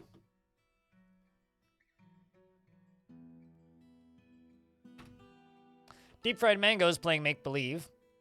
Takes no pleasure in his talents and appearance, and tends to be a bit stubborn in changing his mind about things. He has a calm demeanor, and he could be considered rude. He has a noticeable lack of perseverance, and he thinks he is fairly important in the grand scheme of things. He is curious and eager to learn, and does not mind wearing something special now and again. He is conflicted by this, as he values parties and merrymaking in the abstract, and he has a greedy streak, and he's not particularly interested in what others think of him, and he tends to keep things practical without delving too deeply into the abstract. He needs alcohol to get through the working day, and he does not mind being outdoors, at least for a time, and he is a hardened individual. Already hardened, still a child. Dreams of creating a masterwork someday, and he personally deeply respects skill at arms and finds the pursuit of skill mastery off-putting, and does not see the attainment of knowledge as important, and does not see cooperation as valuable. He likes bituminous coal, platinum, black pyrope, coral, linen fabric, querns, and turkeys for their wattle, and fox squirrels for their tenacity, and the words of the berries of serenity, and the sight of the prim sheen, and when possible prefers to consume custard, apple cider, and white mullet, and absolutely hates worms.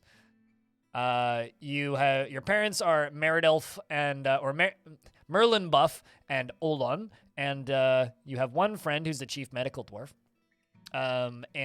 Description-wise, tall, round chin, and his nose is extremely long, and his long beard is neatly combed. His very long sideburns are braided, and his medium mustache is arranged in double braids. His hair is clean-shaven, his amethyst eyes are slightly wide-set, and his ears are somewhat tall, and his hair is pumpkin.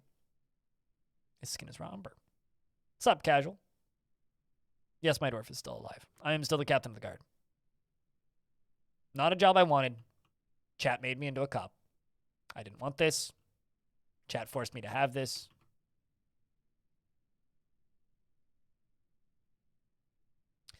I'm also going to put a cork in here for right now. Drain out this side so that this all fills up. Because filling this up would probably cause flow to be a little bit better. Sounds like Batman. Unfortunately, in this world, I am in fact a narc.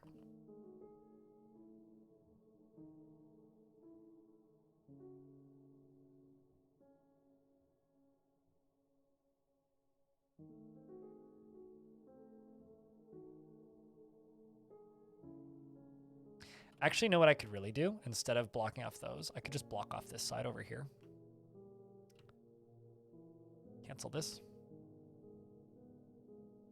There's a large portion of the flow that's not getting done is from up here. So if we can cork this, fill this side up, that should give us the effect a little bit better. Claiborne is gifted a sub to casual. At this rate, Claiborne, you might hit 100 gifts today. Sounds like Batman? Who sounds like Batman? His parents are dead?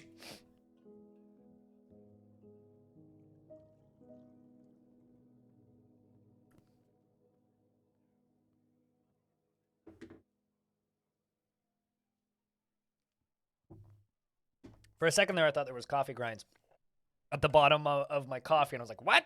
How's that possible? And then I remembered I had a brownie for breakfast, and I dunked it in my coffee. So there was bits of brownie in the bottom of my coffee. That was a surprise. I was like, what is that? That's a weird texture.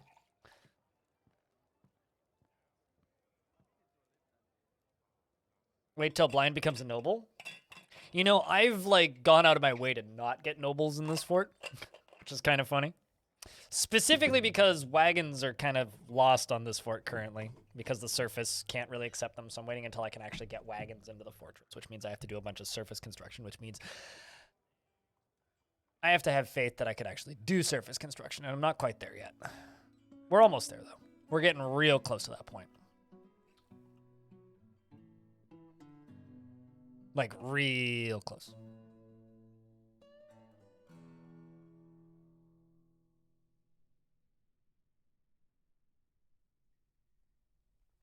Casual is in your brain when you slap the buy button, reminding me to average in as. What?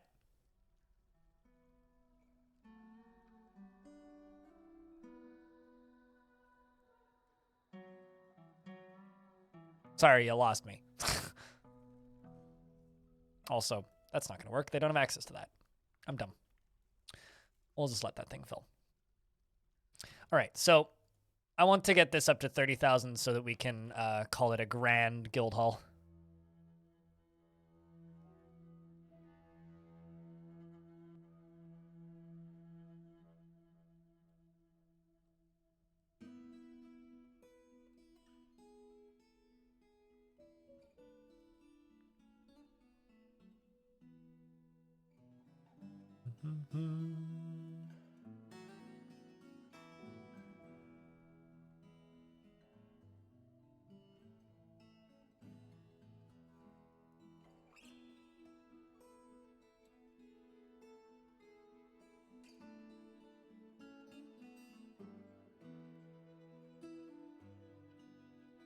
What does a guild hall versus grand guild hall do? Higher value, and they're going to demand it eventually anyways, so might as well give it to them. Higher value, which means there's more things for them to look at, which means it's bigger, more space, all that kind of jazz.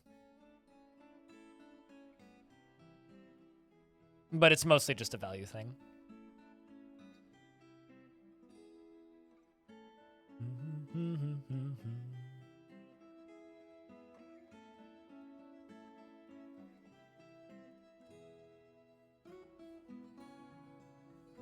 Had normals migrating to your fort, but that's random. Yeah, you can randomly just get them as migrants, but the way to get them intentionally is by giving gifts to your home faction. And I haven't given any gifts to my home faction.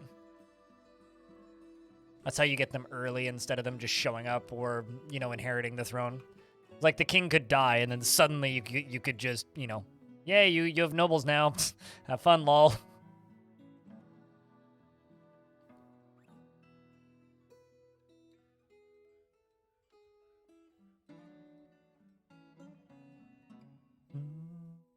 Words is hard. I can confirm.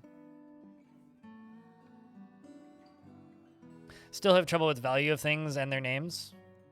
You know, it's funny. If you play enough Dwarf Fortress Raccoon with matches, you'll eventually get to the point where you see a name walk in and you'll be like, oh, you're a goblin. You came from a goblin civ because of their name. Like, certain civ types have certain names. Like, it's to the point where, like, a dwarf will migrate to my fort and I'll be like, you're from an elven faction. Where did you come from? And stuff like that. Because I've just played too much of this game. It's kind of like a nerd cred flex to a point.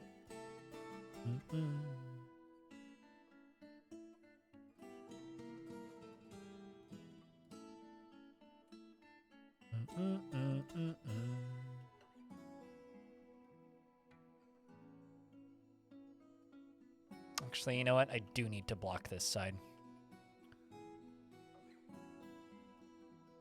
Although,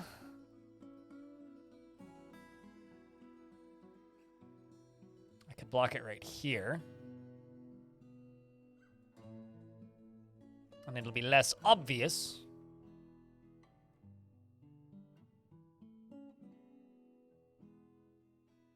Because this side up here will eventually fill up now. Which it still is from the looks of things.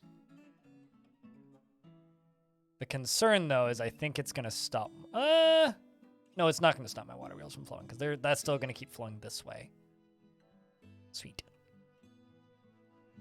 So we still get this nice effect of, like, the creek going all the way through it, but it's not actually flowing upwards. The goblins are fighting with undead elephant seals. Currently, in regards to the cursed surface.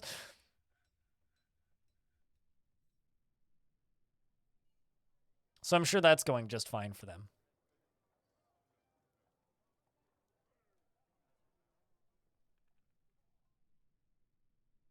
I'm setting up for another round of gladiatorial combat, for anybody who's wondering what's happening.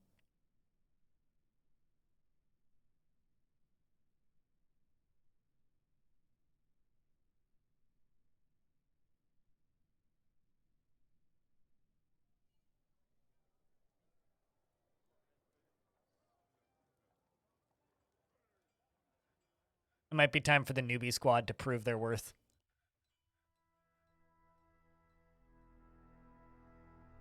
I don't have enough aluminum to build a statue. You need 3 aluminum. So no, that never actually happened. Because I only had 1 bar of aluminum, not 3.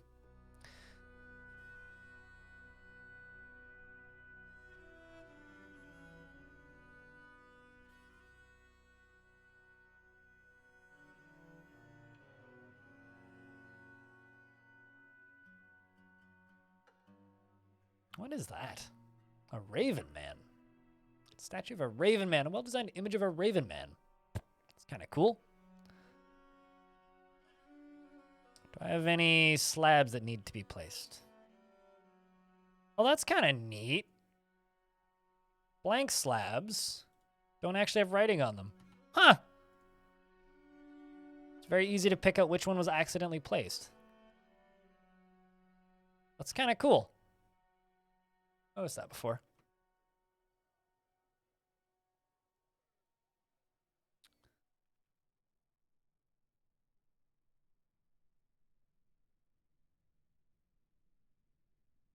Yeah, this is filling up slowly.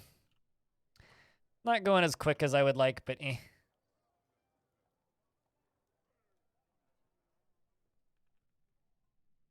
I think what I'm going to do down here, though, is I'm going to dig down a little ways right there. And we are going to extend this a little bit just so that this bottom layer fills up a little faster.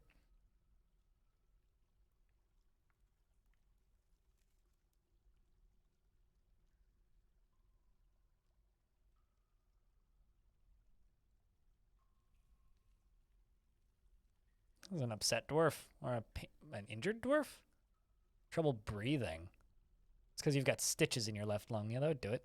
Why are you drowning yourself there, dwarf? I have several questions. Broccoli, why are you drowning yourself? Like, really? Why are you drowning yourself there, Broccoli? Okay, you got out. Good. I was going to say, if you didn't get out, I would be very disappointed in you. He'll be fine. He's learning to swim. Definitely. I don't even think he gained any swimming skill out of that.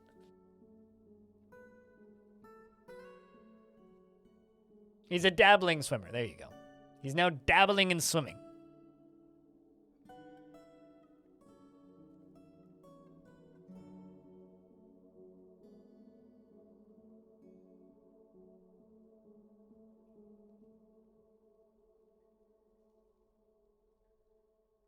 But yes, I would like this to fill up at a more reasonable speed, so.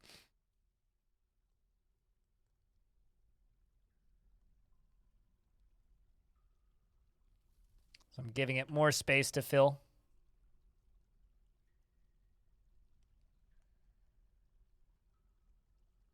What are we fecking? You said it, not me. Oh, I see. You lost all of your fake investments that don't actually matter.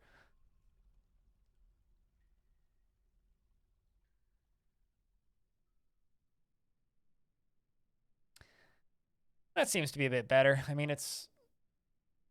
Congrats, Spango. You used to be rich. Well done. On your once richness.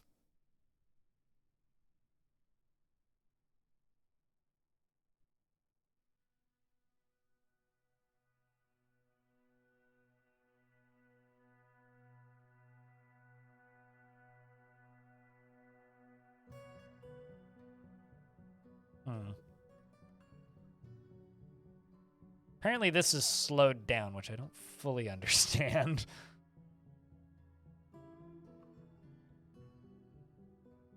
I guess another thing I could do that would speed this up is I could dig another water tunnel this way.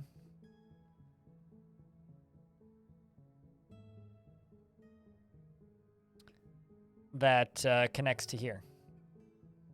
But this one, I'm certainly going to need floodgates in. So I'm going to make 2 floodgates.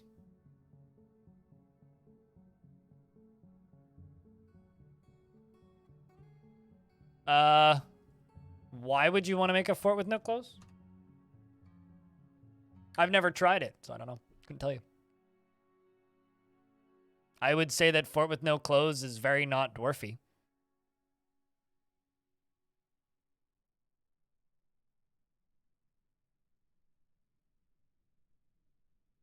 That dwarf must be quite the slob.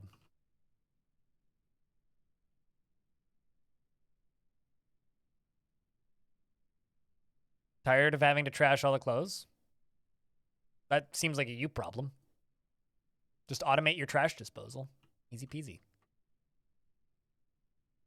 And also, not all of the clothes needs to be trashed. Just make a garbage tier clothing pile and sell it all. Also easy peasy.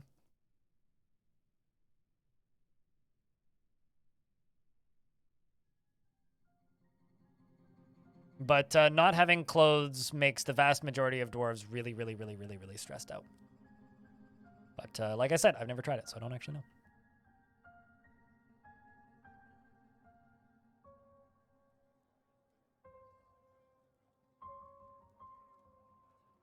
But I have multiple automated trash disposal units, which are quite effective, so I just use those. I enjoy the management of this game, including clothing management. I think that the game would lose something if you're not doing that. You might be able to find somebody to make clothes never degrade, but dwarves still need to acquire new items. And acquiring new items is also a very common way for dwarves to get positive thoughts and moods. And if dwarves get no positive thoughts or positive moods, they get really depressed. And this includes acquiring new clothing, right? So I would say trying to play Dwarf Fortress without giving your dwarves new clothing ever would cause you two major issues. Issue number one, they would get upset because they're acquiring less items because you're not making them clothing. And two, they would get upset because they're not using clothing. So, I mean, maybe you could do it. Some dwarves might eventually learn to deal with it. But I don't know. Clothing management is a very common part of the game. No, I mean, you just need to make, a full set of clothing for every dwarf in your fort every other year, pretty much. Which isn't actually a full set of clothing. It's just whatever your faction demands. It's quite easy to keep up with. And if you put cabinets in their bedrooms, they put their old clothes into the cabinets. It's just kind of a matter of having cabinets for, access, giving them access to their bedrooms. Giving them furniture for their bedrooms so that they have somewhere to put their stuff. Yeah, it's not that bad.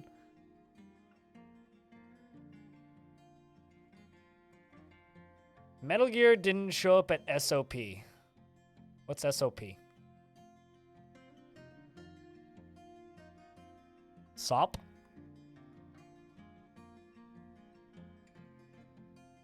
What's SOP?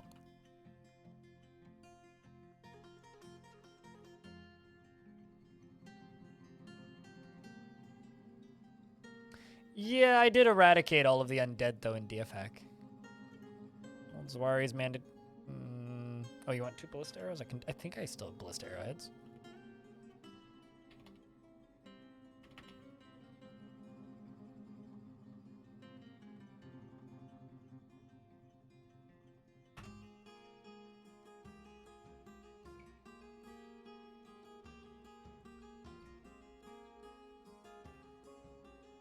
Oh, right. I haven't owned a PlayStation since PlayStation 3, so I don't pay much attention to PlayStation-related things. Also, Metal Gear? That's not going to happen until Kojima, or until Konami decides to make video games again, and they don't do that, so. No money in video games, obviously.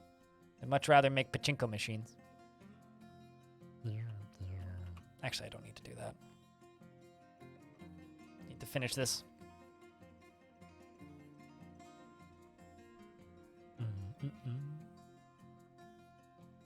Which I only need 1, really.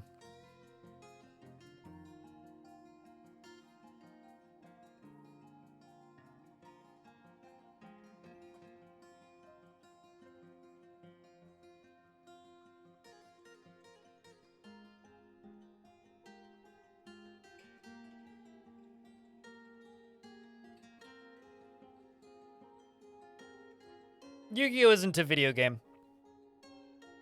It's a money laundering scheme. That's a mean take.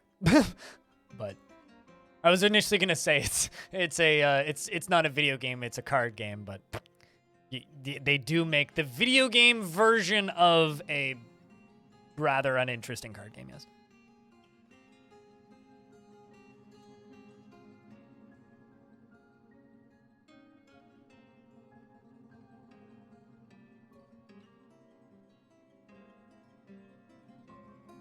You don't need to use DF hack to dump them. There's nothing that you need DF hack for, with the exception of exterminating enemies and cheating. You don't need DF hack for anything. Clothing that is rotted automatically gets put into refuse stockpiles. So 2 X's on either side, they automatically get put into refuse stockpiles. So you can just dispose of items that way by having refuse stockpiles. But what I have is I have this stockpile that refuse gets put into, and then they get put into a minecart, which goes, which is right here, which currently just has some cave spider remains in it. And then when the minecart's full, it gets thrown down here into this area, and this is where all my refuse goes. And then afterwards, apparently there's like skulls and shit down there. That's kind of funny. And then I pull, where is it? This lever right here, which just crushes them all. And I just pull this lever periodically. Knock off MTG. There you go. That's a better, more legitimate shitty take that I have for no reason about a game that I don't care about.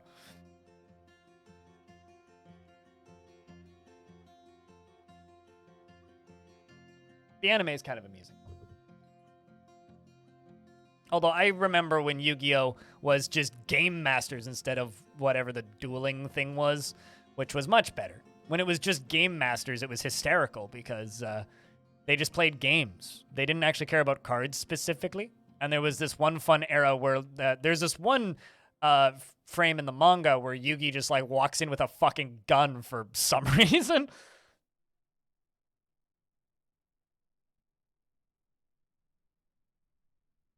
I don't recall anybody ever buying Texas Hold'em expansion packs, but okay.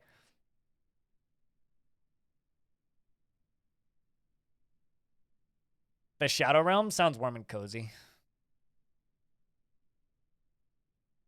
Also, have you seen my background? I think I'm already there.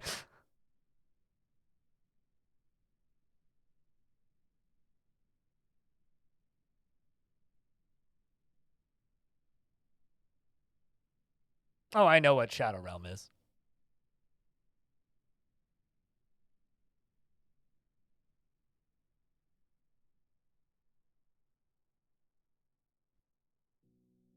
With your baseball card collection? Mm-hmm. And also printing money for executives.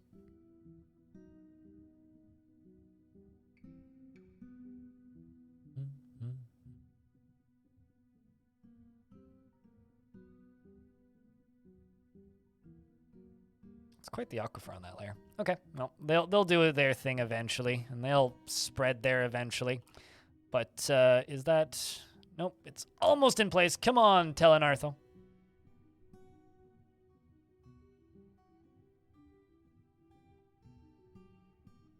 Remember making a deck of almost exclusively trap cards for your younger brother who played Yu-Gi-Oh! At school, and he'd just mop the floor with everyone? Game wasn't super nuanced? No. No, it wasn't. All right, Telenarthal, I'm really going to need you to move, though, here, bud.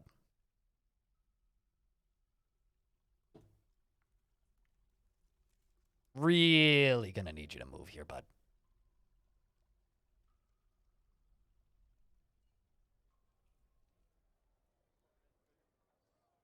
Because I am about to pull this lever.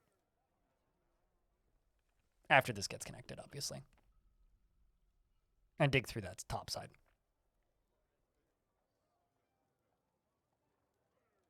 Oh yeah, no, just dying is like kind of relief for a lot of people depending on your life situation. Being banished to the Shadow Realm is like, question marks?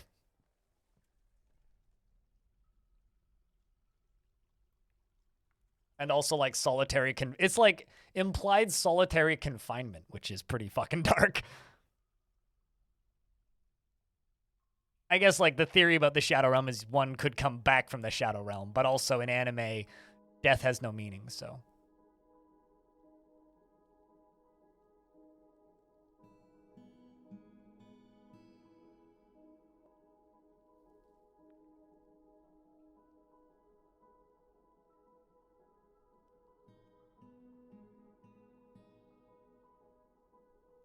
Yu-Gi-Oh is insanely complicated. Yeah. Oh yeah, no, complicated to a fault, but you have to make card games like that progressively more complicated in order to keep selling cards to people, so makes sense.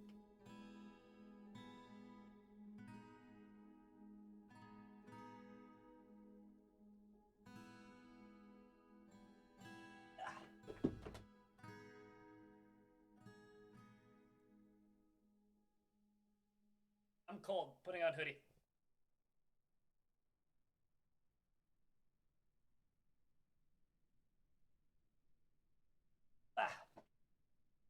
If you too are cold and would like a hoodie, exclamation point merch in chat, and you can buy a hoodie like this. You have a $1,000 booster pack to sell me? Oh, really? No, they're not tournament leader. Damn it! I'd rather have the $1,000 than buying your $1,000 booster pack. All right, so now I go mine through this. Let's see if anybody drowns. They probably won't.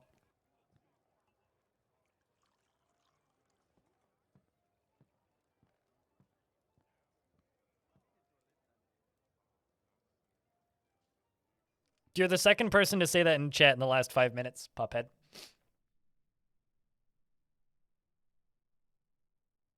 Just saying.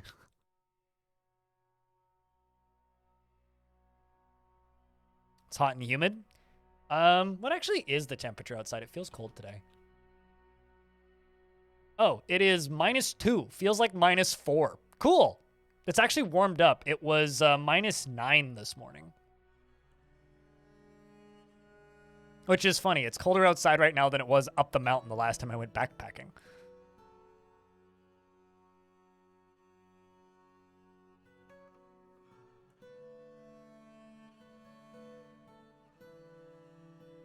All right, well, that's going to speed things up a little bit.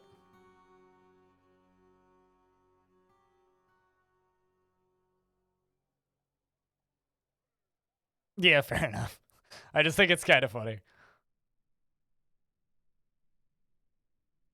Not throwing shade at the fun fact. I just think it's funny. All right, so I know that there is an aquifer up here. So why don't we get some more flow up in here? Why don't we get some more flow up here?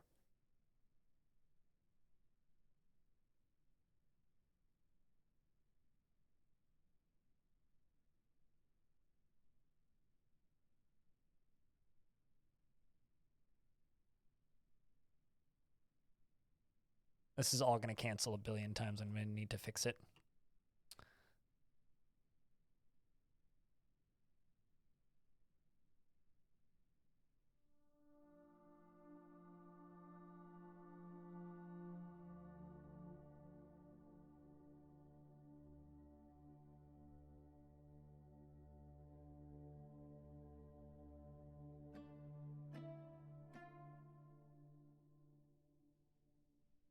Your video 10 in YouTube, and you're just going to say, I make it seem easy?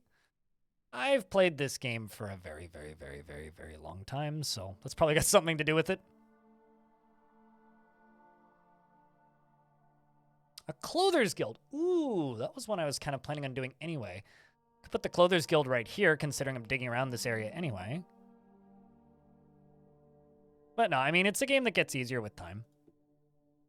The more you play of it, like anything, it gets easier. This will actually be a good opportunity to properly organize my clothing industry.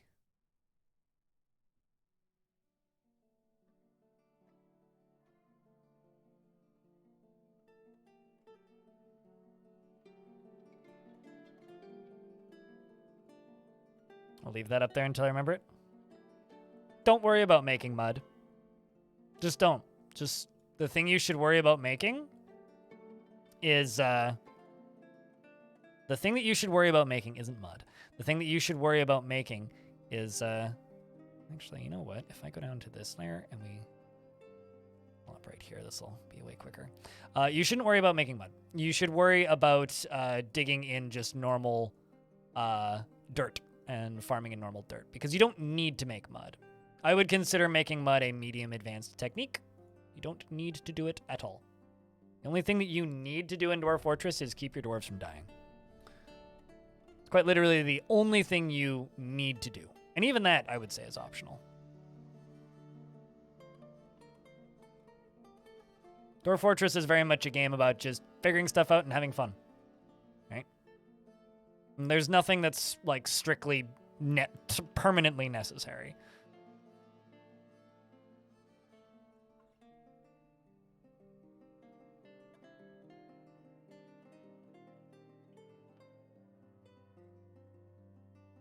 Yeah, exactly. Which is why that's the only thing you really need to worry about.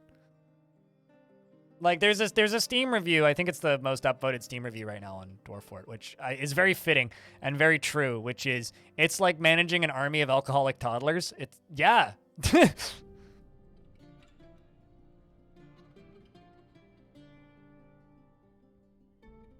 That sounds insufferable, but I hope you enjoy it. Fried onions.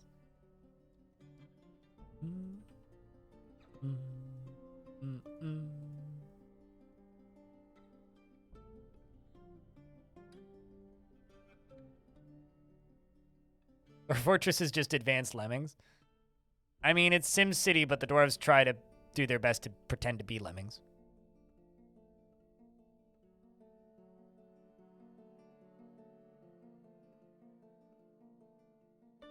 Sort of like how I described Space Station 13 as massive brain among us.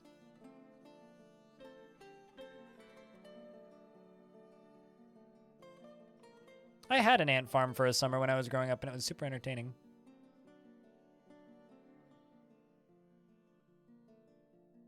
Fuck around, find out, and bark again. Yep. The heart is your rib cage, but the heart is in your rib cage. I don't know how much I agree with the Dungeon Keeper analogy, but...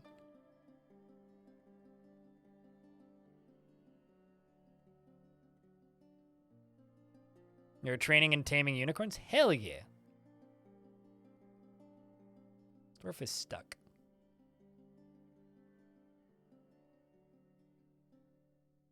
Why are you stuck? I'm gonna just forbid and reallow that.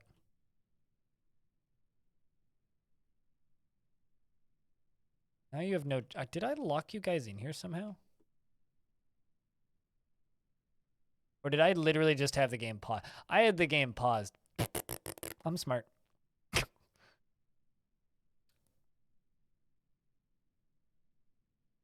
It's basically Pong because it's a video game. Well, no. Because Pong was made out of one-off circuitry. A giant wolf? Tell me more. That's a really big pupper. Is there more than one giant wolf? I mean, they're just going to completely obliterate it, but... That's a big pupper. Giant zombie wolf, eh? This is why the surface is scary. And why I'm avoiding it.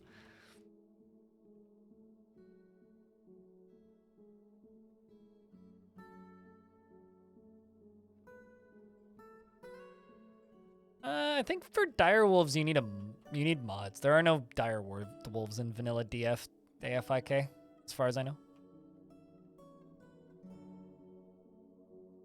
Dwarf Fortress is a direct consequence of the invention of fire. Okay, since we're doing bullshit big brain stuff by tying a bunch of like pieces of twine together, here's my statement.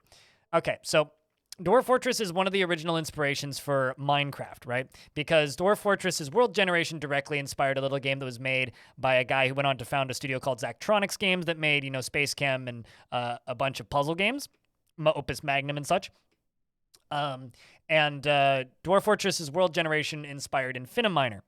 Infiniminer was a PvP game where you took blocks and you built maps and then played a PvP FPS game on those maps. It was made by, like I said, the guy who went on to start Zachtronics. Now, Infiniminer was open source, and this open source game was forked by a bloke on the internet named Notch, who went on to make a little indie game called Minecraft. Which won a lot of awards and made a buttload of money and gave barely any credit to Infiniminer, with the exception of one of the first awards that Notch won, where he stated that his Infiniminer clone, Minecraft, won a bunch of awards. I want to say that was a GDC where he said that. It might have been a DICE Awards. I actually can't remember. It was one of the two. Anyway, then from there, Minecraft is also a game, the little indie game by Epic Mega Games, I think is the name of the studio, made called Fortnite. Now, Fortnite was originally supposed to be a Minecraft clone, hoping to ape on the survival crafting genre using modular building styles in video games. Now, because of the success of Minecraft, Epic Mega Games wanted to bank on that and make themselves a survival crafting game. This game was first shown publicly at E3 in 2012, and it was called prototype name Fortnite. Now, Fortnite saw many different versions and was shown in many different conferences over the years, and after a large amount of feedback from audience and a couple of private betas, eventually Fortnite went dark for a couple of years and disappeared. 2011? Okay, well, I was wrong by a year. During this time, Minecraft was one of the first places where Battle Royale games were shown.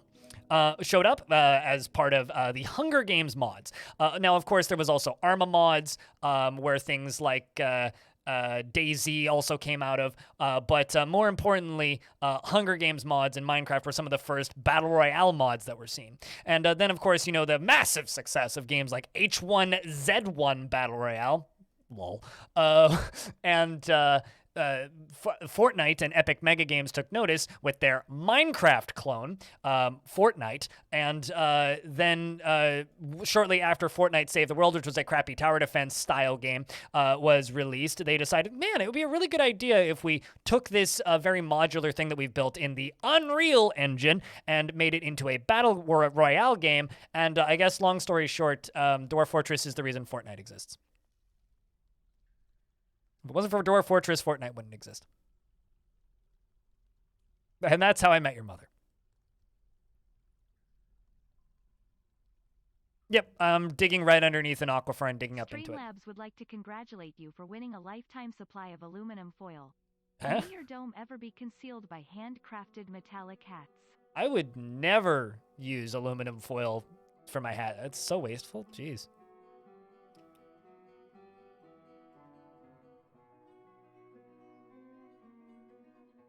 You were trying to explain this story to my kid, and he still has almost no interest in playing DF? Don't worry about it. Let your kid play the game he wants to play.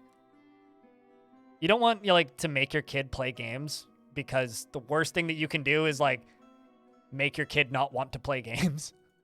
And they will not want to play games if you just make them play it or try and explain to them why they want to play it. You have to use reverse psychology to get your kids to play games. I'm pretty sure it's already a YouTube short, actually, for me. The problem is the story is usually too long for a YouTube short.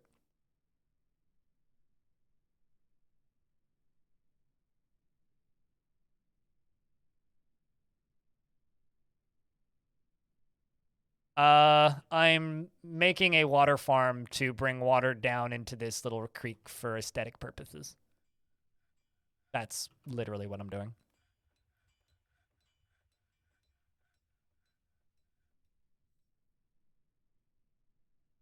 Although, I need channel up one layer here and then go up to here and do this. Otherwise, I'm going to get flooding.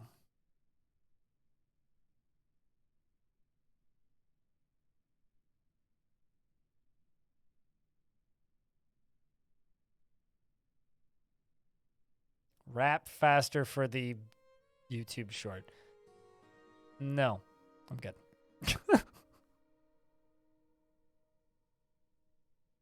They should add a long format to YouTube. You know, it's funny. I tell people that I make YouTube longs and YouTube shorts. I upload shorts to YouTube, and I also upload 9-hour VODs. I specialize in both kinds of content, long and short. It's funny because people say they don't like shorts, and then I upload longs and they get mad at me. They're like, why is this video 9 hours? It's like the one guy who was very, very mad that I uploaded a 9-hour VOD and then said that they were unsubscribing. Okay. Cool.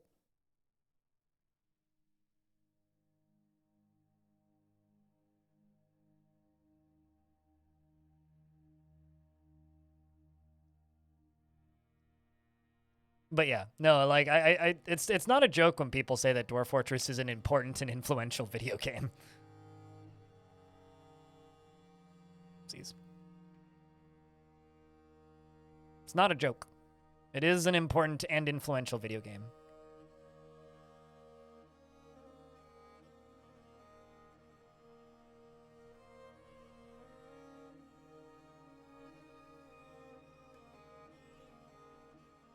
So it's helping me. Well, he also commented that he was unsubscribing, which is double helping me.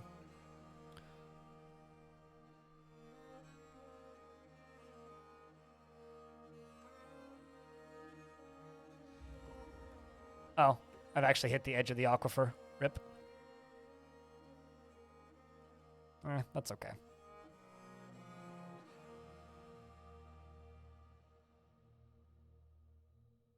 Although I'm actually going to dig into the bottom of this creek, which is kind of funny. That'll help.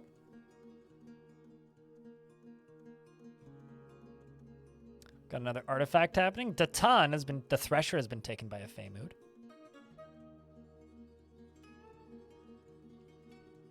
Yes, this is intended to be channels.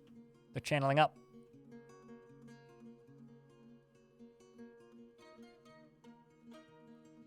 Because this lower layer is not an aquifer. This upper layer is an aquifer. Although I dug out of the aquifer in a few places over here, but that's okay. I'm digging back into the aquifer over here. Get more flow. Looks like we've claimed a stoneworker shop. It's raining faded slush again. Apparently we've finally finished making 200 cloth socks.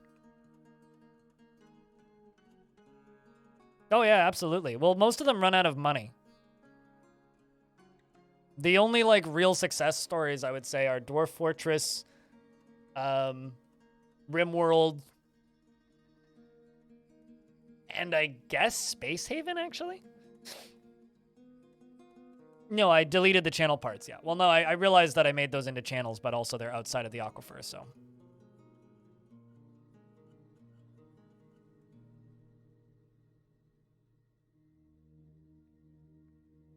What's all the aquifer? I'm adding more flow into my river, is what this is.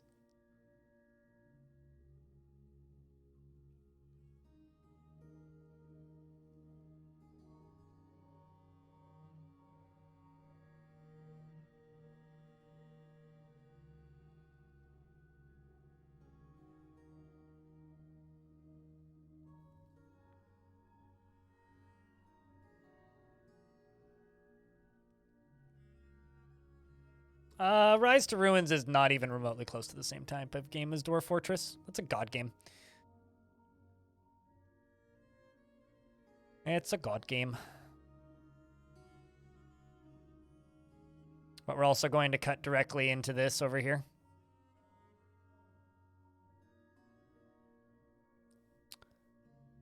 What's the aquifer for? It's going to flow down here and into here and help fill up my creek.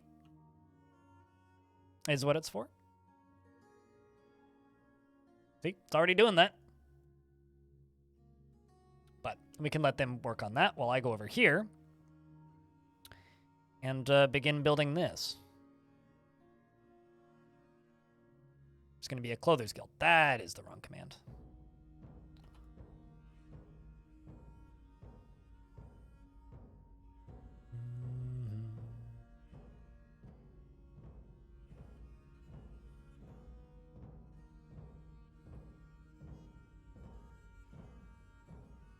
But yeah, in regards to, like, me making Dwarf Fortress look easy, I've been playing this game for far too long, which is part of the reason why Twitch chat's so helpful, is because you guys kind of do a pretty good job a lot of the time going, "Oi, you're doing a bad job explaining this, you idiot." Pretend that you've never played this game before, which is really difficult for me to do at times. So I'm very thankful for Twitch chat existing and being able to remind me that I maybe should like over-explain things a little more. But yeah, no, I've played this game for a very long time, and when you've played a game for a long time, no matter how complicated it is, it really like you get better at explaining it over time. It's the same like reason why like people who've played Escape from Tarkov for 15,000 hours forget how difficult it is. It's you eventually once you learn the basics of a game, that knowledge just kind of gets easier to learn other chunks of it, and eventually it stops seeming difficult altogether. Which is why some people can accidentally become gatekeepy with games where they don't. And even I'm kind of guilty of this in places, like especially with older versions of DF, where I'm just like, oh yeah, no, the game's easy. It's just you have to get past the initial hurdles of learning it. It's like, well, that doesn't make it easy, you idiot. I admit that I'm not perfect in that way. No, Tarkov's difficulty comes from the way the game is designed, but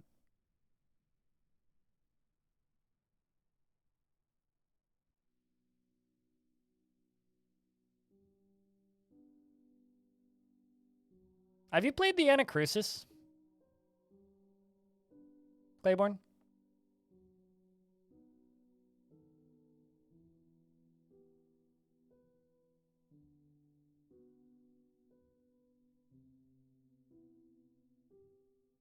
The what now? The Anacrusis. It's currently $12. It is a Left 4 Dead clone. Not entirely sure why it has mixed reviews, to be honest. It's pretty damn good, actually.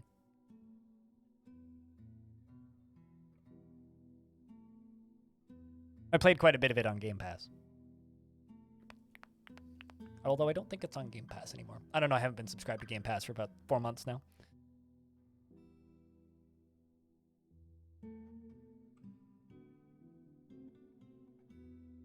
It's like a cheesy sci-fi take on that style of game.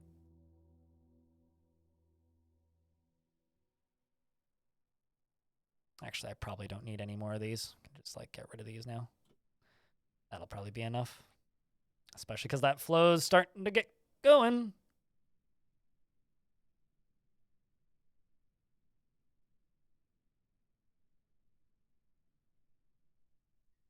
Except something I'm going to do mighty quick here is I'm going to do this.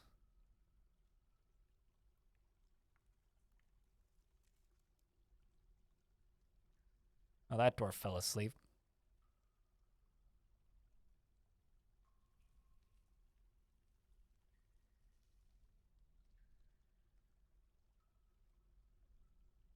Oh, I see. I already placed it.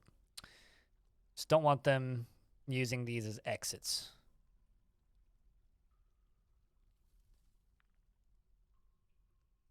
Have you been murdered yet? No, you're still alive.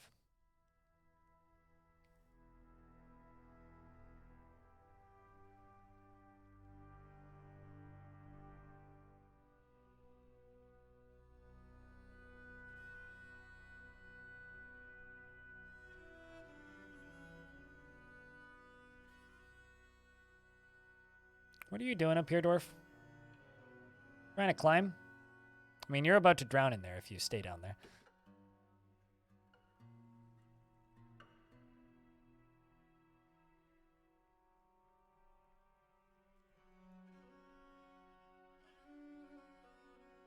How are you still alive? I don't know. I'm pretty good at managing my forts, I think.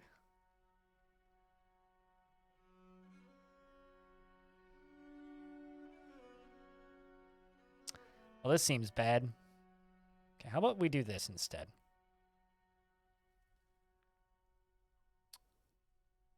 We let you idiots out of here.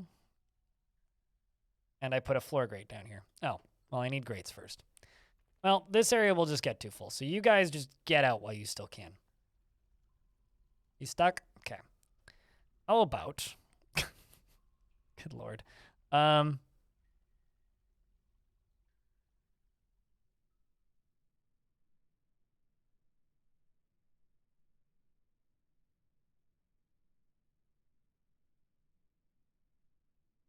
Right. Draw. Yes. Okay. Let's just make stairs going down this way. So that you can get out of there. Same with the kid.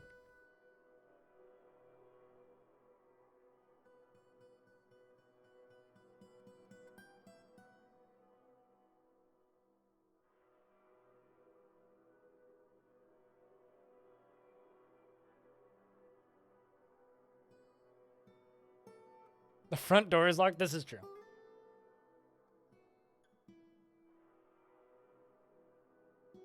Cheers, Nutty Wombat. Thanks for hanging out, man.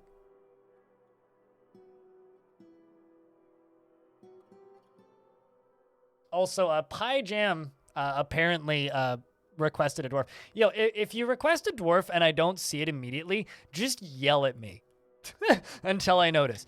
What kind of dwarf would you like?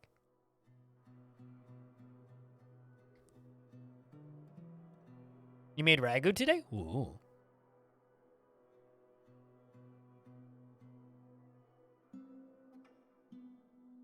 It's no bother. Yes, but there's been times where I've completely not noticed, and then something crazy happens in chat, and then and then an hour and a half later, I'm like, ah, shit, I was supposed to give this person a dwarf, and then chat's like, lol, we knew, and I'm like, I didn't know, and then I feel bad, and then the next day happens, and the person tunes in and I give them a dwarf. That's a bother for me. So it's less of a bother if you pester me, to be honest with you. What do we have on offer? I can show you. Give me a sec. We got tons of miners. We got some engravers. We got some metalsmiths. Plenty of crafters. Plenty of firmers. No softers. We got plenty of surgeons and doctors. A bunch of combat dwarves. Less selection with the combat dwarves. Apparently I have a lasher. That's kind of neat. And then a peasant and then some children. So, yeah, it's a lot of miners because I have a very, very, very large miners guild. They don't all have picks, which is kind of comedic. Can you take that lasher? Sure. Take the lady lasher.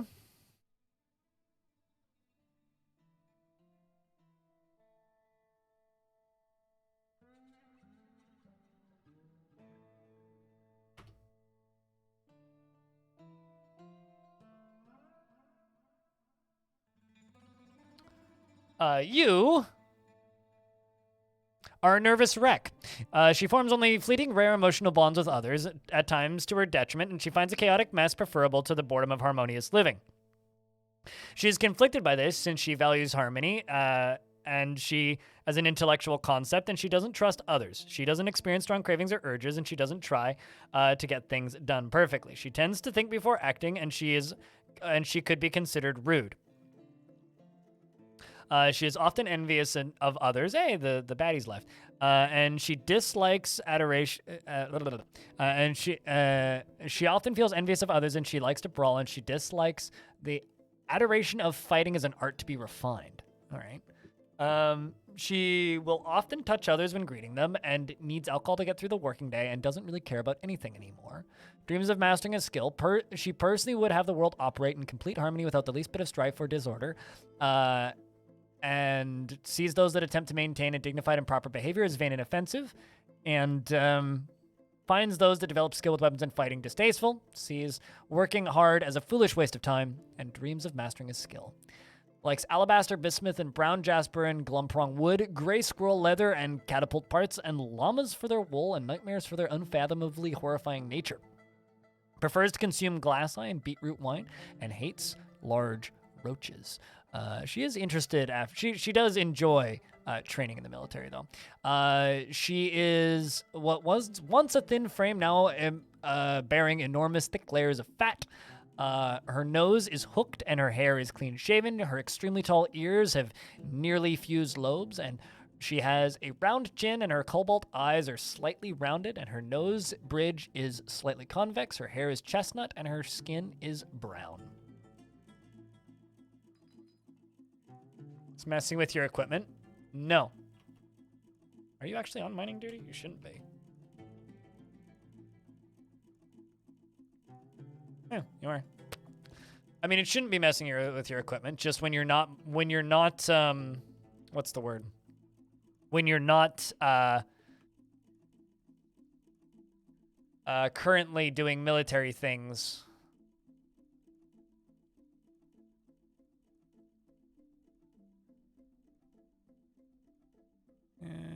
When you're not currently doing military things, you'll go mine. But, I mean, if you insist. So she comes out with a whip. This is true. Sounds like you. At least we can all relate. Chad, how do you feel about a round in the arena?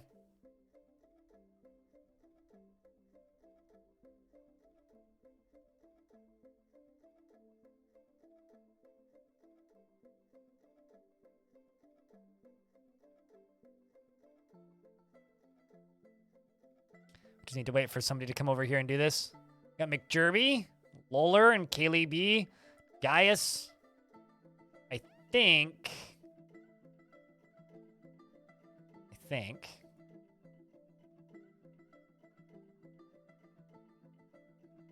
gonna say, is Psycholabs in this one? Maybe not, actually.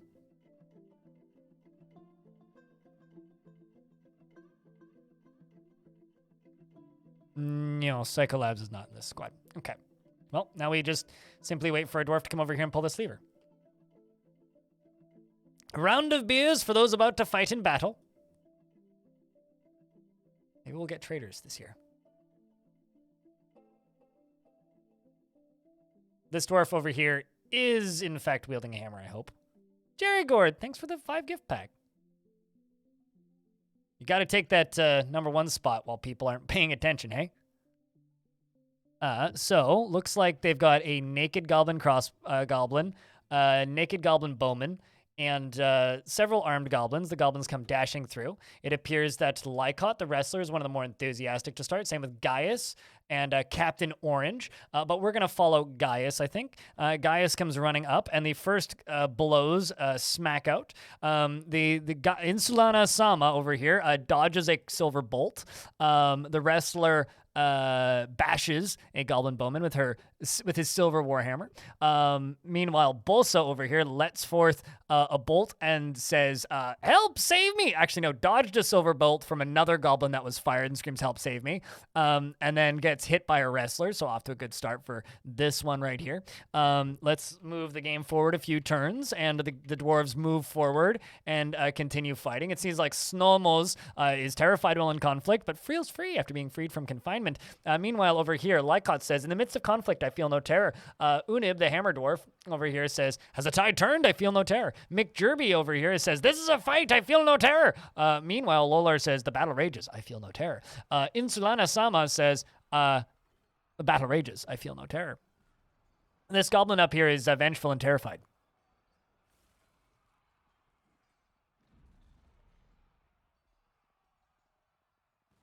So now's the time. It's Thursday, unless I do a weekend stream, but you know. So far, we have our first death. It appears that first goblin that ran in first has died underneath this goblin. Let's see. What else is going on? We got the hammer dwarf Unib. Let's follow Tap Dancing Ninja. Tap Dancing Ninja kicks a goblin bowman in the head with her foot, and the attack is deflected by the iron helm. Ow! The force pulls the neck, tearing apart the skin and tearing the fat. The hammer the hammer ninja, Tap Dancing Ninja, bashes the goblin bowman in the tongue with their silver warhammer, bruising the left cheek skin. Nil Hill, thank you very much for the 3rd month. Welcome back. Also, it looks like Kaylee B, 91, was caught in that 5-pack, so congrats if you're lurking. Because they've been talking a lot recently. Up here, let's see. Sumos was the first goblin, the weapon in the fight. Appears to have been missed Hammer Sama. Says, "I have a part in this. I will have my revenge." The goblin maceman then goes to hit the dwarf with his left hand, but the attack is deflected by the goblin maceman's copper left gauntlet. The dwarves continue fighting, and it appears the bars have been raised, meaning I need to pull this lever again. And then the dwarves continue fighting on the ramp, and it appears that every goblin that made it out is now dead. I'm going to move the dwarves up and forward because the second round of the goblins are about to come out, which means the ones that become zombies in a moment, as well as these ones that haven't come out just yet. So we will wait for that for a second. We shall scroll down to the bottom of the fighting. Goblin corpse is fighting, so one goblin came back. The goblin corpse it seems like McJerby just bashed it in the head, and that seemed to have dealt with it quite quick. Lycott down here, did you get any kills, or are you just injured? You're seriously injured. Maybe I should let in the medics and let in the medics. Call a medic.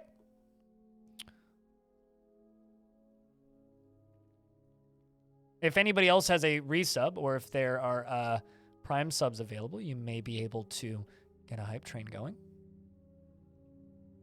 And then the dwarves run in and deal with the rest of them. We'll leave the military stationed here for a bit. Seriously injured. Slight pain. Okay. Seems all right. Ruby Squeakbird comes booking in. Recovers wounded. We have another recover wounded coming in? Nope, just storing items in the stockpiles. Going to begin claiming all this stuff.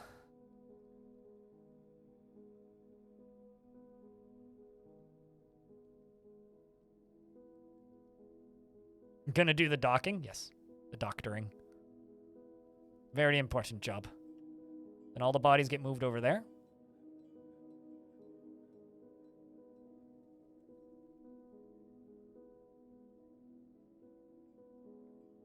I should make this into a dining hall. And I'm not seeing any traders yet, which means maybe we don't get to trade this year. I'm assuming that's it for the zombies, so I will cancel that special order and let them go back to whatever they were doing. Well done, soldiers. And as for the hospital down here, it seems like currently sleeping. Needs immobilization on his leg. Okay. Bro, seems like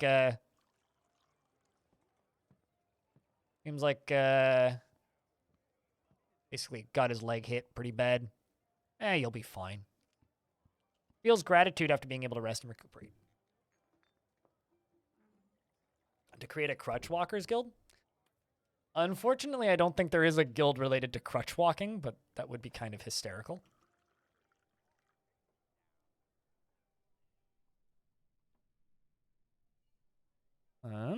Gonna just do some mass dump orders and get rid of some more clothing.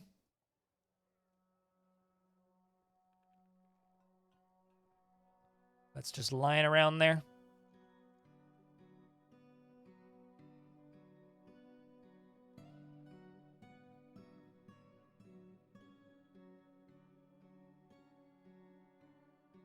Oh yeah, no, it's all recoverable. Nothing too major. All right. Uh-oh. We have a problem.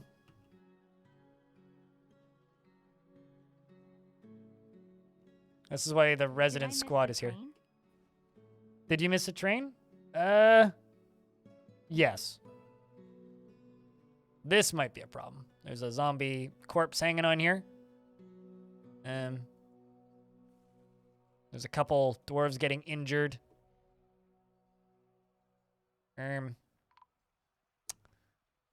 We appear to have lost Tosid the crafts dwarf, and we may be losing Frazier in a second here. Bring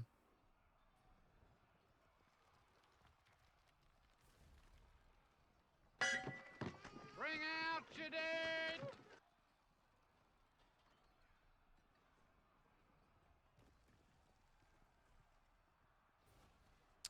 Trying to get the squads over here. One of the military dwarves is actually running away.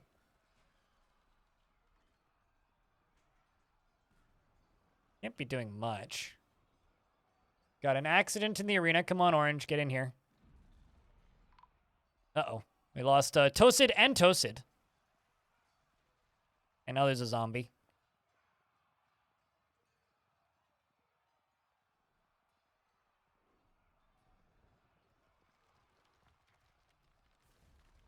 This one hanging out right here is kind of annoying.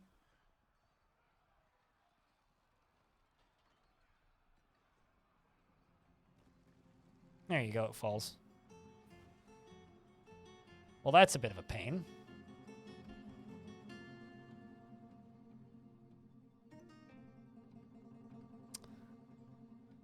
Well, we're going to have to toast those bodies into the removal pile. Seems like people are puking everywhere. That's pretty rough.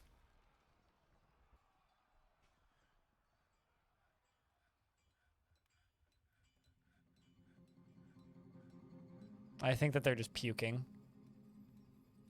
Yeah, it's just post-injury. Well, I'm just going to leave the military here for a minute until all these bodies have been removed. Puke is not reanimating, yes. This is true.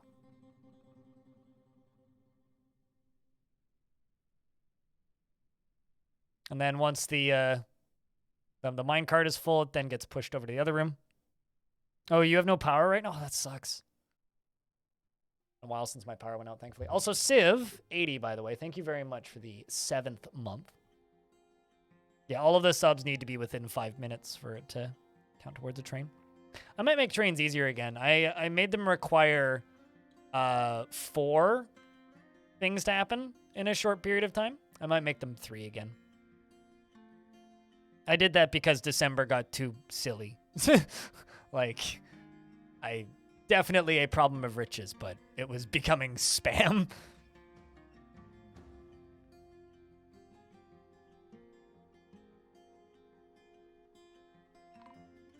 Uh-oh. Oh, no, we just got a caravan. Actually, hold on. I'm just going to jump down here. I'm just going to double check. Make sure everything is still available. This area down here needs that. Okay, this area needs that. Why is there water in here? There shouldn't be water in there. That's bad. Also, am I automatically dumping corpses? They should not dump corpses. So apparently I've got some crimes. Heart of the Tiger apparently committed some crimes. Hold on. Got a few tasks I need to figure out.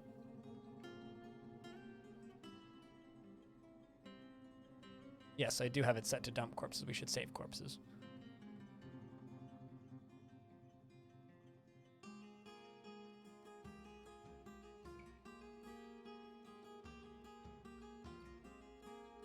All right, so I should jump up to here.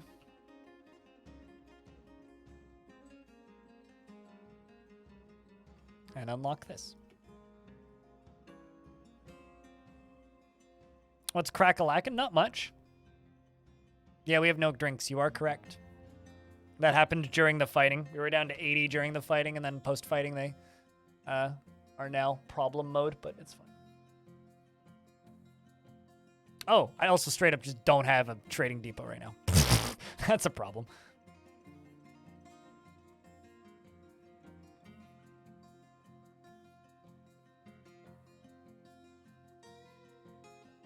Oh, that's from fruit. I need from plant.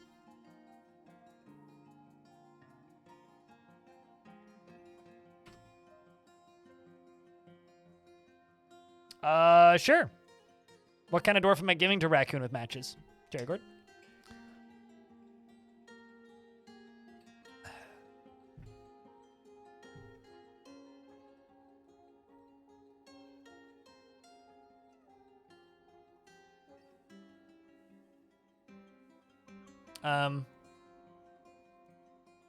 There we go. You guys should not go out that way there, dwarf. Animal trainers. Everybody just kind of animal trains, so it's not a job that generally gets specialized. But I do appear to have two lady dwarves that are animal trainers.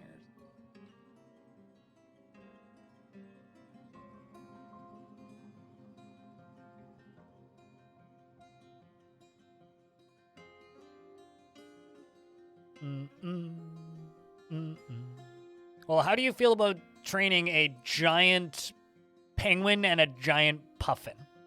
Raccoon with matches.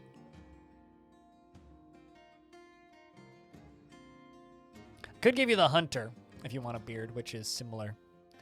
Jurisdiction. Bum, bum, bum. We got a giant penguin, yes. We do, in fact, have a single giant penguin and a single giant puffin. Beard is preferred. I can go with the hunter then.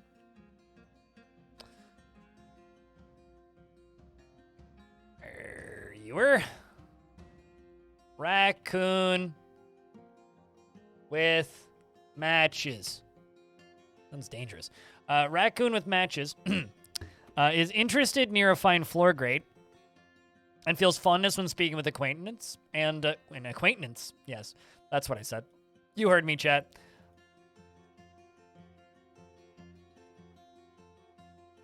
Is a nervous wreck, never becomes angry, often finds himself changing his mind about things to agree with somebody else, does not easily trust others, often feels lustful, and he is very humble, and he often feels discouraged. He is not particularly interested in what others think of him, and he's not easily swayed by what others think of him. And he's not easily swayed by emotional appeals, and he does not often feel envious of others, and he tends to avoid crowds. He tries to keep his things orderly, and he occasionally overindulges, and he tends to be a little wasteful when working on projects, and he prefers to present himself modestly, and he has a greedy streak, and he tenses up when he's nervous, and he laughs in a unique way whenever he's annoyed, and he exhales sharply when he gets angry. He needs alcohol to get through the working day and doesn't really care about anything anymore. He's currently going to go pray, too. He personally sees war as a useful means to an end and sees sacrifices wasteful and foolish and does not think one way or another about leisure time and dreams of creating a great work of art. Like Cespertine lay pewter, bucklers, and goats for their eating habits and hard wheat for their beer and the sound of the lacy phrases and the sight of the festive suitor and when possible prefers to consume capuchin and prickleberry wine. Why don't I have beer yet?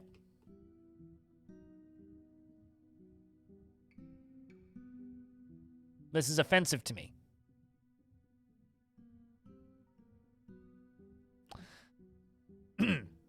Sorry.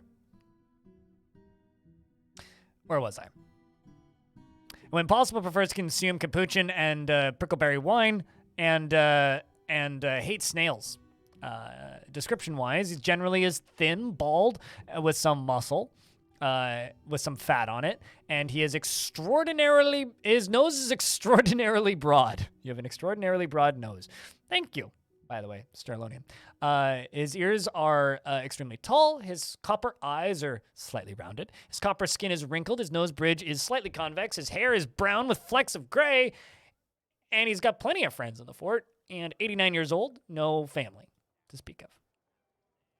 Oh, I love how their personalities can be conflicted. It makes them feel real. Well, this is still filling slowly, but hopefully nobody drowned up there. Be unfortunate if they did. Nope, nobody drowned up there.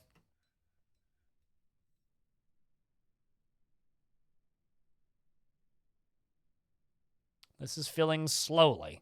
Keyword there is slowly. All right.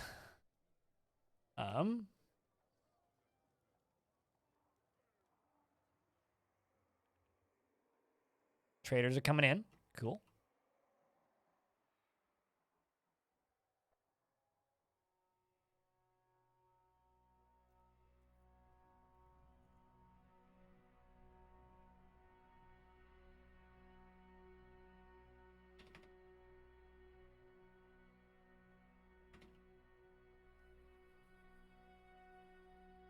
So this only shows gloves and clothing that is not owned by people. So it's very easy to just get rid of the excess.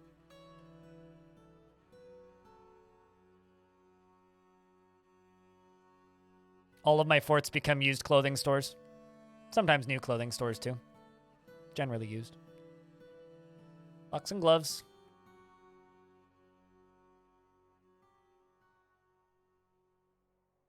Now the whole herd is following you. If you travel on the world map, will you lose the herd? No, they'll continue following. They should.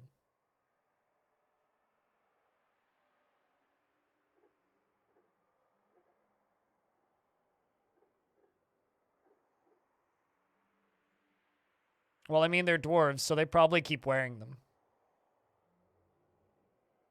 would be my guess.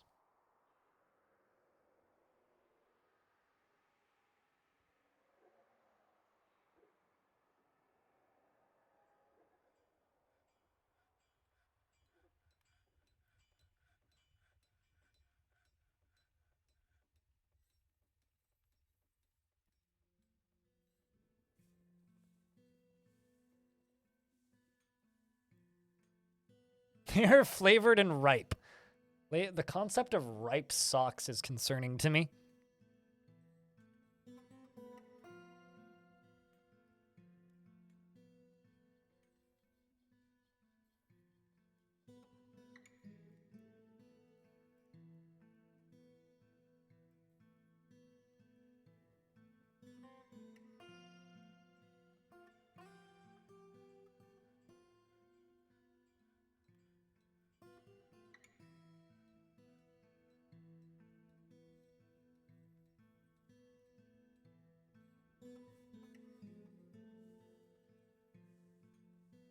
Trying to read chat here and having a hard time.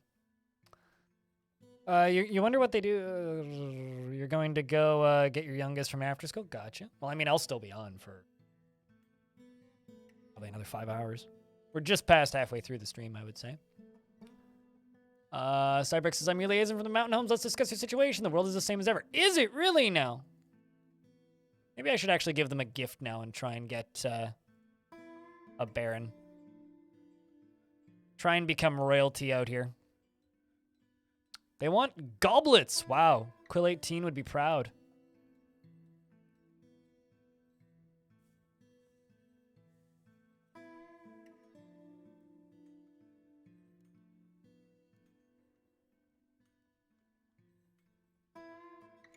Every old sock is new to someone new. You know, it's funny. There's 2 things I will not purchase from a used clothing store. Socks and underwear.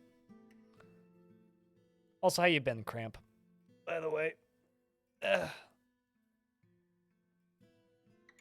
Hope things have been good. My whole web browser just decided to cease functioning for a second. That was odd. It's back. What did you do, chat, to make my web browser just nope?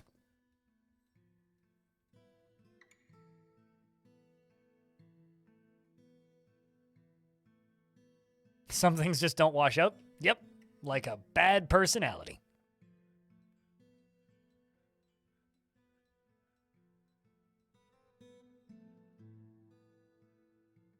Yeah, bleach also does wonders to a bad personality.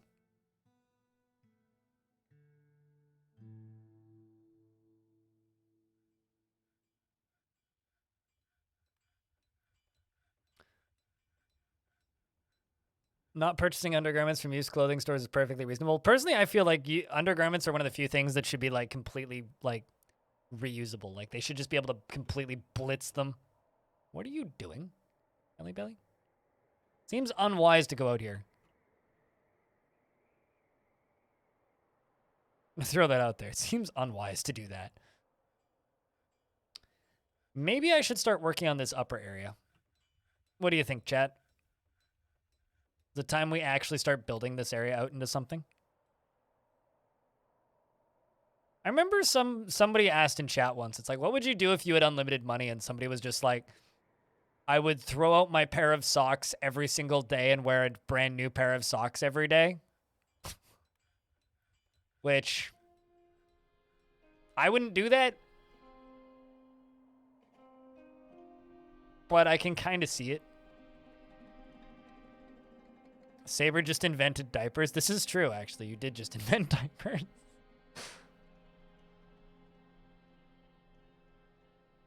On that note,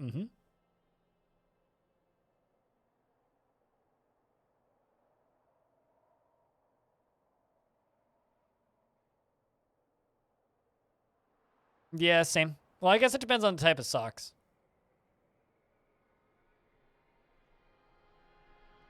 All right, well, I think it's time that we get a new broker.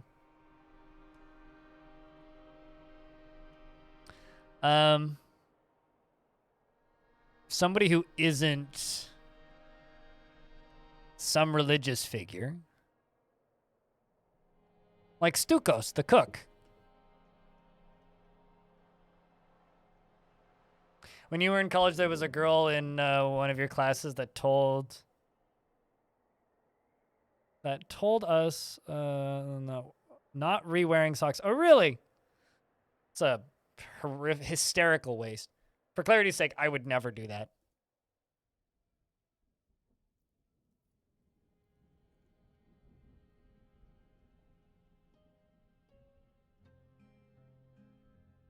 All right, well, I will trade for all of these, and then I will give them all of these gloves. Wait, can I not give you gloves as... Oh.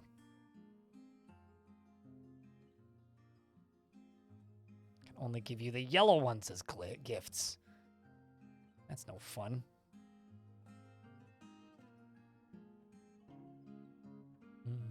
I once knew a dwarf with 2 noses. Do you know how he smelled? Awful. Old joke, get better joke. Offer as gift, mark all. Guess I'll trade back for this one sock.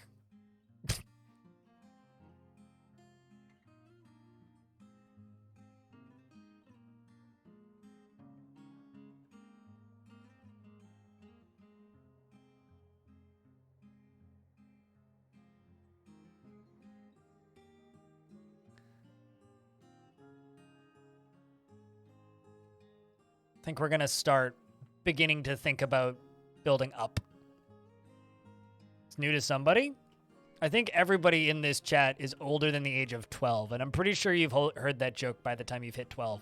And if you haven't, you need to get a better dad. Because that is like basic bitch dad joke number 1.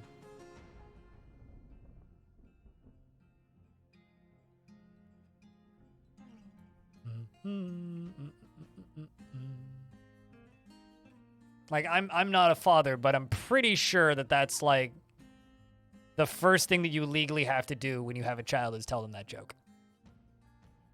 I'm pretty sure, like, you're not permitted to be a dad anymore if you haven't told your kids that joke.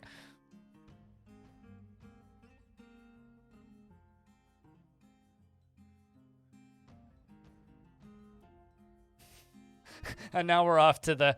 But my dad left to get some more milk. He never did come back. Just like that Christmas when Dad left to go get another pack of smokes and cigarettes. Chat, if you don't have a dad, Oh no. Streamlabs, am your dad now. Oh great. That can't be good. Next she's gonna try and sell you Streamlabs Premium. By the way, actually that might be a good bit for this. Is the whole, like, did you know that you can, like, subscribe to Streamlabs for like $20 a month?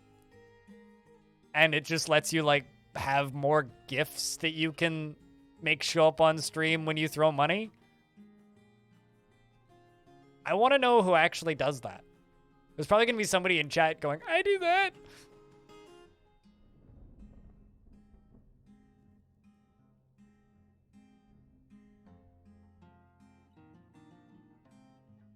Well, Alberta isn't nice this time of year, so that's unfortunate for him. Oh, I'm sorry, Ruby. What are we talking about? I don't know.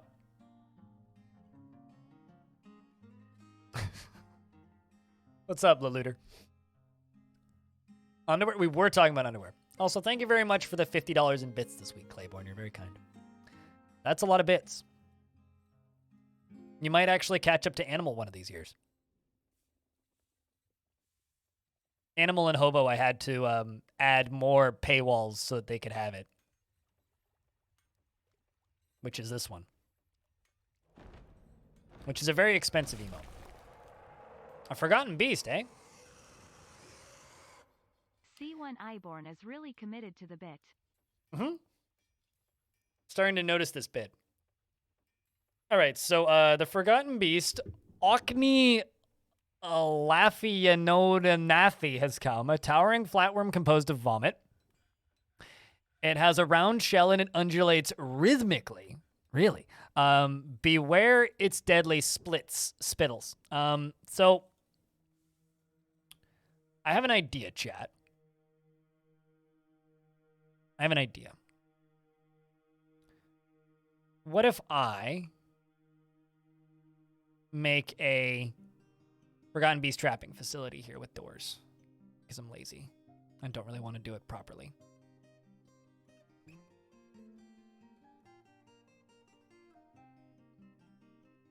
This banger.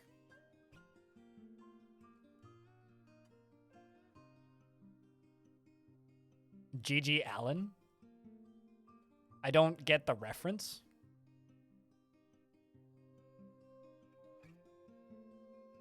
And then I could either A, redistribute them into the arena, or B, I don't know, drown them? Use them for something else? Actually, I wonder if Forgotten Beasts fight clowns. I don't actually know. May as well have used it till it's patched. Yep, that's kind of what I'm thinking. Oh.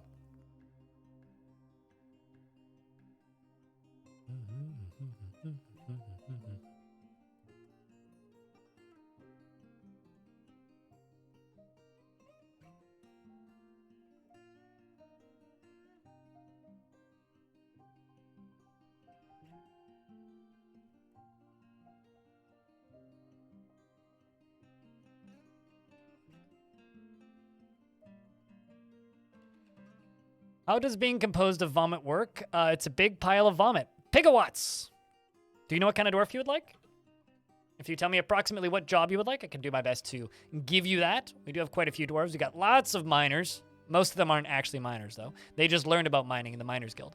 We're going to have a lot of stoneworkers soon, too. We got plenty of crafts dwarves, plenty of farmers, a couple of siege operators, and a siege operator, and plenty of military, as well as lots of children and a peasant.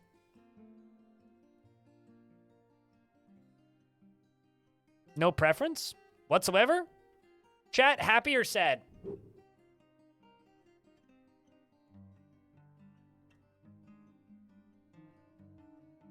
I was just going to go with the happiest or the saddest dwarf, depending on what chat says. Happy? Happy? Okay. Happiest unnamed dwarf is Titan. Turns out waxworker.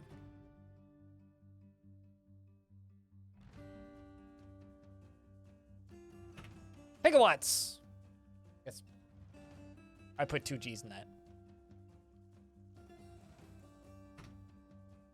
All right, Pigawatts is currently brewing alcohol, has an extremely calm demeanor, is frequently depressed mood, and is impervious to the effects of stress and dislikes the abstract discussions and would much rather focus on practical examples. Often feels lustful and often acts with compassion, is curious and eager to learn, and is quite comfortable with others that have a different appearance or culture. Tends to make a small mess with her own possessions and likes to take it easy, and she is stubborn and takes offered help and gifts without feeling particularly grateful, has a sense of duty, and has a greedy streak, is currently more rude. Exhales sharply when she's angry, and when she's nervous, she allows pauses to occur in the conversation. She needs alcohol to get through the working day and doesn't really care about anything anymore. Personally, finds sacrifice to be of the highest ideals and values hard work and does not really value skills related to fighting. And doesn't really value merrymaking, but dreams of raising a family.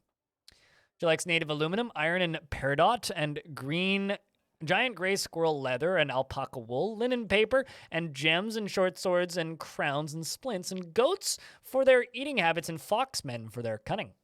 And the sound of the luxurious queen and the sight of the musical blossom, and when possible prefers to consume tapir and blackberry wine and ginkgo seeds and papayas, and absolutely hates purring maggots. Has plenty of friends and is a member of the Walled Coven and the Whales of Drowning, as well as her nose bridge is convex. Her her hair is clean shaven. She has a round chin. Her gold eyes are slightly rounded. Her hair is mahogany. Her burnt umber skin is slightly wrinkled, and her nose is somewhat narrow. Very good. Wax on, wax off. Mr. Miyagi.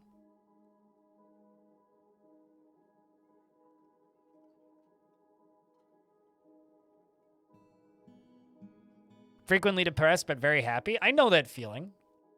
I'm quite happy with my life, but I'm frequently depressed. Not something I have control over. Frequently depressed, but very happy. I know that feeling. I'm quite happy with my life, but I'm frequently depressed. Not something I have control over. Frequently depressed, but very happy. I know that feeling. I'm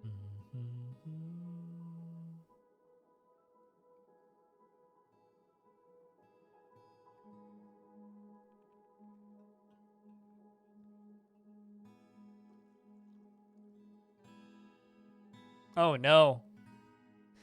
I'm reading a YouTube comment right now, chat. I'm gonna read this comment out loud. This is on my Water Wheels and Pump Stacks video. And they say, perfect vid, man, but how do I get my drink up by using water? I'm making beer and wells, and I'm at 300 pop, so now it's a lot of wells. Dwarves do not drink water. It's like making humans drink vinegar.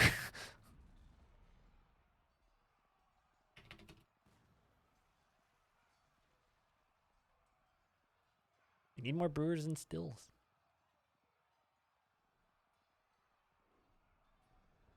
Also, I'm seeing combat. Giant Eagle is fighting with KLB.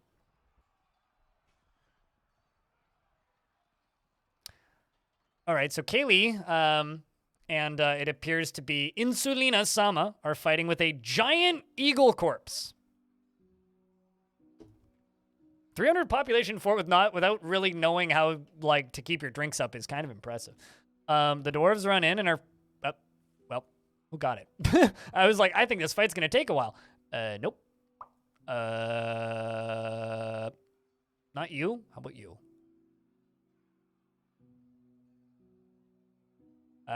Neither of them are credited with the kill. What? Okay. Well, good job.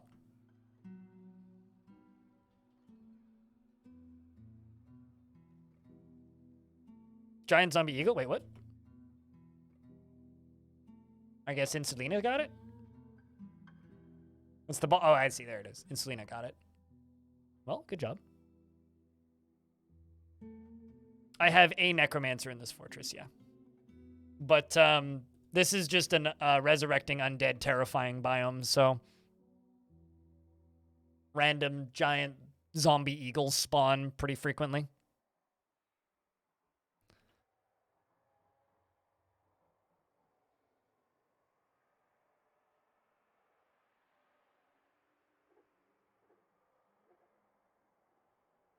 And apparently there is a ghost haunting the fortress.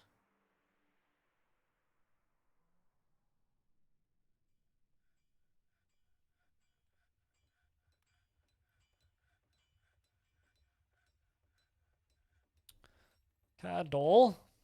No slabs engraved.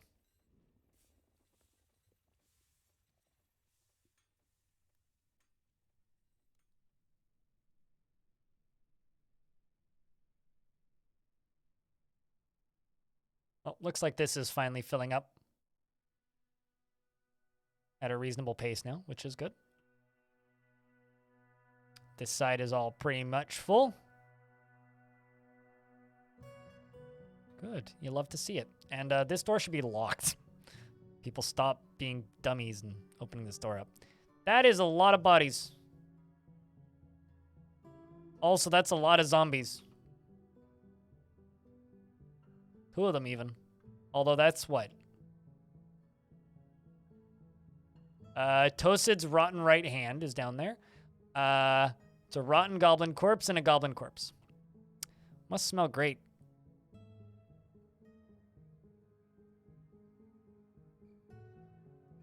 Teeth don't come back as zombies, but many other things do.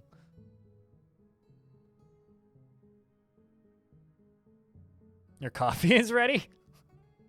Well, I'm glad your coffee is ready.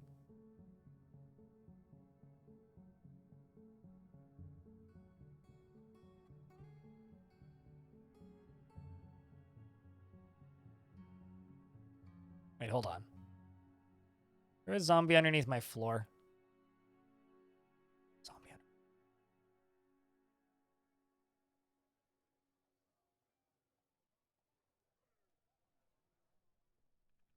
Yes. Well, I need to get rid of you.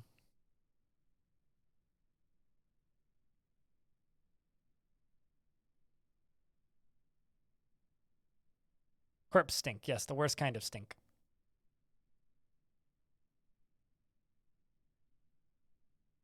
This one's still not dead for some reason. Actually, no, I don't need to. No, I do need to do this. Okay.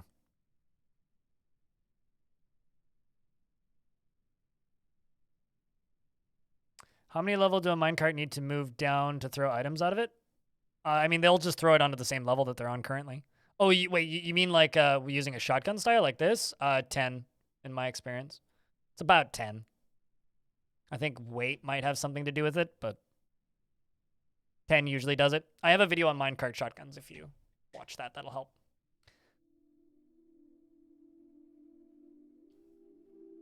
Can you show a quick screenshot? If you chuck it on the Discord in the DF questions and helps room, and then at me with it, I'll take a peek. That or chat can help.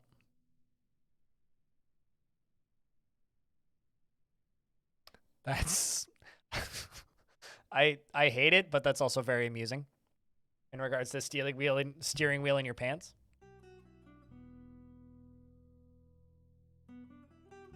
I guess it's dead. That was quick. Actually, you know what? I'm gonna claim all of the stuff in this real quick. Let's jump down this. Jump up to here. Pull this lever again.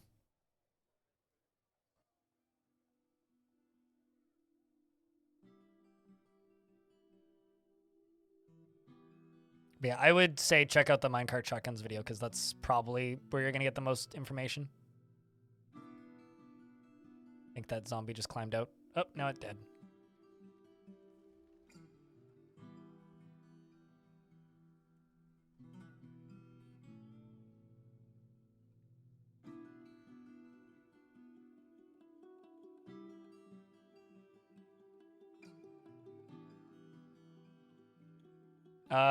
Well, F12, or if you're on Windows 10, print screen will just give you a screenshot function.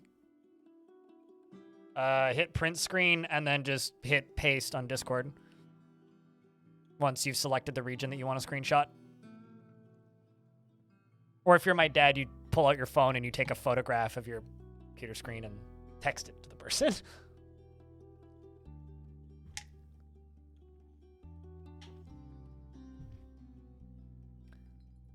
Ba-da-ba-bum-bum-bum. Bum-bum-bum. Ba-da-da-da-da-da. But you can also try to like use words to explain in chat too. We might be able to just deduce it quickly from that too, depending on what the issue is.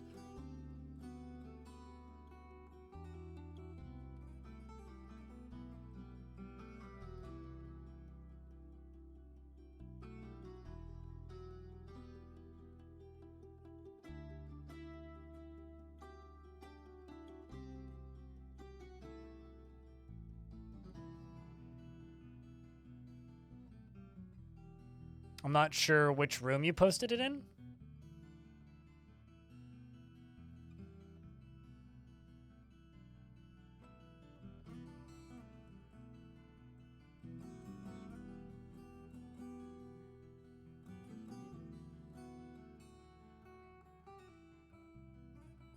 Which room did you post it in, Biofire?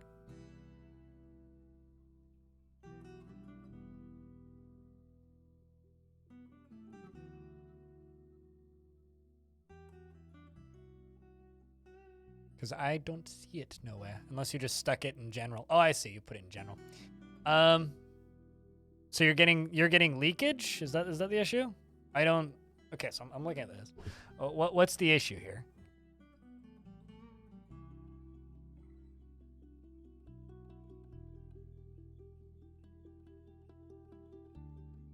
Is this water coming from a aquifer that's a layer above? It's probably because the aquifer is coming from a layer above, would be my guess. Considering there's mist here, it's falling from the ceiling. So there's aquifer one layer above. So somewhere... No, it's not. Because water's falling here. I can tell you that just by looking at it. Right? Unless you've got something on the layer above that you're looking at that you're not telling me. If it's coming from a brook or river, like where's it coming from? I need to see the layer above it. This one layer isn't enough to tell you what the problem is. My guess would be it's coming from an aquifer that's a layer above. I mean, what layer is this? Layer 39? Certainly possible it's an aquifer. but that mist means that water's falling from somewhere that's directly above it. So if there isn't water pouring in from a layer that is directly above this, there is a aquifer in the layer above.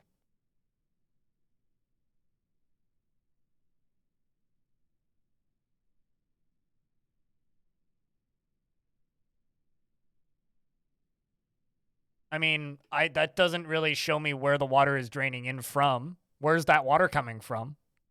That water above it is coming from somewhere. So where's it coming from? Because like what? That's 5 wide. It doesn't tell me where it's coming from in the it's like this in this screenshot here. It's what, 5 wide stairs it's going down, right? But there's water coming from somewhere that's right here, right? There's water coming from here. So where's this water coming from? Is that flooring right there that it's spilling onto?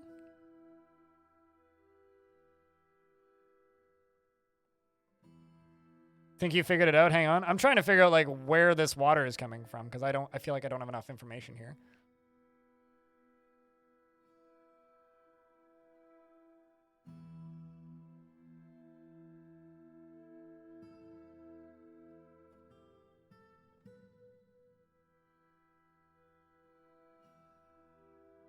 Yeah, it's either the layer above is an aquifer or it's bubbling over. But like because it's a bunch of ones and also because there's a 2 right here, I would assume the water is coming from this side.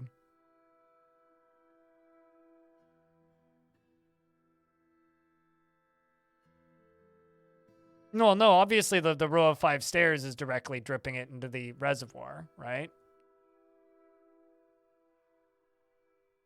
Yeah, that makes sense.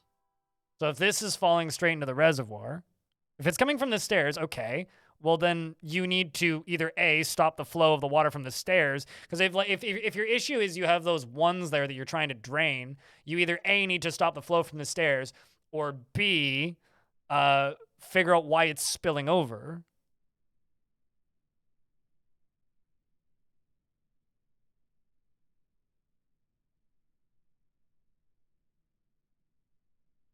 I mean, if it was trying to fill the second layer, then it would be spilling over in multiple places at once.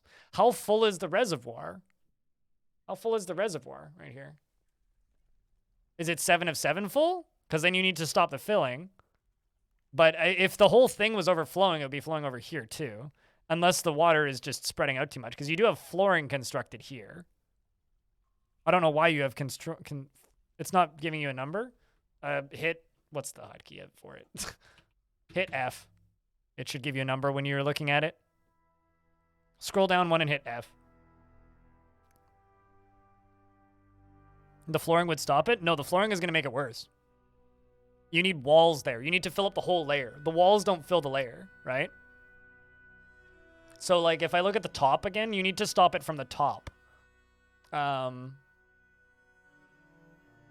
Yeah, and you've got no way of stopping it from the top. So it's just going to keep filling in infinitely unless you stop it from the top.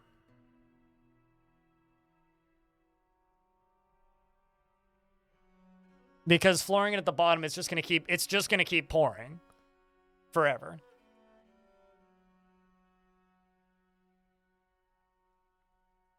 The flooring is what's causing it then.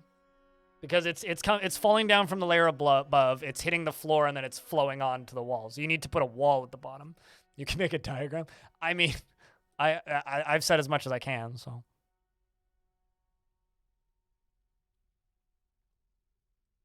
There's so many ways for DF Waterworks to fail. It's insane. Yeah, it's true. I mean, like, I've got some crazy waterworks going on in here, right? But, like, I'm making sure that it always has somewhere to go. If the water doesn't have somewhere to go, then it's just not going to work. Speaking of waterworks, this is my current project. Al's going to be talking about this for the next 40 minutes. Got the ADHD brain on the case. 45 minutes later. Also, this was supposed to be a Clothers Guild. So I should probably just assign this before I forget. And then work on this.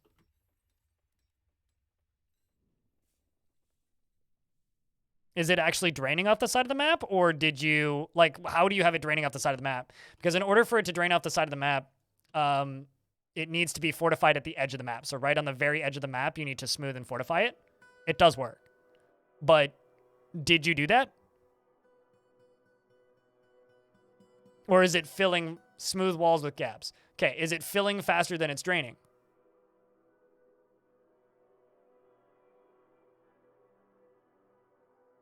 You didn't fortify it? There you go. So what you have to do is you have to smooth it, and then you have to smooth it, and then once it's smoothed, you then have to put the gaps in it.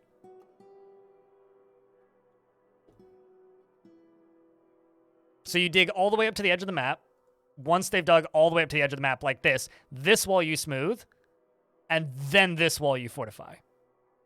Because that should work. But also you have to make sure that it's draining as fast as it's filling. Otherwise, it's just going to keep spilling over. I'm still convinced that it's an aquifer, but...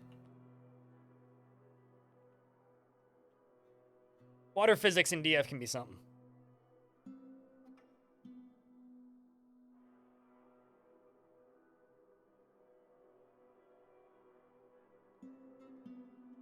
Okay, so then you did it right, but it still might be filling faster than it's draining. Also, what's the number of the depth? I don't think you've said the name of the number of the depth. But yeah, I don't know. It's not a very complicated problem. It's just kind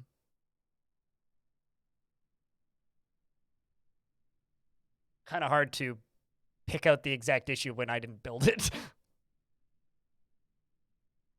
Also, when not knowing exactly what you're trying to achieve.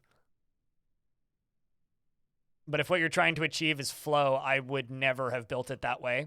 What I would do from the start is just make sure that the water has no way of bubbling up. So what I do is I have it go diagonally into a location and then make sure that there's a wall on that layer so that it's going to just stay on the layer that I want it to be instead of dropping straight down where it has the chance to like flow over the sides and whatnot. The seed number is not going to show anything. All the seed number is going to do is it's just going to give you the map. You've literally been at this for weeks. Why didn't you just ask somebody weeks ago?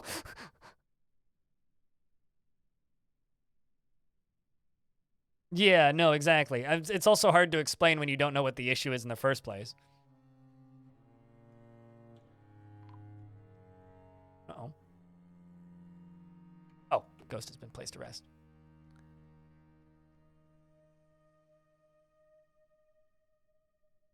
Diagonal flow does, but what I don't care about resetting pressure. I just don't want it to spill over. So because I have this here, I know for fact the water has enough ways to flow off the map on my waterworks setup here, right? So no matter what I do, I'm not going to have more flow than the waterworks can handle. But I've also got this wall here so that it flows in this way down on this lower layer instead of flowing up and over because this is full here, right? And because this is 7 of 7 right here, if another 1 flows onto the 7 of 7, it'll spill out on the outside. But because I have this wall here, it just keeps flowing. But like if you go diagonally, yeah, it'll reset pressure. But pressure isn't the issue here. I think the issue here is just the water has hit 7 of 7 in the reservoir and is spilling over the edges. That's what I think the issue is. So even though you've got a diagonal on the top, the bottom doesn't have a diagonal. So I would raise up your reservoir by 1 level. Otherwise, it's just going to keep spilling over top because you've got more than 7 of 7 water in your reservoir and it's spilling over.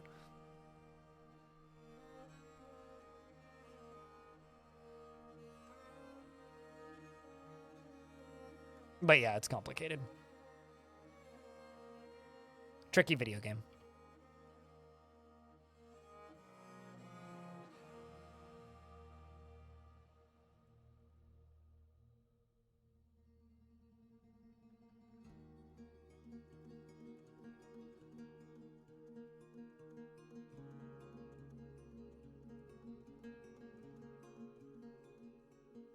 Give me a second, Lyndon.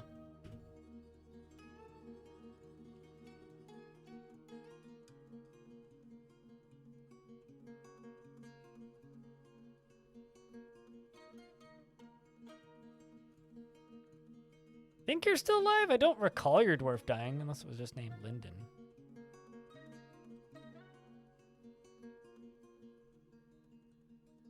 Unless you lost your name somewhere.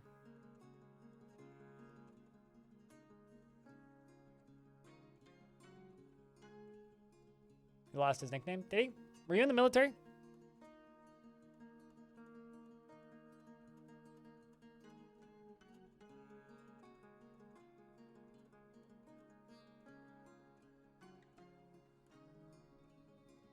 I'll re-give it if it's lost it. Doctor in my hospital, and he might just be dead. Hold on.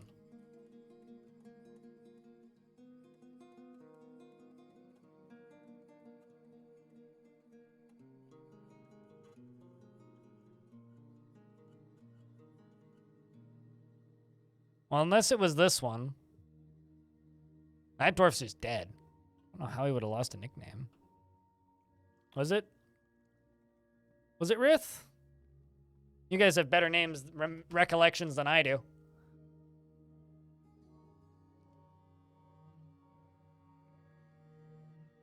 I will give them a role name then. I don't know how they lost that. Did you kill something? What did you kill?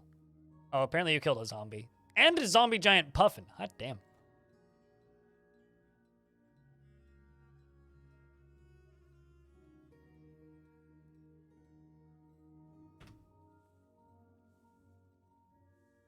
Impervious to the effects of stress. Dream of creating a great work of art. Feel pleasure after being near a tastefully arranged gem window.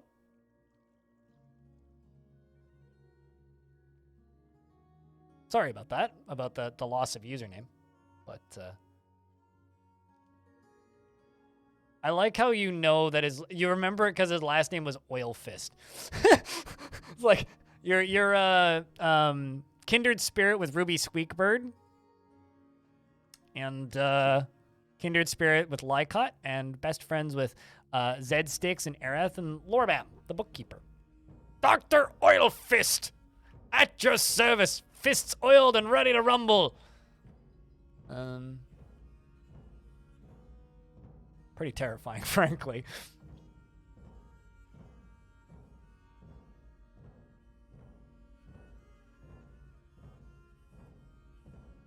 Ah, yes, the windows are gem windows. And then this was going to be a clother's guild hall because I super duper forgot. Super duper forgot.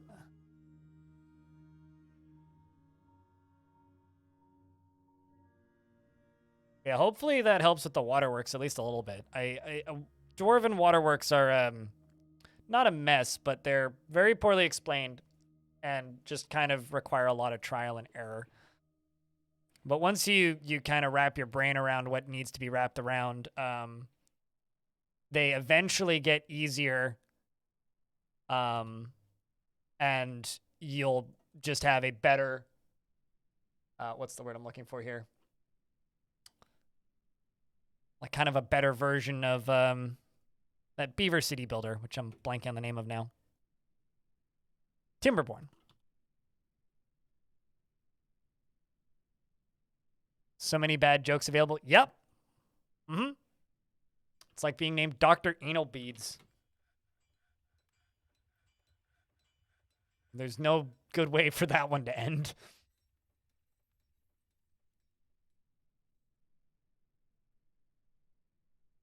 Timberborn is a really underwhelming game if you play a lot of Dwarf Fort, though. Because it's like, hey, look, it's a game based entirely around a worse version of Dwarf Fortress's water mechanics. It's like, every time I've played Timberborn, it's like, why don't I just go play Dwarf Fortress and build a bunch of water wheels? It's cute.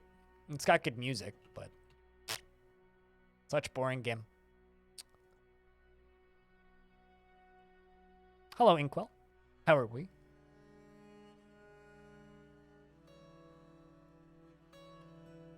Dr. Anal Beads? Uh-huh. You never questioned it? Well, why would you? He's a doctor.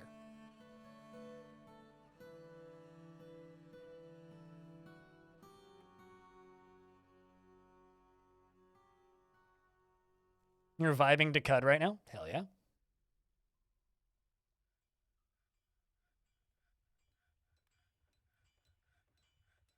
I love how much of a city this fortress is looking like. I think this might be my favorite looking fortress I've built in this version. Like I like this fortress more than like every other fort I've built. And I know I say that about most forts, but this one more than most.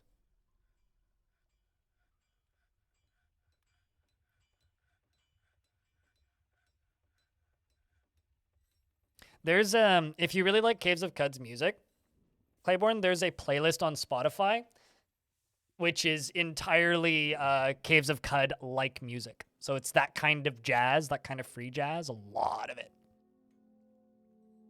I think it's called the music for the Freehold or something. But literally just go to Spotify and look up Caves of Cud. There's at least 1 or 2 playlists that are just that kind of jazz.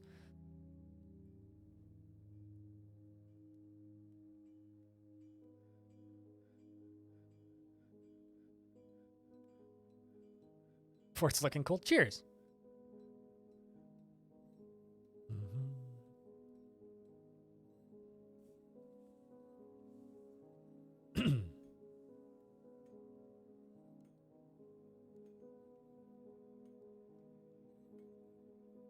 It's just like a wall of dwarves coming from the block piles.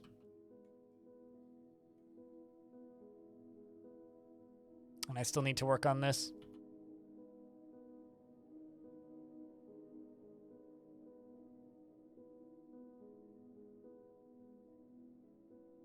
Why did the value of this guild hall go down? That seems to happen. It weirds me out.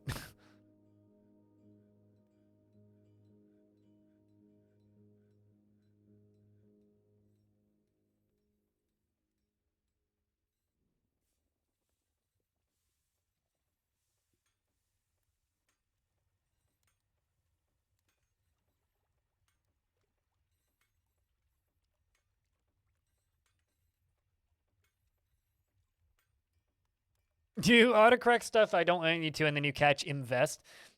I mean, when it comes to autocorrecting stuff, just remember, if you want your phone keyboard to not autocorrect the word fuck to duck, just add fuck to your contacts list. And it thinks it's a name.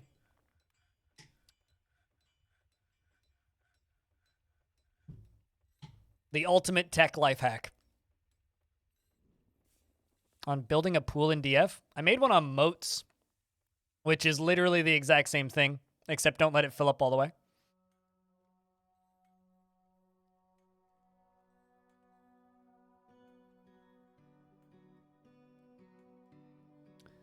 Oh, I know what I need to do.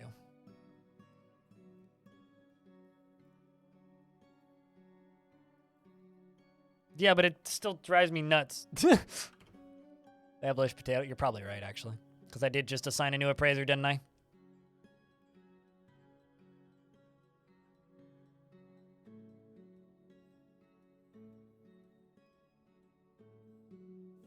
Playing with hard economy on is something. I guess what that means is I should swap back over to somebody who is better at this. Like the mayor, you can do the job now. Let's see what the value of this is now. He hasn't had time to go look, I guess.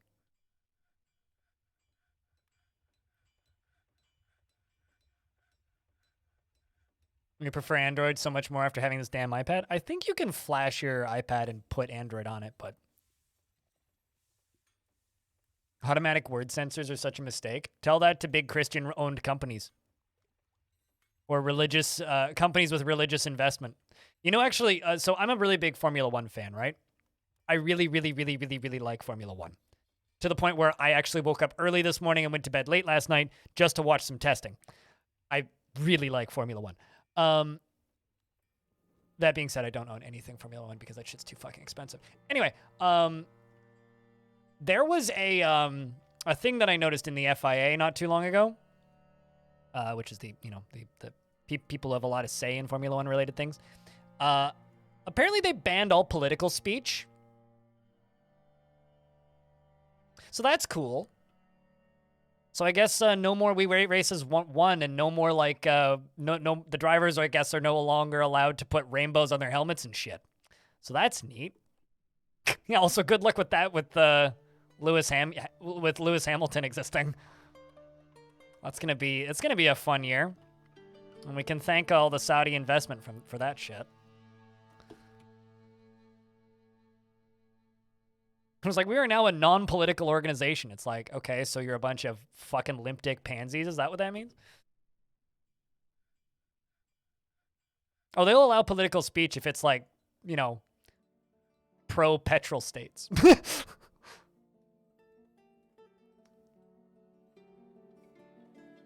Well, the FIA is. Formula One, not so much, but. Well, it depends, Brookley. In countries that allow like basic human rights, no, it's not political. In countries where being gay is a crime and you go to prison, it's very much political. Why would I spend a fuckload of money to have my hearing hurt in regards to going to the F1 race in Montreal when I can sit comfortably in the comfort of my own home with a beer and my pipe and watch it for $10 a month on like F1 TV. I rode a bike around the track last time I went to Montreal, though. I have no interest in actually going to a race, though. Like, I make decent money streaming these days, but I'm not a freaking millionaire. I'm spending, like, a couple grand on tickets to a race. I'm good.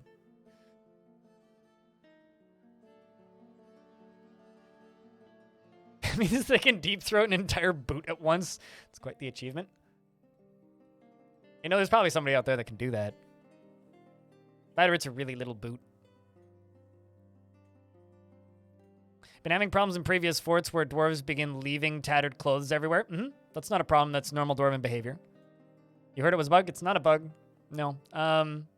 There are some dwarves that are just messy, and they will just leave their stuff strewn about without a care. If you look in bedrooms, if you put cabinets in their bedrooms, they will put their tattered clothing into the cabinets. Eventually, the cabinets become full. But usually the dwarves die before their cabinets become full, and then their cabinets are emptied out. Super tattered clothing, which is the double X's, get thrown into, what's it called? Waste is the wrong term. I'm looking for the right word. I'll find it eventually. Eventually, they'll just get thrown into the refuse stockpiles. Refuse is the word I was looking for, yes. They'll get thrown into the refuse stockpile if they become tattered, which is 2 X's, but like pants like this, either the dwarf died and they're not high enough they're not degraded enough yet to be gotten rid of. What I would recommend doing is just trading all used clothes or all unowned clothing to every caravan that comes by. It's party time.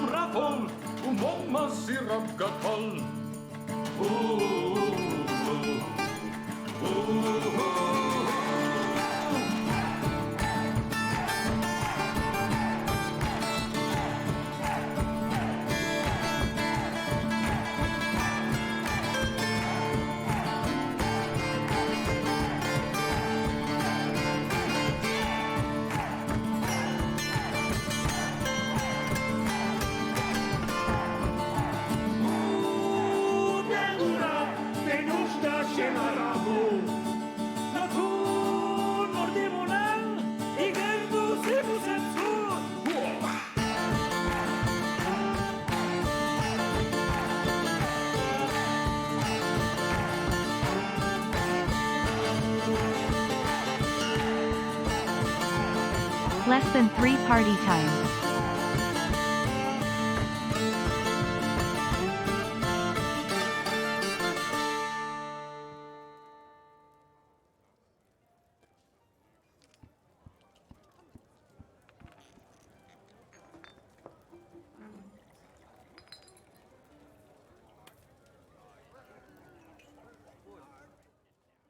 Streamer acquired a sandwich. Trizuka, hello. Norstad, hi. Trizuka, thank you very much for the 6th month. Means a lot. What's the blue stuff? That's Mist.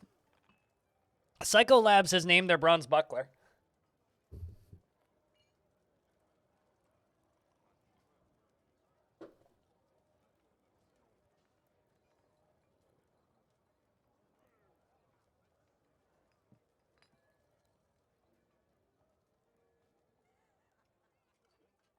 Also, Trizuka, thanks for the first subscription in 1 hour. Look.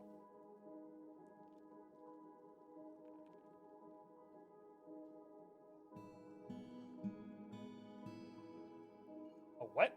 Zellard?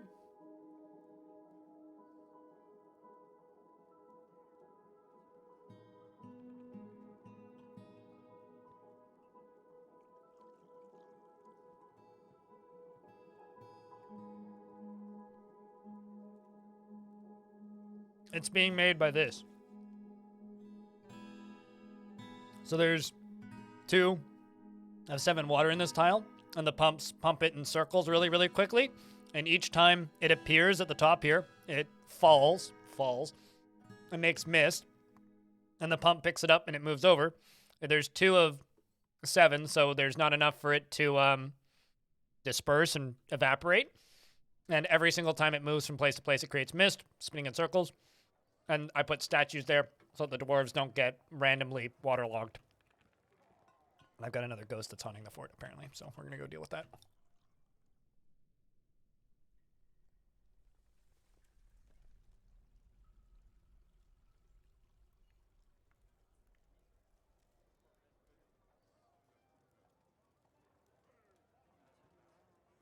So that's how that works.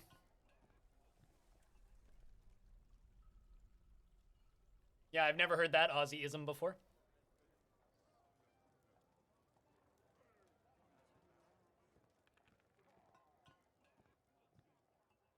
Oh, I know that, Trizuka. Don't give me money if you can't afford it.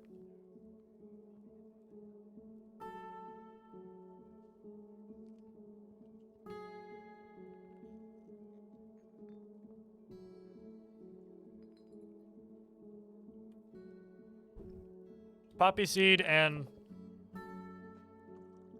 I don't know the name of it. The type of seeds that are like on the top of a hamburger bun. Then cheese, fried mushrooms, and some grilled onions.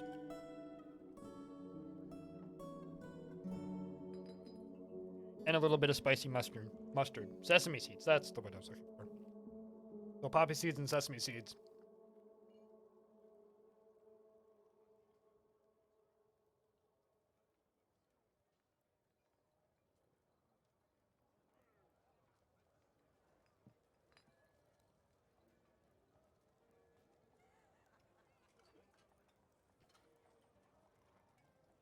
I mean, it's pretty basic. I wouldn't say it was lavish, but I did make it this morning.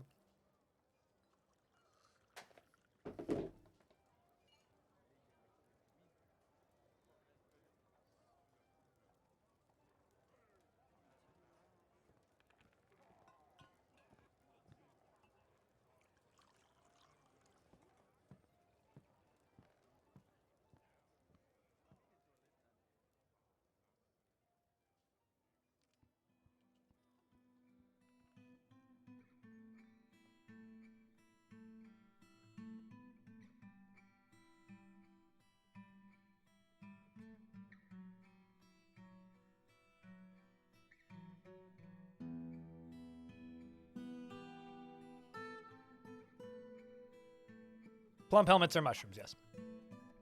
They're large purple mushrooms. And plump helmet men are mushroom people.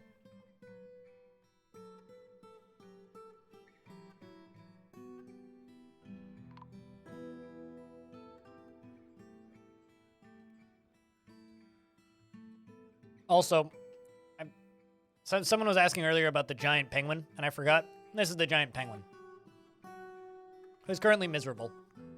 It's okay. Also, I was gonna check something. Am I walrus tame right now?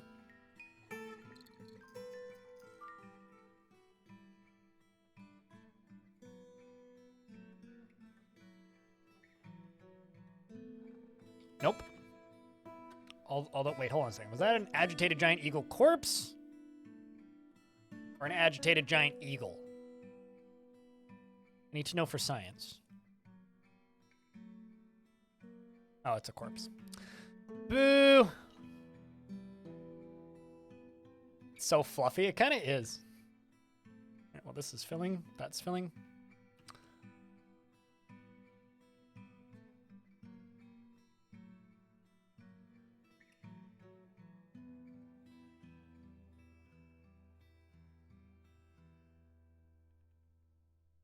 Baby was born.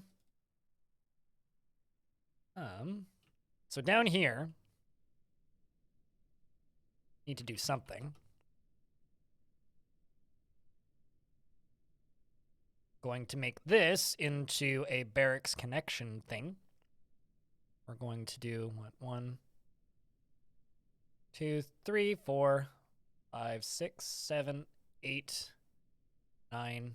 Okay. Well, this down here is going to be connected to the new beard, I think. So this barracks down here is going to be where the new beard sleeps.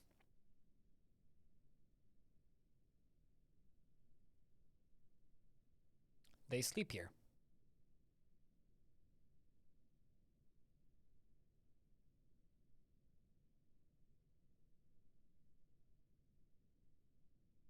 I have no idea.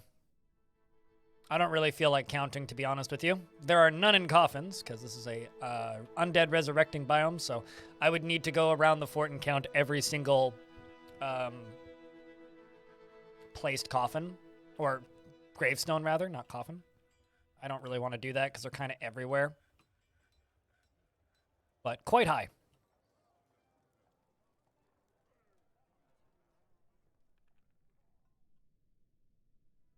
I mean, I make infinite stockpiles sometimes for specific things, like I got these. Actually running out of stuff in these, which is kind of cool. Technically this is one, and technically this is one, but I've powered through all of the granite that was down here, so it's time to start digging down here again, apparently. Apparently there's marble down here, too.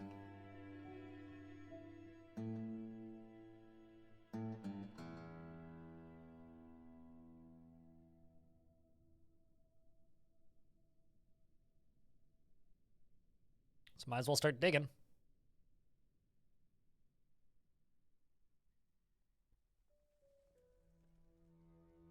It's also time to jump down to here.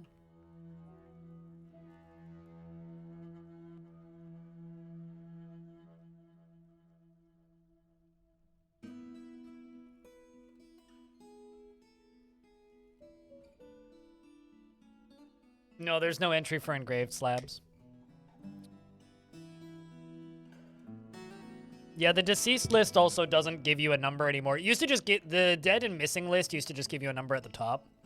I mean, I can tell you that Aegis, Brockley, Diamond, Kyra Asylum, Linux Town, Lyagushka, Orange, like these are all dwarves that have died. So named dwarves is pretty low.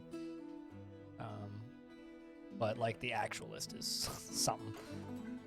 Then also a lot of them died twice because, you know, they become undead. The first Brockley, yes. No, you died once, Lyagushka. Your second one's still alive.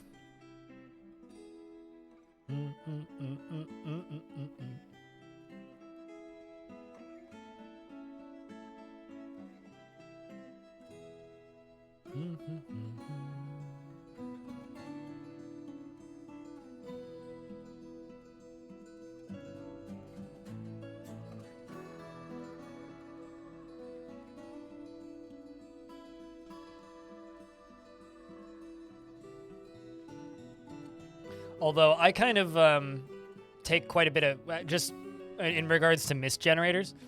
There was somebody talking on Reddit a couple days ago about how, man, there's so many people use mist generators now, and nobody used them in the older version, which is true. Very few people did. I think it's kind of hilarious, and I think I take full credit for that, based on like the number of the amount of mist generators around is very similar to the number of people that have watched my videos. I think they're kind of OP. They very much are. I don't care though.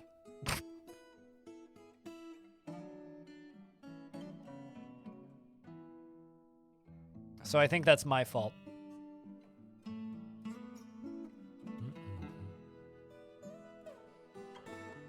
Although, so are doors, so are drawbridges, so are walls.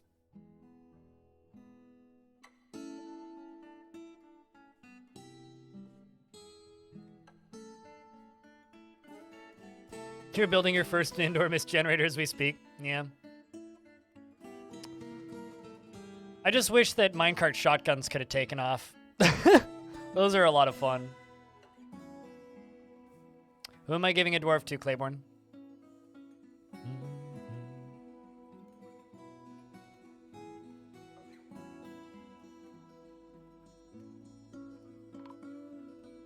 An entire... Uh-oh. Siege operator's been missing for a week. That's concerning. Someone died. Don't know where. I think Casual Elephant has one. Hold on. No, he doesn't. What kind of dwarf am I giving Casual Elephant, Claiborne? You blame the vampire? Ooh, true. Has the vampire been let out?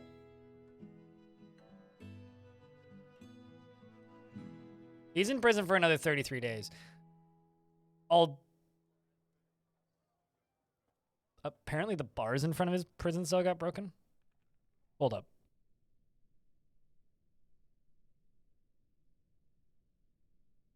Yeah, definitely not the vampire.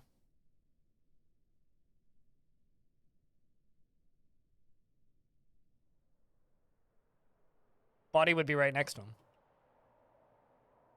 Military?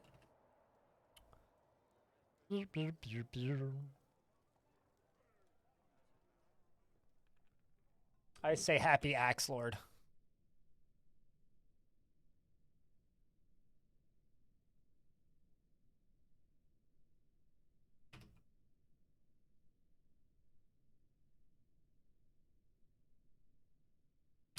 Axe Casual. Get it? It's a pun.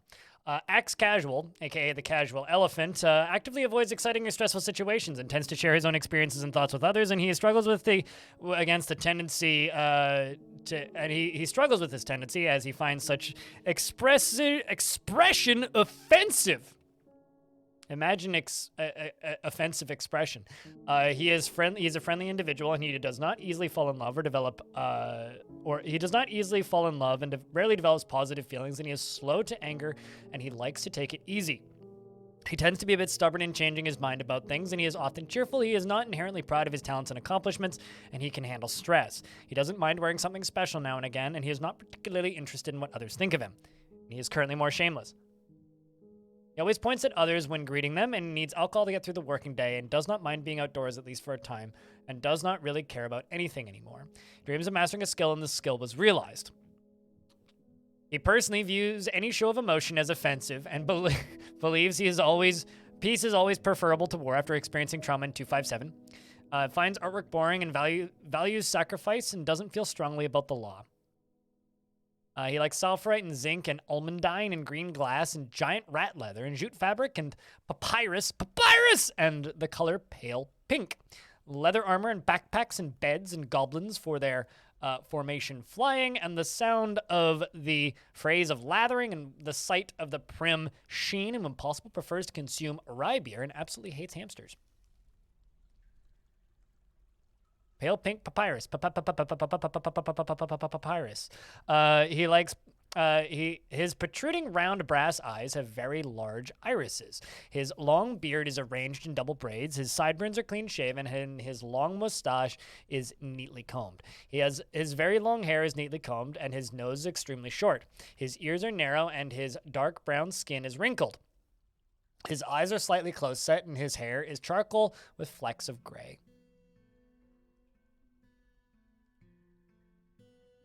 Pale pink pyrus protruding iris. This is concerning.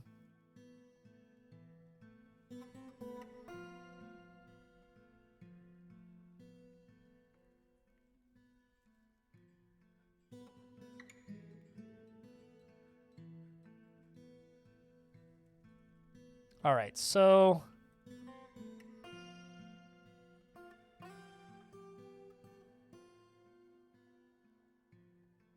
that's the frilly pink pigtail toga that has no image because togas don't have images in this game. I'm going to make silver pedestal. Make sterling silver pedestals. Let's just make 10. We're going to move it.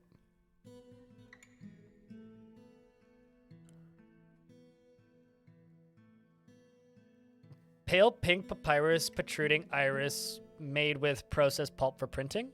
Are we trying to make a tongue twister here? Oh, probably something to do with that. Very good.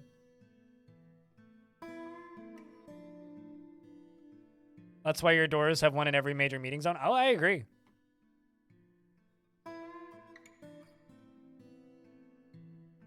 But the way I see it is, if everything in Dwarf Fortress is OP, then nothing is. Because realistically, just about everything in Dwarf Fortress is OP if you use it correctly.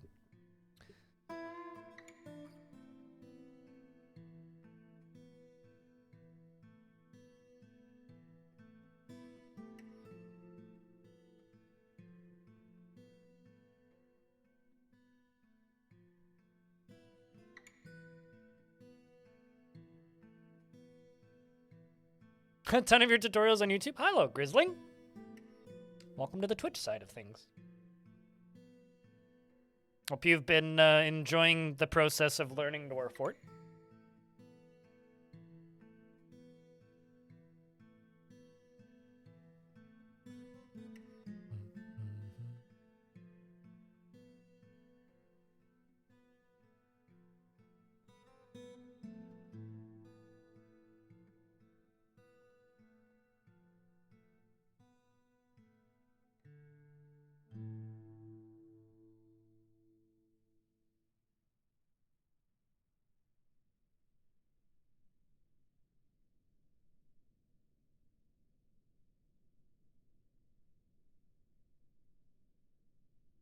You know, right now a bunch of streamers I know are tweeting about how Discord is allowing you to send silent DMs to people, which have no sounds. So basically, there is now a command with Discord where you can send a direct message to somebody and they don't get a sound notification. I have a question. Who in their right mind leaves sounds on Discord? Who hurt you that you feel the need to leave sounds on freaking Discord? The fuck is wrong with you? Why in the world would you do such a horrible thing to yourself? I have a solution. Mute all sounds on Discord permanently, streamer mode on or off otherwise. Never unmute them, forget that sounds exist. Live a happier life. Exactly, unemployed Shaku. What the fuck? It's like, this is a useless feature that nobody should use. You have sound notifications enabled for one server you're on? I have in all of Discord permanently muted.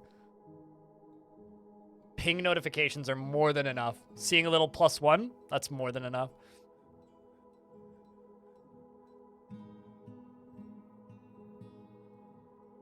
All right, perfect.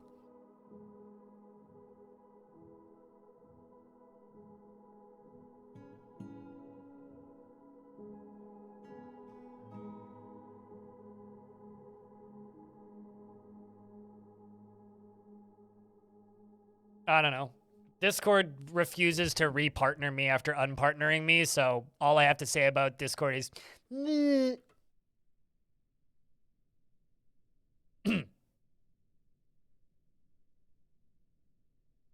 Very diplomatic of me, I know. Toxic, yeah.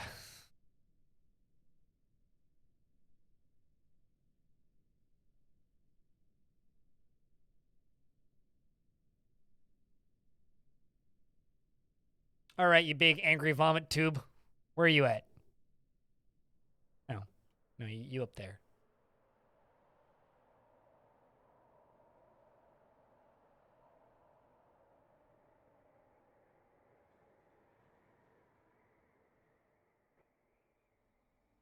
It might already be dead.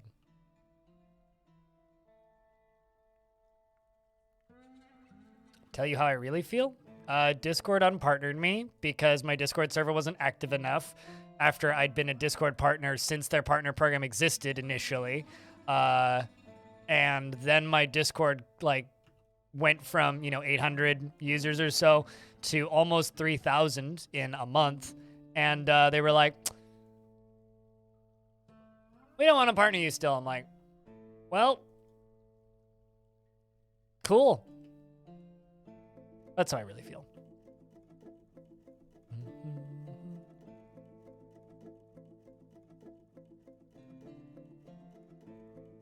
So where's this angry vomit noodle?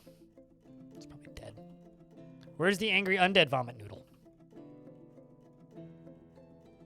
Fish. So many cave fish.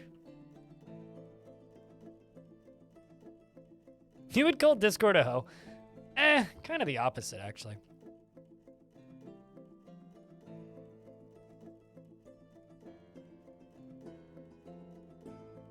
I don't think Discord's a hoe, for clarity's sake. But it is kind of rude.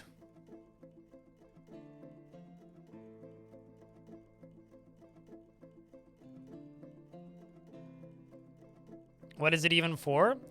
You get all of the server perks for free and free nitro. It's for big active servers, but I don't know.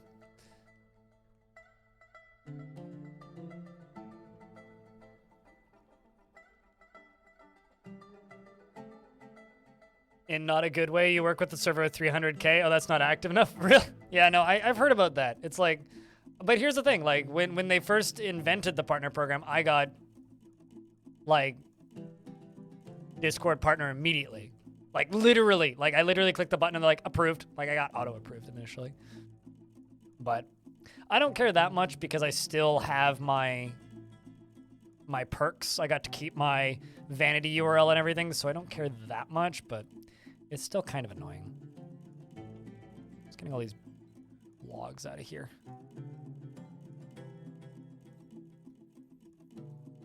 This will give us access to trapping forgotten beasts.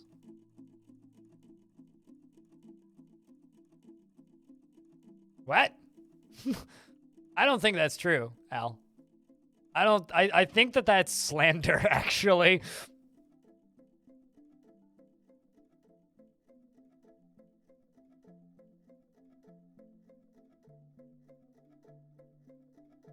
Well, I mean, Discord is a confirmed prude because one of their initial reasons for unpartnering me was, one, my channel, my Discord server wasn't active enough, which fair.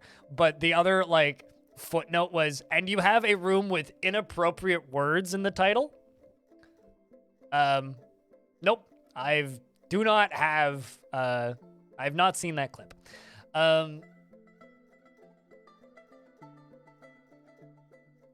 But the footnote was that I had a room with an inappropriate word in the name because I had food porn as a room. Which is... Then I changed it to food pictures. Which I should probably just turn back to food porn, frankly.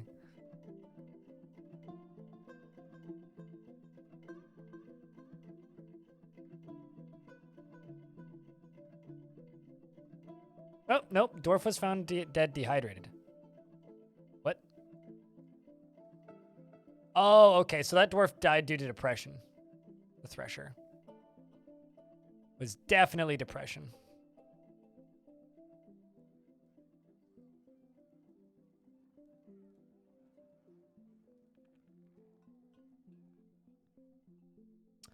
100% depression.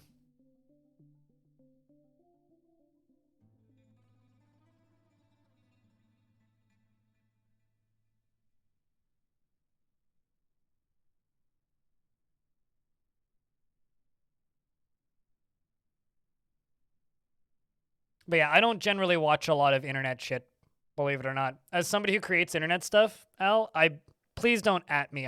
I'll be completely honest with you. I don't want to see the clip. I don't know what it's from, but I also don't really care. The reality is I don't watch a whole lot of internet shit, and a lot of internet shit that goes viral just makes me lose faith in the job that I do for a living. So I generally just don't watch very much of it, especially stuff that's like big and popular that everybody has seen. And it's not even like I'm cooler than you, I don't watch the big popular things. It's got nothing to do with that. It's more of I see this and I see the content that's popular that people like watching, and I go, I don't want to do this job anymore. That's yeah, well, that's what depression does to me.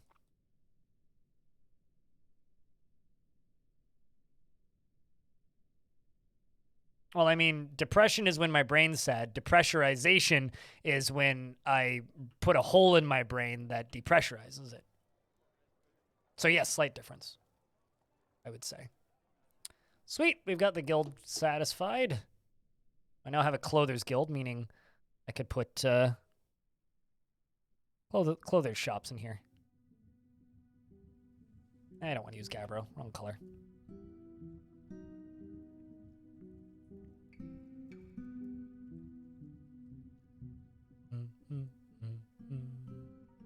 Both can happen to dwarves. Theoretically, yes.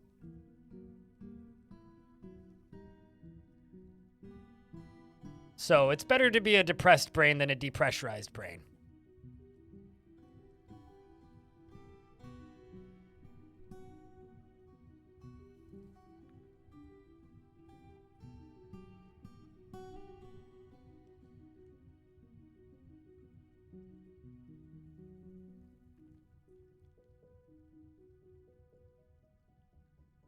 Why is it taking them so long to build that goddamn door?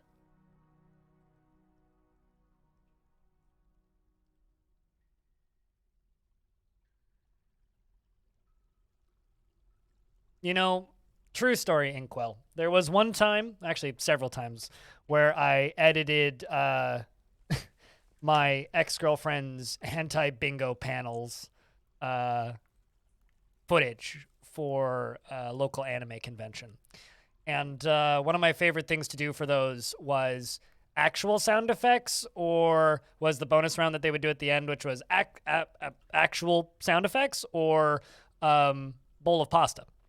And so I would like film a bunch of me stirring pots of pasta, or like making mac and cheese and like jamming a spoon into it repeatedly, and then like cut the audio out of the clip and put that audio in the background. I almost always won. It's very easy to make convincing pasta sounds. It's funny. People are just like, how did you learn how to edit? And I'm like, well, I already knew how to edit by that point, but. This is madness! Madness! Hi, Hobo Sup. Yeet. Were you here when the vomit noodle spawned? And then vanished? A little too convincing? Oh, it's very easy to be convincing.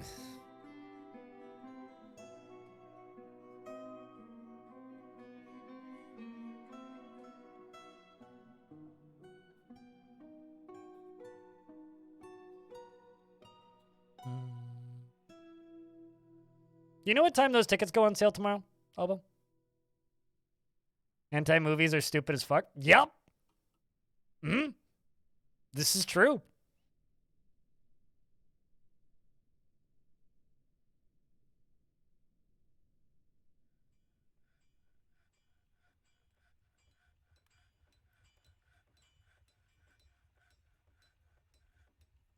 It's one of the most accurate statements that have ever been said in my chat. 9 Eastern? What time is that in Pacific time? That's 6 o'clock in the morning. Hobo, do you want to buy 2 and I'll PayPal you the money?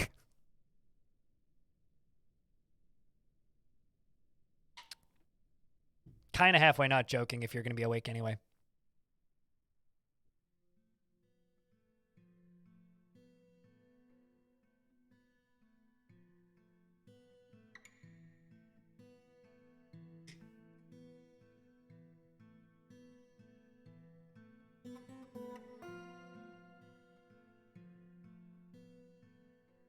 Don't ask what this man does with pasta.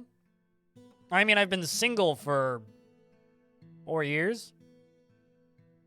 So, it's been a long time since I've done that with pasta.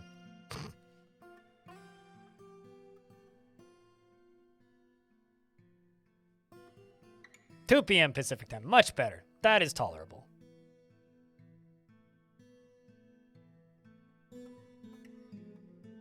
Although, to be completely honest with you, I stole the whole idea from a Vine. There's a really old Vine where there's like this older lady just like stirring a bowl of mac and cheese.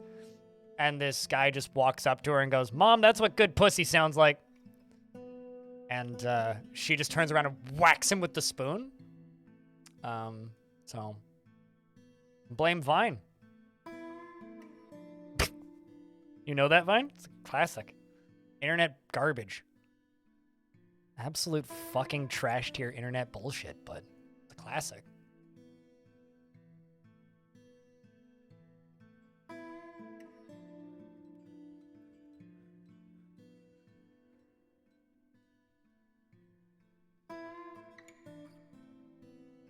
I don't know what WAP is, but that's okay. All right, so Vine was ahead of its time. Truly was. Well, we got a nice water supply over here, filling up slowly.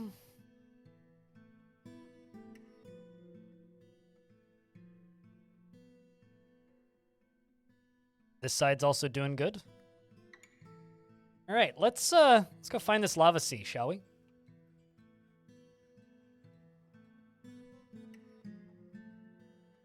Because right here, I've got semi-molten rock. And there's lava right there. I go up here. Let's dig this way.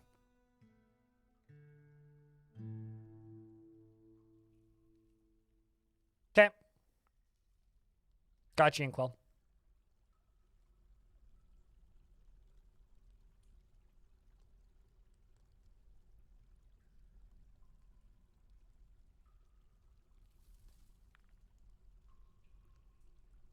That's kind of what I assumed too, Neff, but I'm totally okay with being ignorant to a lot of things that don't actually improve my life in any way.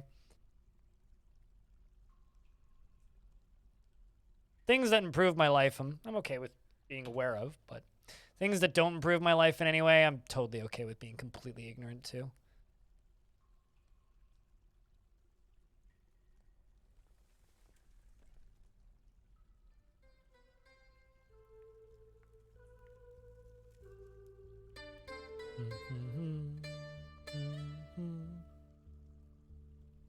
Wow, you gave up early.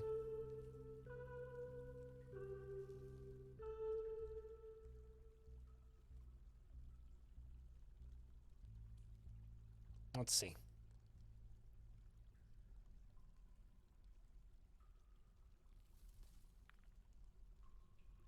I am also terminally online professionally. I just choose to ignore the majority of it. Discovered the Great Magma Sea after 11 years of fortressing, and we've discovered an unusual wall studded with gems. Strange. Raw adamantine. Praise the miners, really? Weird to see an exposed adamantine wall. Wait, where is it? Oh, I see. Top of adamantine right here. In there. All right. Wow, I really threaded that. Okay.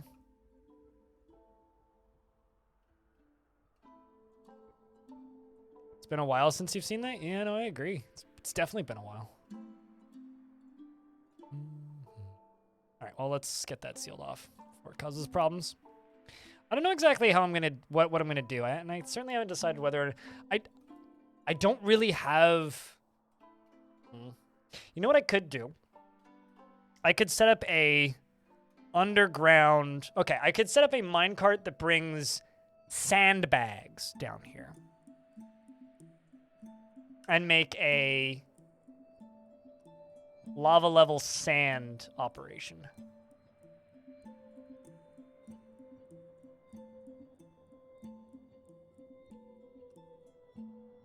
I'm trying to think about how I can bring the lava up.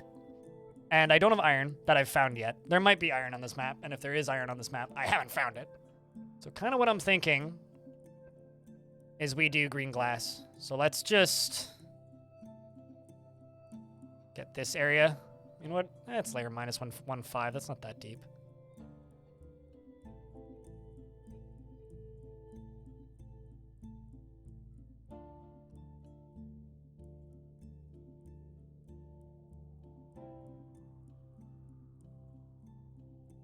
In converting stone blocks, you get 4 blocks out of each boulder, and they weigh significantly less, so construction goes way faster. It's a pretty massive perk.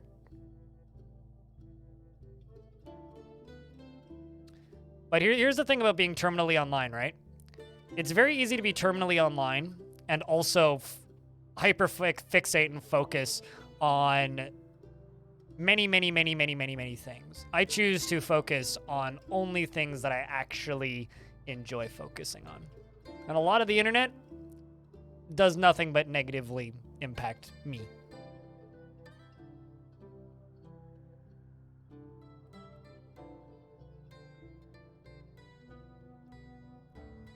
No, I'd rather use pumps. Pump stacks are more fun anyway. I don't need to bring it all the way up. I just need to bring it up to, what's it called? I only need to bring it up to, this layer. And maybe 1 layer higher, like up to this layer, because this is the layer that I want to do the lava murder on.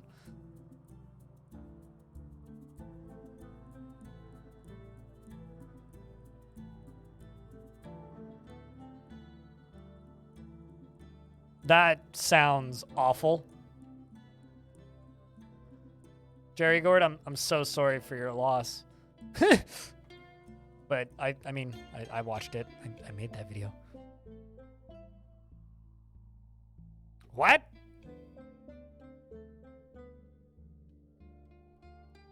I'm fucking sorry now? What? There's water there? Oh. Okay. It's a diamond cluster. I was like, that is a weird place for there to be lava and water. It's a diamond cluster. All right, well, I'm kind of tempted to dig it out, but I'm also kind of tempted to just completely ignore it. I might actually just fill it in.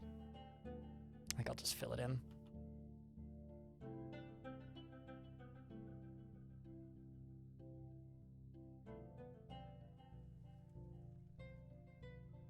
That's beneath it, I'm almost certain. Yeah, I mean, I know what the consequences are. I don't really feel like fighting with demons right now.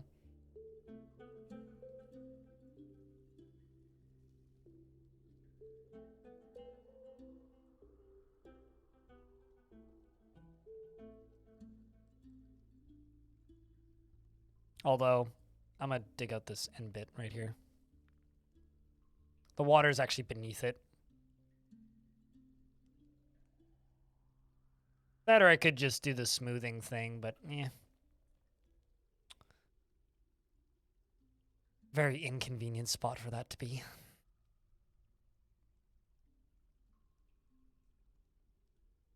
I mean, I did get 1 yellow diamond out of it, though.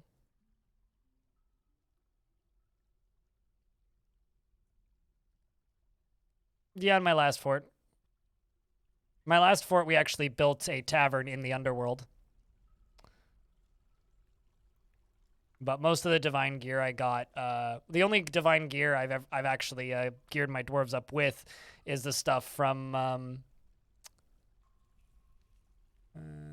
Oh, sweet, that's actually Kimberlite. The only divine gear I've actually geared my dwarves up with so far is stuff from the angels, not actually stuff from the demons in the walls.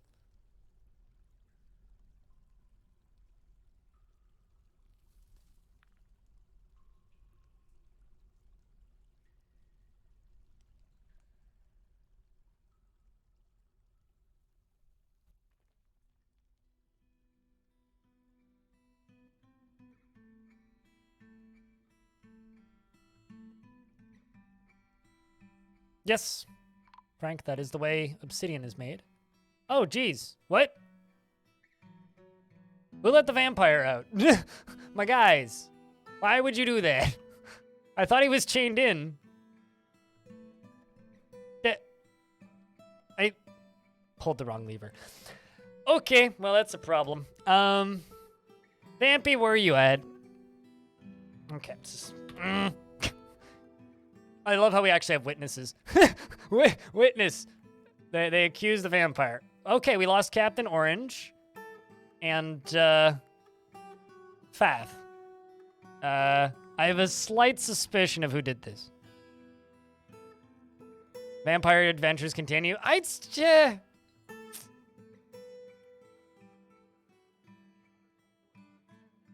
God damn it, Vampy. Why you do this? So, we can tell Orange he was eaten by a vampire. Where me? There me. Hey, me. Time to go interrogate the, definitely guilty vampire.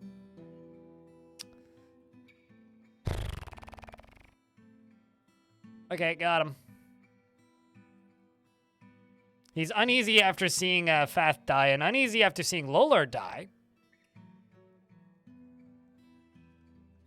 Is an optimist, though, but often sad and dejected. Just wants to create a work of art. Poor guy. Oh, also, apparently he was trying to get new clothing, so we interrogated him halfway through his clothing getting activities. So he's currently wearing socks, gloves, and shoes. There's something hysterical about that. It's like you're just hanging out, you know, in your bed trying to sleep, and then a vampire wearing socks and shoes just walks in and is like, "Nom."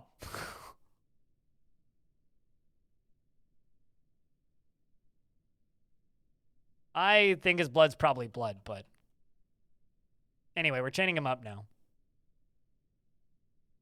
He's still sad. God damn it, man. Why you gotta be like this?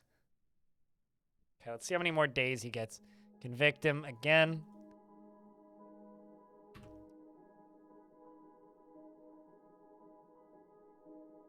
Another 224 days, probably times 2. 448 days. Welp.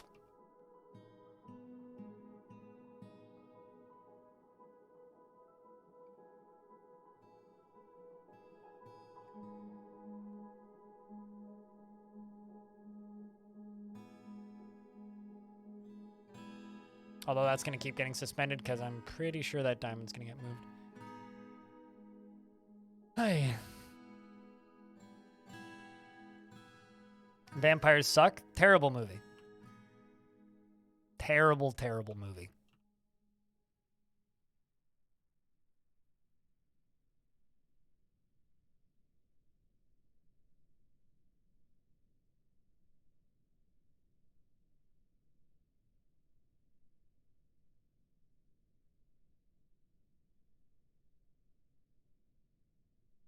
Is it a mod thing, or do visitors open locked doors now? I've never had a visitor open a locked door. What?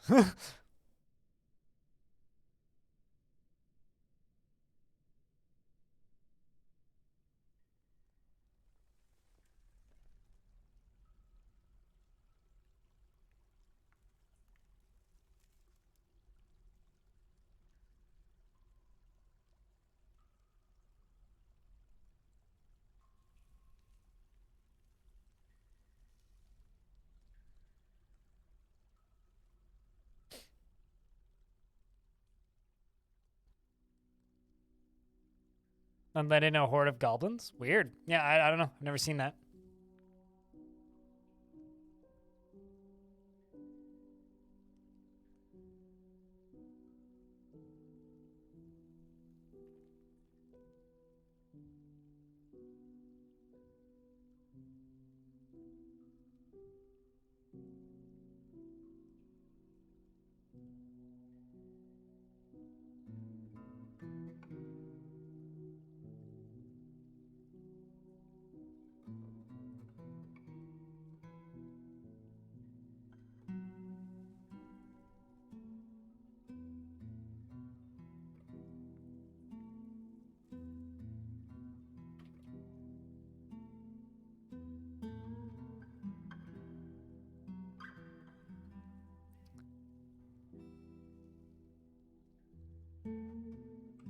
Yeah, no, we did lose 2 dwarves, which is kind of sad, but I'm also just kind of miffed that they let the dwarf out.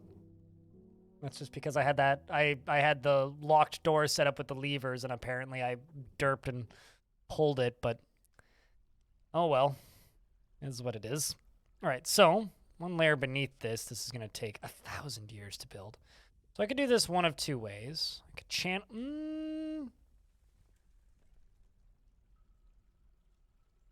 Who let the dwarf out? I pulled the wrong lever, so I did.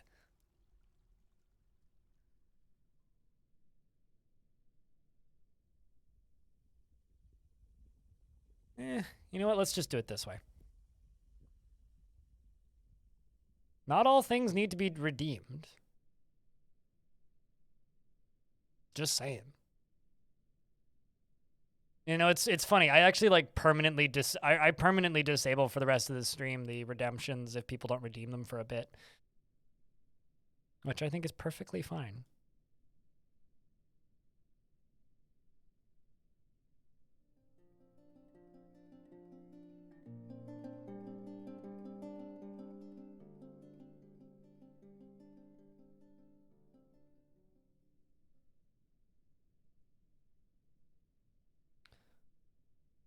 But Neff has redeemed a dwarf because somebody decided to open their mouth. No, it's fine. What kind of dwarf would you like?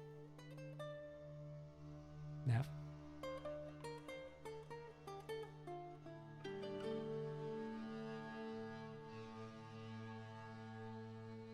I don't think there's actually anything for me to read because y'all have been lazy as fuck on the Discord.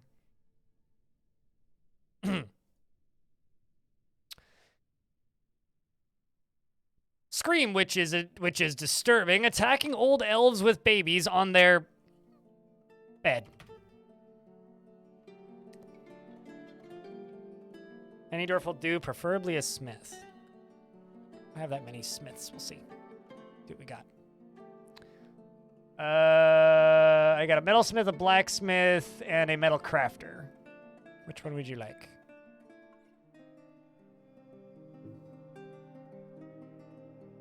I don't close it. Fixes this problem. Discord runs 24/7 on my computer. A top one, could all?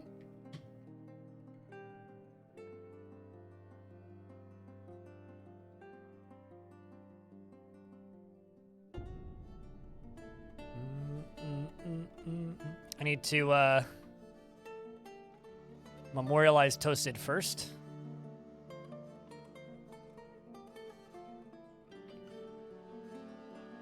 I think it's funny that literally both of the dwarves named Toasted died at the exact same time.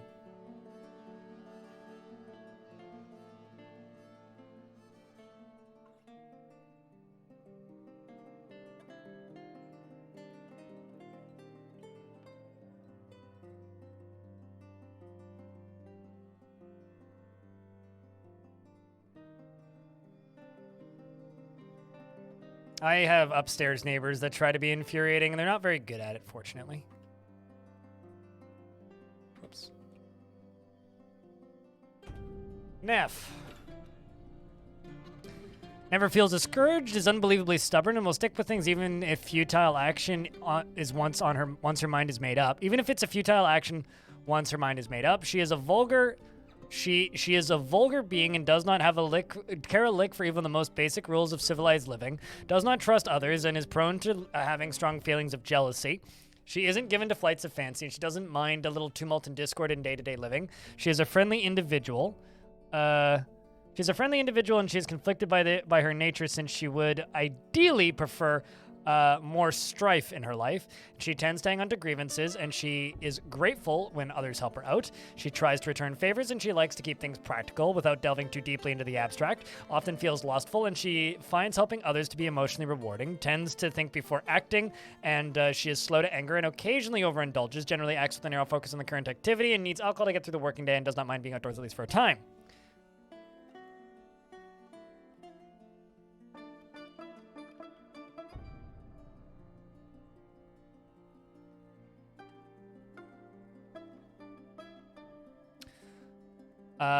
She needs alcohol to get through the working day, and she personally cannot fathom why anyone would want to live in an orderly, harmonious society, and has a negative view of those who exercise power over others. She likes jet, tin, banded ogate, giant warthog tooth, gems, splints, and cavies for their adorable call, and penguins for their way of flying through the water and the sound of the lacy phrases. And when possible, she prefers to consume giant, chameleon, and peach cider and mog juice, and absolutely hates brown recluse spiders. As for the description, she was once a thin frame, is now bearing enormous thick layers of fat. I'm sorry. And her slightly rounded brass eyes are protruding. Her somewhat narrow ears are tall, and her cinnamon skin is wrinkled. Hair is gray, or has flecks of gray.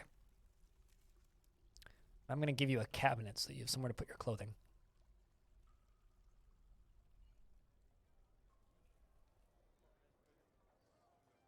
You mean where the big penguins are at? I think all penguins are good. Find me an evil penguin. I don't think it's possible. See, that is not what I wanted to do.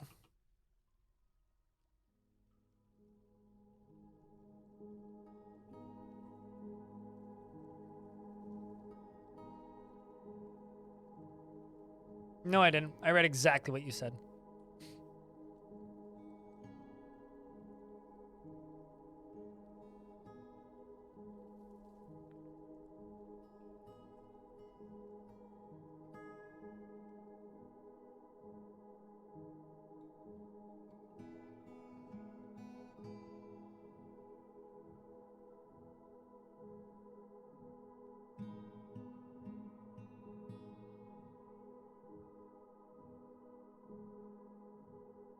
The penguin from Batman is not a penguin, though. Neither is the penguin from Batman real. So.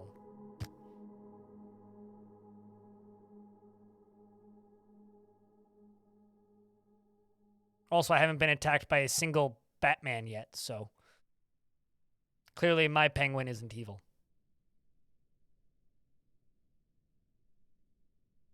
Then does that make them evil? Wait, what? Not sure that being an asshole or smelling makes you evil. It just makes you mean.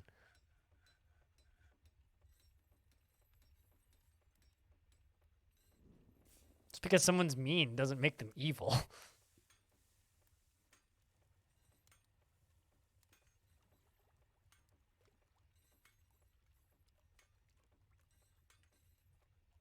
You know, quite frankly, I think Batman can be whatever he wants to be in the current year. Just makes sense, you know?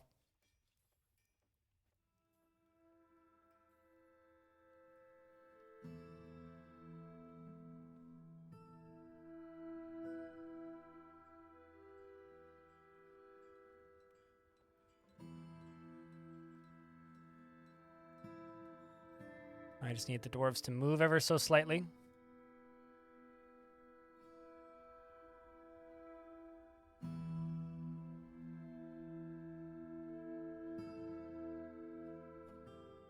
What are we working on? I'm making a glass manufacturing plant. I'm going to need a method of getting sand down here quickly. But this is going to be a glass manufacturing plant. I'm kind of tempted to just, like, cave in a tile of glass, actually. Or a tile of sand, rather. Because if I go up to this layer, right here, I could, like, cave this in, theoretically, all the way down through all of this, but I don't know. 0 dwarves will die in the channeling into the lava.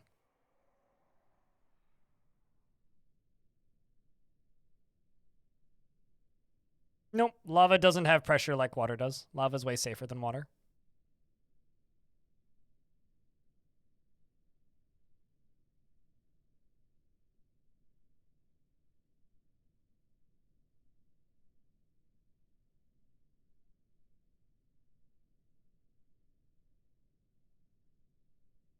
See? 0 dwarves are gonna die. Nice and safe.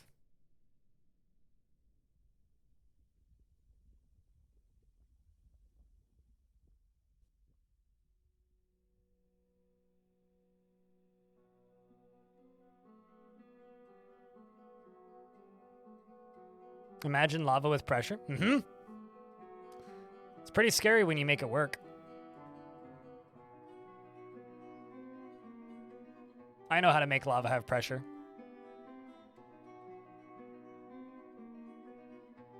I think they mean in the video game, not in real life.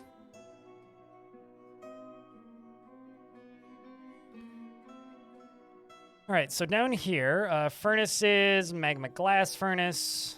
Now the question is what material?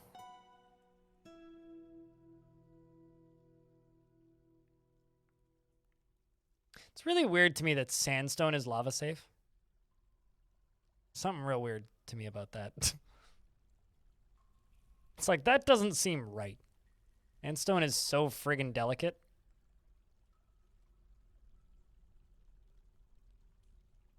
But fair enough, I suppose.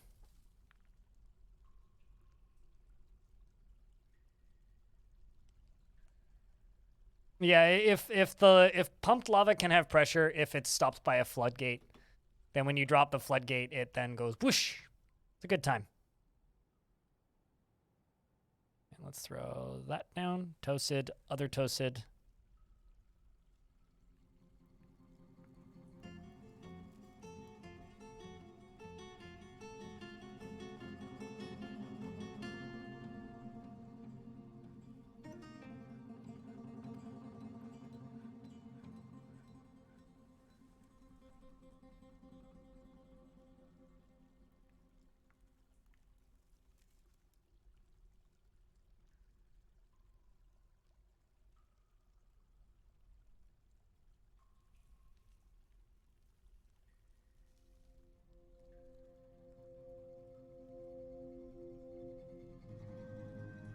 Nope, that's not what I want to do. I just want to unforbid this bed. There we go. Pressure is weird. In Dwarf Fort? Yep.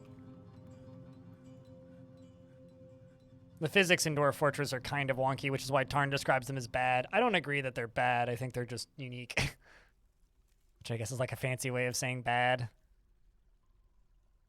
Okay, so what I think I'm going to do is I think I'm going to cave in some tiles. Actually, I'm trying to think how I can do this safely. Because I don't want the dwarves to have to run up to the surface.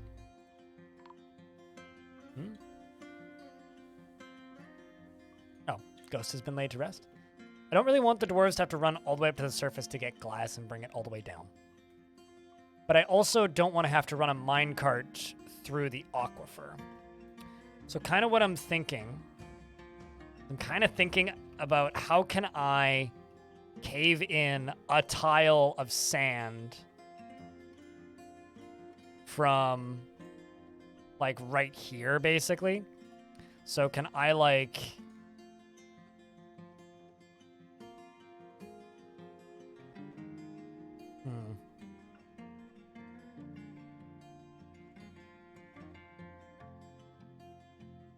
So I guess if I go to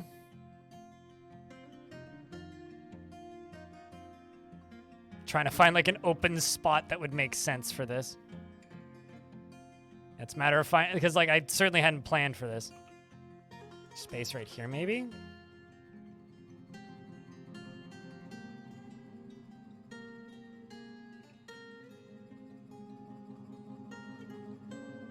So what we're gonna do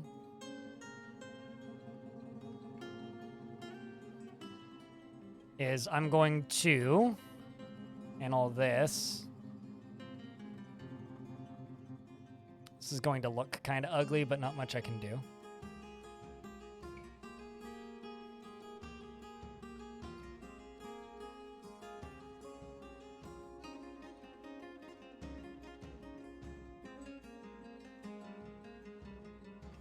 And then you underneath this, do this. Although I think I'm like mostly convinced I'm going to hit, actually, yeah, I do want to go one tile into there. I'm gonna hit an aquifer somewhere. I do want to hit an aquifer somewhere.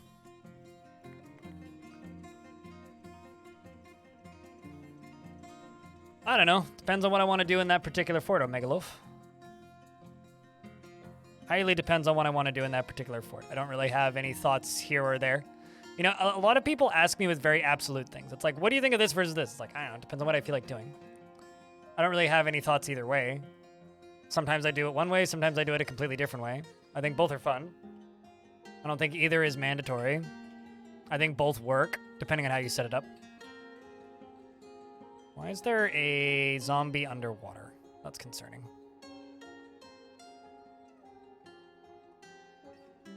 Oh, somebody drowned.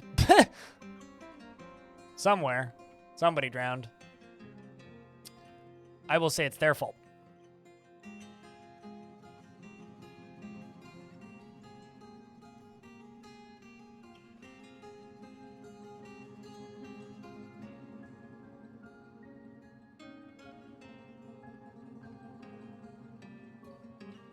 All right, let's just let them dig this up.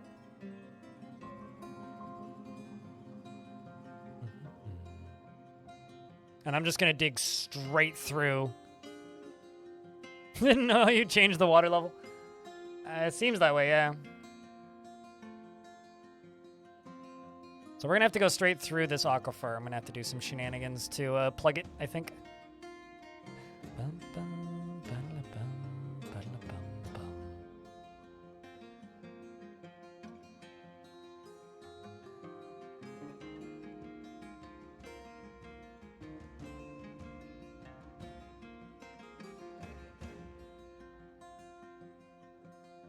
All right, so you go down to here.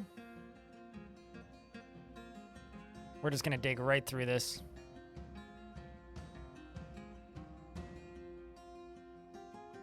It's not that deep, I don't think.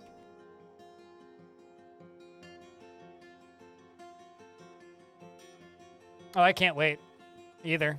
It's going to be a good time.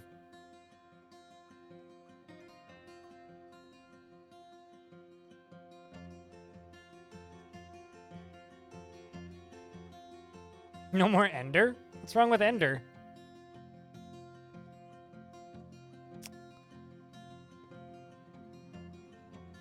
Okay, let's go down here.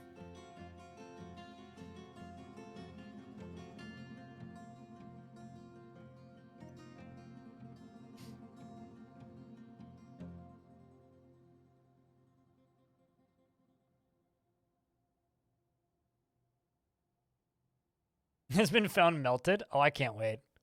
I don't know if we'll get giant agitated sperm whales, though. I kind of don't expect to.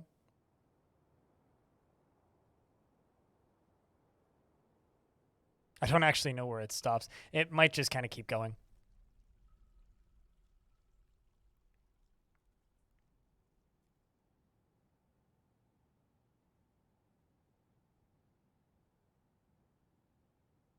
Well, thank you very much for lurking. There's quite a story about that. Well.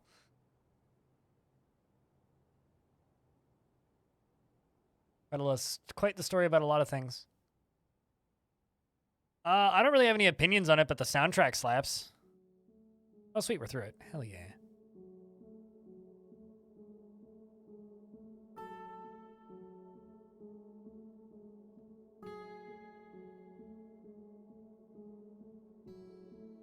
This is going to be kind of dangerous. Ah, man. Water finally started dribbling. What a bummer.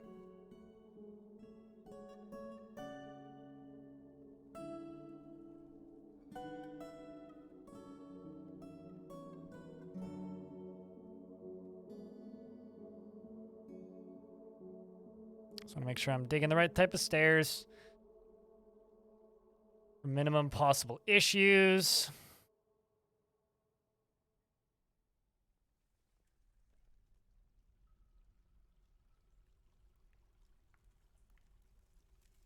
There you go. Yep, I certainly did. Well, this is going to dribble straight into here, which is fine. We can clean this up. And then I just need to go all the way up to the top up here. And I need to channel this out. Actually, I need to do this first.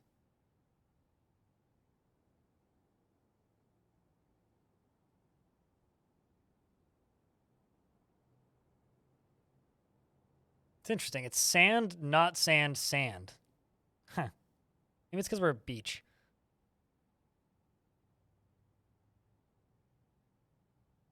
I listened to an interview with the developer of Space Warlord Organ Trading Simulator, and the developer said that he needed to go to psychotherapy after developing the game because he spent so much time researching actual organ trade.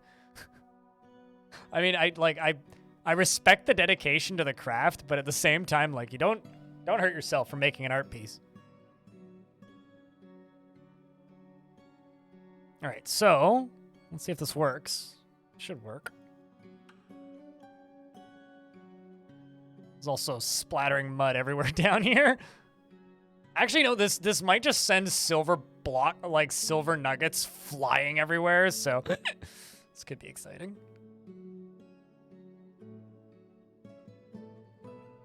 Wait, what? Did you? Oh, apparently I missed a piece. I mean, it would probably just fall through it, but...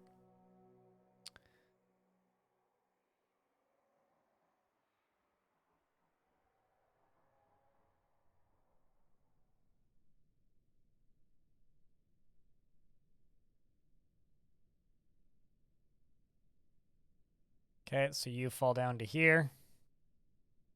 So I want this boulder to hit down here.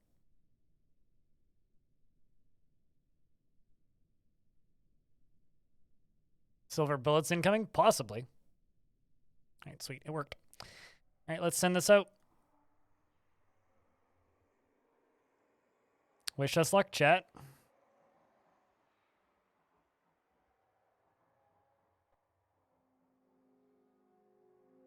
I'm going to pause it when Dwarf gets here. Oh, what? Did you really just... crumble? Okay, fine.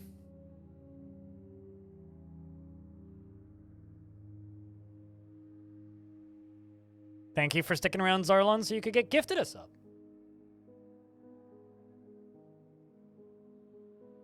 This is still holding it up, apparently.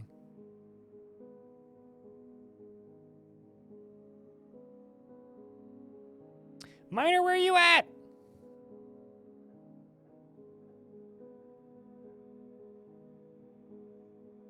Is it really hard to get lava safe ore? No, not really. But I haven't found any iron on this map, and I don't think there's iron on this map. Pretty sure it's just copper and silver, so... Depends on where you settle, really. I'm sorry, what? Apparently, still running into problems?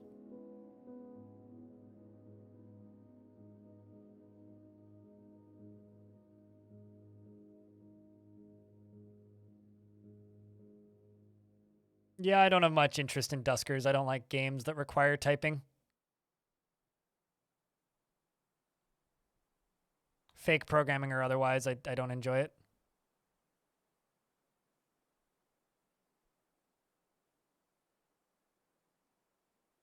Agitated osprey versus a giant penguin, apparently.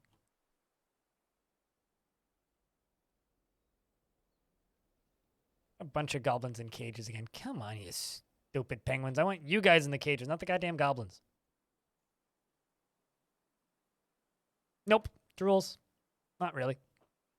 I don't find that to be particularly engaging. Because, you know, the classic line of open world and everything's randomly generated? A lot of shit's really boring. I'd rather have an interesting embark. I hate programming. I know people are like, oh, Dwarf Fortress is a game for programmers. I'm also an idiot and not a programmer. Whew. Did you make it there, me? I'm injured, apparently. Apparently this didn't work. Where did the sand land then? Top of this is supposed to be sand. I feel ripped off. Am I dead? That'd be really unfortunate. Okay, I'm just injured and I'm going to the hospital now. Well, that's kind of a piss off. I mean, like, it worked. It's just clay loam now. Yeah, I don't know. The top of it was sand. It should be sand. Yeah. Not sand. Weird. It was a sand wall. Or maybe... Yeah, maybe you're right. Alright, well, here, let's try this.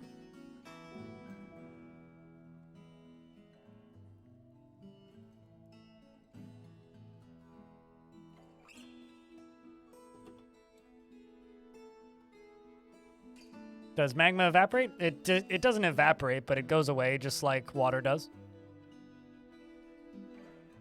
Sand and water make mud? Shh, with your logic.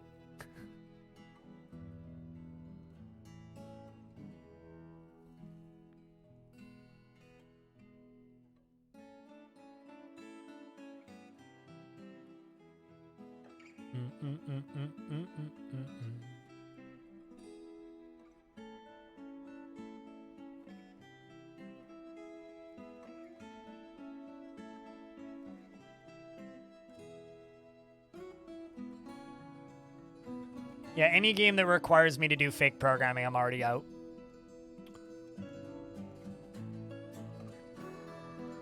Also, usually by the time a game is free on Epic, if I was actually interested in it and had any interest in putting more than 10 seconds of time into it, I would have bought it.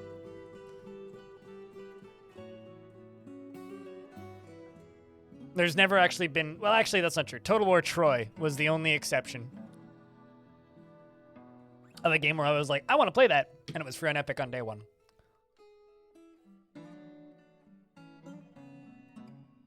I will take your ideas when my ideas fail. My ideas haven't failed yet. I'm not going to drop sound bags from a hole down in the top. No. You can do that if you would like in your forts. But this is my fort where I do what I want. And personally, I really don't want to drop sandbags down from the top. We can do better than that.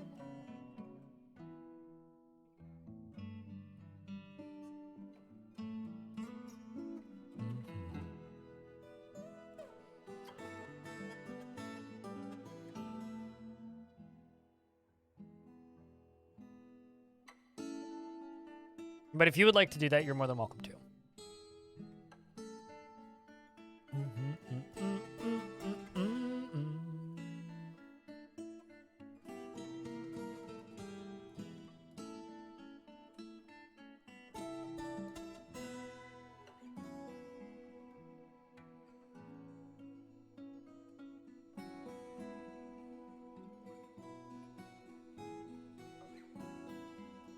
No, I mean, I'm going to use minecarts, regardless. Your backlog is infinite? Sure. I get, like, a dozen... Like, most of the games that end up free, too, I also usually have gotten a key for it already. Like, I am spoiled with this problem of being a internet content creator. I get maybe a dozen games a week that I delete in my email inbox.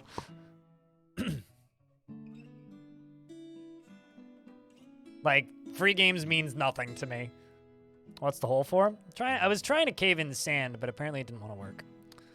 Caved in loam instead. Which I'm not thrilled by. But, on the bright side,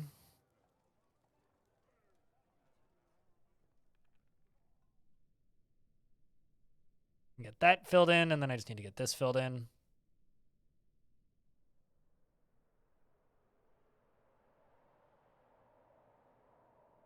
And then I just need those to be constructed over top of.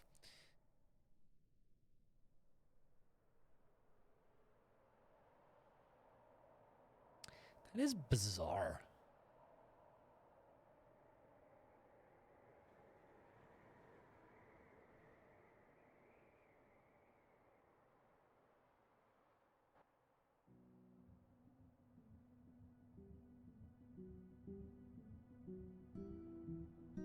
I mean, I could just do minecarts from up here, but again, I also don't really want to do that. Maybe this is a project for tomorrow. Or not tomorrow, next week. Project for another day. Because I really just don't feel like digging through that aquifer repeatedly. I'm gonna have to dig through multiple aquifers repeatedly. I'll tell you this, project for right now, though, is slaughtering a bunch of these puppies.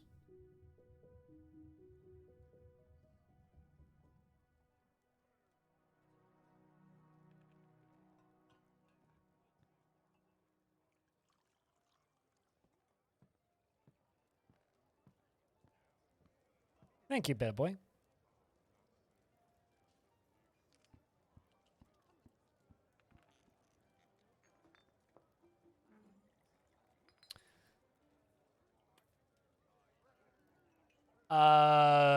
Because they're a meat source and we're running low on meat.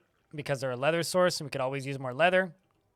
And because, well, when they die of old age, they become zombies. And when you slaughter them, they only become zombie skin, which is significantly less threatening.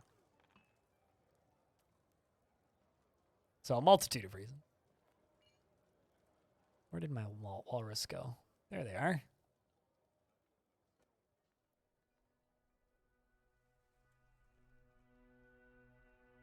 Well, I mean, also, they only become zombies if you're on a terrifying biome that also happens to be resurrecting. Which I am. Well, then don't embark with dogs. If you don't want your food stocks to be full of dog meat. Just think of it as the Fallout character.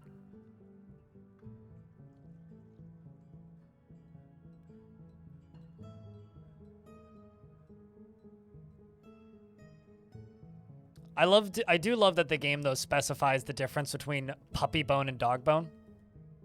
That will never fail to amuse me. All right, well, that's been sorted. Can you sell animals? Sure. I think animals are a liability in this situation? No, they're not. They're a source of food. And besides, most butchers just kick them. It gives them a little bit of stress when the skins come back, but they're very easy to kill. It's not a big concern. I literally never, ever, ever, ever bring cats ever on any embark ever. I also generally don't bring dogs. But the migrating dwarves bring dogs.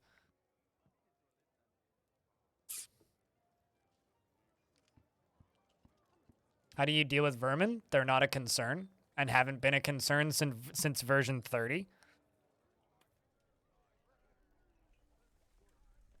There isn't a single cat in this fort.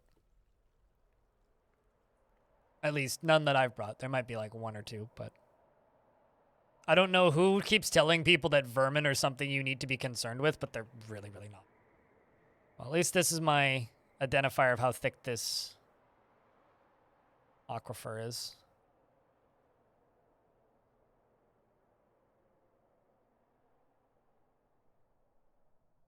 Screw it. Don't they spoil food or something? Yeah, because I'm so short on food.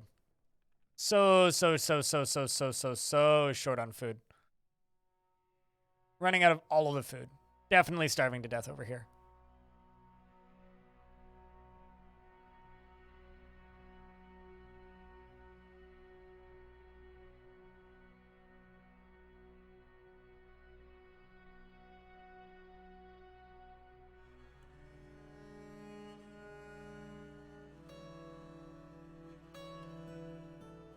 Sandbags. There we go.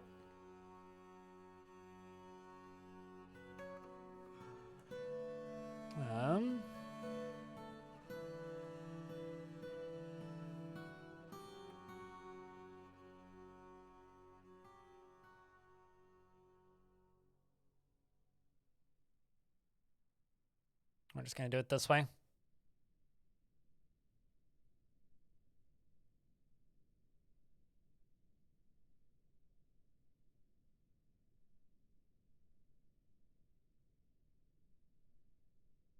Actually, you know what?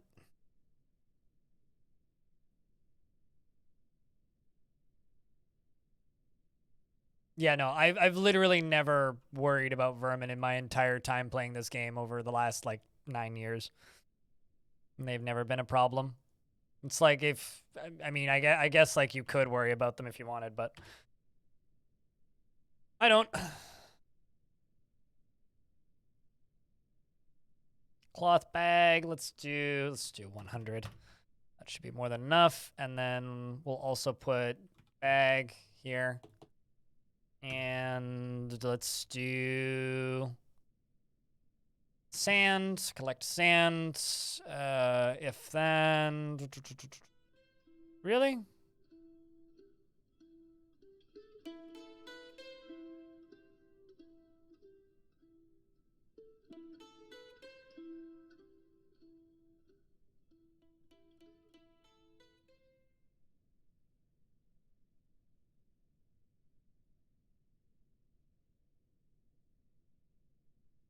Okay, fine. No conditions, then I'll just set that to infinite. Eat me, game.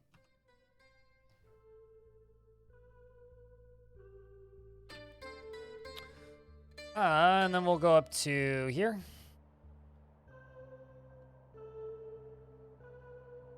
I already stopped carrying Master Spike. I've been streaming for 8 hours, which is the point where I start going, duh, I'll worry about that next stream. And you know what? Duh, I'll worry about that next stream. All right, we're going to do that.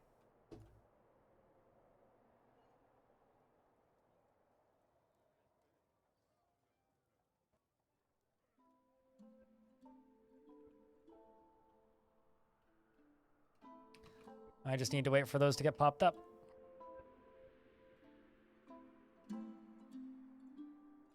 Kind of like Pokemon, never really got through with it. I would never do that. I hate the way vermin catching works in this game. It's just tedious and doesn't really have much point. There's plenty of mechanics in Dwarf Fortress that you can effectively just entirely ignore, and you're not even remotely punished for it. And that's one of them. In fact, I would say I go out of my way intentionally ignoring all vermin catching mechanics. Although part of the reason I just could care less is because for years and years and years and years and years, a lot of those things surrounding vermin catching mechanics just didn't work. Like the whole vermin catcher shop for like 2 or 3 versions just flat out didn't work. So I never really bothered going back, and I messed around with it a little bit in this version. I'm like, yeah, I still have a really hard time carrying. But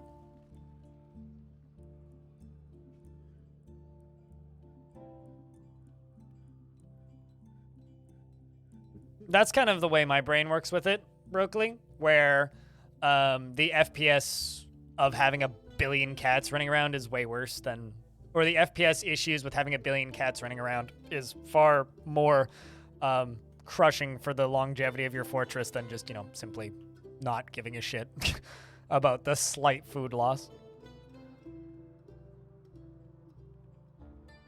What do you mean? Are they? What do you mean by represented individually?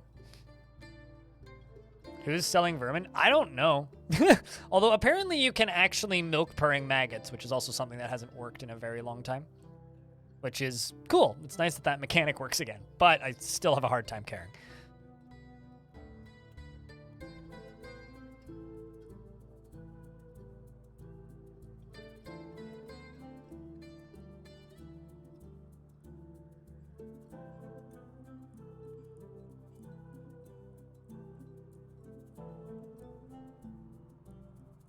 Interesting. It's actually letting me do both.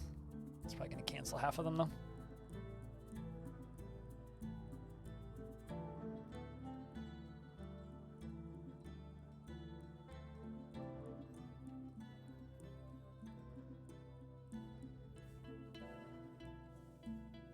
It's not exactly based on real cheese. And also, purring maggot cheese existed before Tarn knew that real-life maggot cheese exists. The way purring maggot cheese, which is dwarven cheese, works, is they milk the purring maggots, which is a maggot the size of a football. Whereas real-life maggot cheese is actually cheese with maggots in it. Purring maggot cheese in Dwarf Fortress, in this version of the game, does have a 2-frame animation, though, implying that there are baby maggots in the maggot cheese. But Tarn didn't learn that real-life maggot cheese existed until while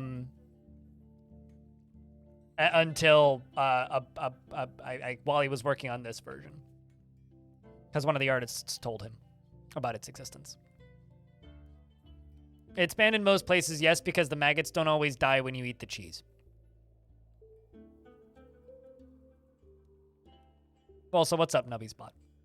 And Diddly Doo. That's a fun name to say. That's actually incredible. Mm-hmm. Anyway. I guess art mimics reality.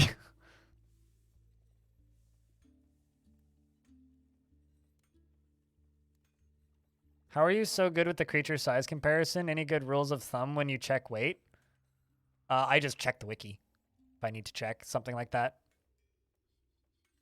Because the wiki, like, let's just say dwarffortresswiki.org, giant sperm whale. The giant sperm whale page, it has diagrams. Very, very, very well-drawn diagrams that have been, you know, available publicly for you to see on the Dwarf Fortress wiki for a very long time. So if you ever want to know how big a giant sperm whale is versus a dragon versus a bronze colossus versus a bull moose versus a dwarf, there you go. Very, I don't know who did these arts originally, but just go to any animal page on the wiki and scroll down and you'll find a very useful diagram.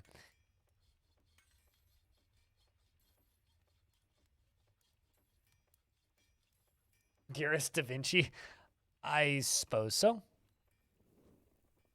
Oh, I need to hotkey the lava layer. Let's do that.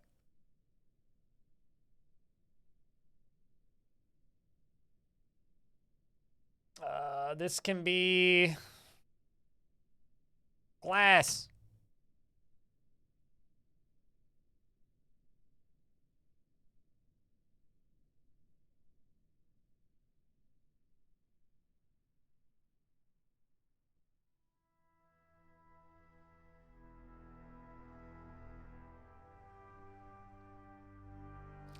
Now the real question is, how long do normal penguins? Oh shit! Sorry, this is my first time seeing normal-sized emperor penguins in the game. Look at those little emperor penguins. Really need to do a better job trapping the surface. Penguin siege guys are being besieged by penguins. We're all fucked. Hold on, are they forbidding those? Looked like it for a second. That's a lot of sandbags. Okay, so is there a particular reason why you're not transporting those down like 150 Z levels? Are they sitting on eggs? No, they are walking across the map. As they do. Okay, well, I got plenty of sandbags, but for some reason, they don't seem particularly interested in hauling them. The kids are all collecting sand. Probably why they're not getting hauled down to the bottom. Can you explain the joke? I don't get it. Krista?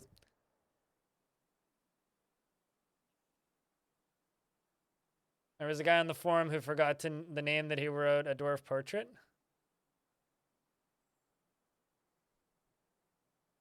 Forgot the name of that he wrote dwarf portrait. Arts are auto-generated based on in-game description. There was a guy on the forum that I forgot the name of that wrote dwarf portrait. And I think that I don't get it, Aaron. I'm confused. Maybe I'm just tired, but time for a beer run. Just don't trip.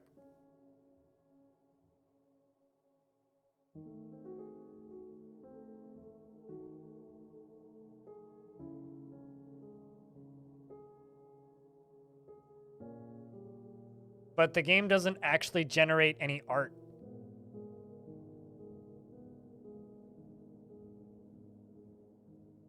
Like, the game gives you, like, lines of text, not actual art.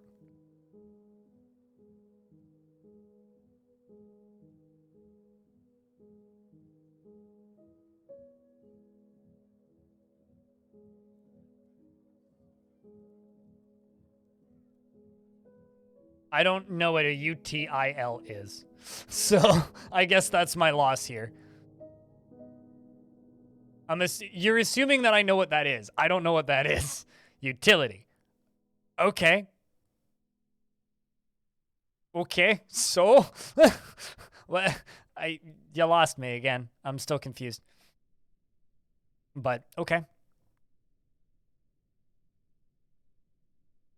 A program. Okay.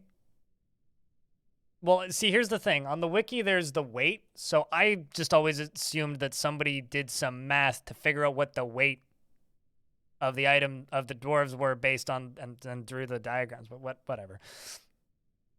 We are completely confuzzling each other here. All right, so is there a particular reason why they don't want to... Oh, actually, I know why they're not using that stockpile. I'm an idiot.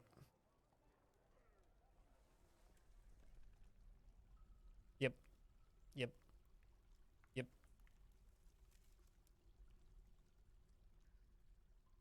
There we go. That'll work.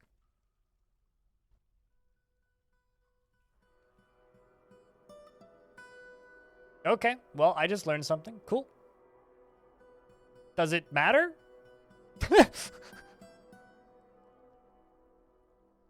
I've gained nothing by learning this information, but thank you.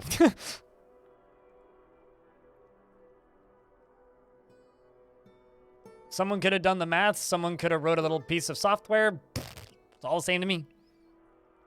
Sorry, I'm getting tired. It's been a long day. All right, so hopefully they will now move these down as they're supposed to. Yep, they are. Sweet.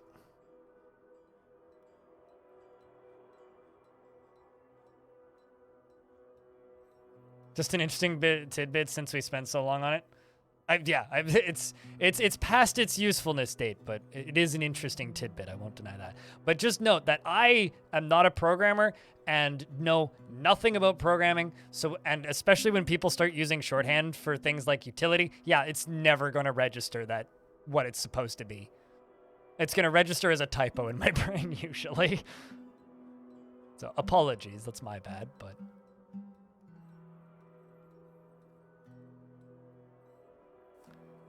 Let's just get this stockpile filled.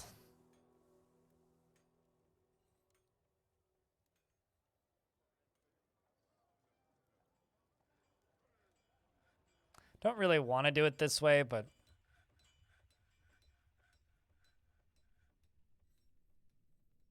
Yeah, no, it's fair. I'm just a professional moron who didn't graduate high school officially and streams video games on the internet that knows literally nothing about programming and has to Google how to download things off of GitHub every single time he has to download something off of GitHub. So Just so that you know the kind of moron that you're dealing with here. Sometimes you need to use simpleton speak for me.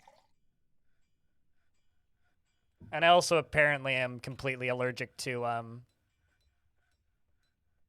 shorthand terms for things. To the point where, like, I don't think that people are allowed to call Dark Souls DS because to me it still reads as dual screen, like the Nintendo console. GitHub is a borderline unusable piece of trash website design that should be have front end redesigned for end users, but you know. I told my friend that who works on their UX design, and he goes, "Yup." Anyway, I need to start. Well, actually, I need to cancel the collect sand job. Collect sand. We're gonna set this just to 100, and well, actually, let's do 180, and I'm going to do glass tube 180. And I'm going to do glass cork. I don't need 180, but I'm making 180. And collect sand. 180. And then lastly, I'm going to do glass block. 180. And collect sand. 180. I know this is a shitty way of doing it, but it works. We can say that about most websites, but yes, GitHub frontend is awful. They need like a newbie view where it's just like download latest build of thing. Click. They'll get around to it one day. Upon asking the two people that I know that work at GitHub, no, they won't. They really won't.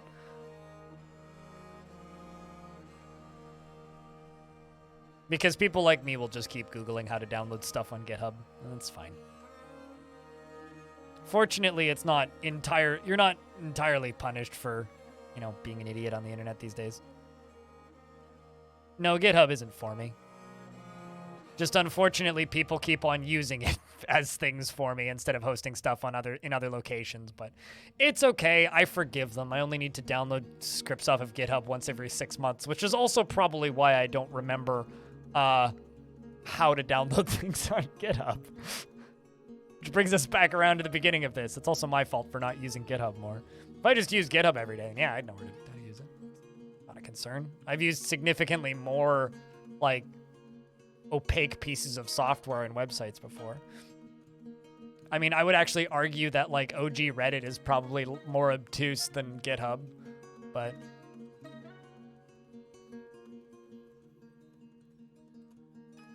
I mean, I used to say that the old Dwarf Fortress UI was fine, so yeah, it's all about familiarity and what you're used to using. What's so bad about it? You don't always want to download a file. Sometimes you want to download a compiled program. Yeah, same. I usually, well, for certain parts of Reddit, actually. There's some parts of Reddit now that I use the new Reddit, but.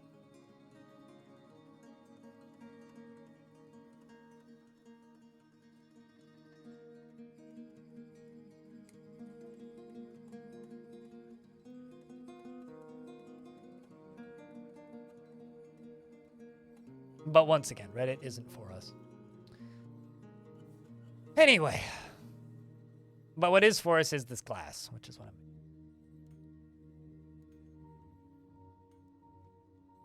Oh, I'm well aware of what GitHub is and what it should and shouldn't be used for, but it doesn't change the fact that people still use it for that shit.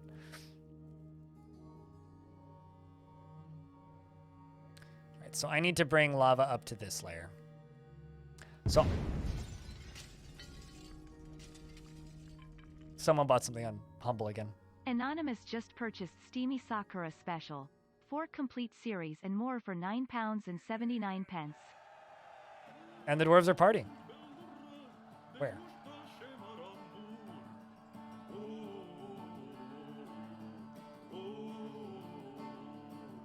Clearly the dwarves are partying because somebody bought the Sakura bundle.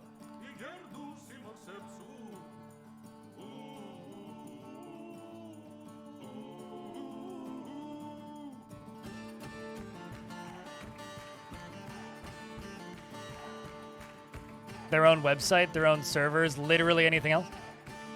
Discord. You could just, you know, upload the executable directly to Discord. That would be fine. A forum. We transfer. I was gonna say mega upload, but I don't think that exists anymore. Get some people to seed it and put it on it and use a torrent. It'd be so much easier.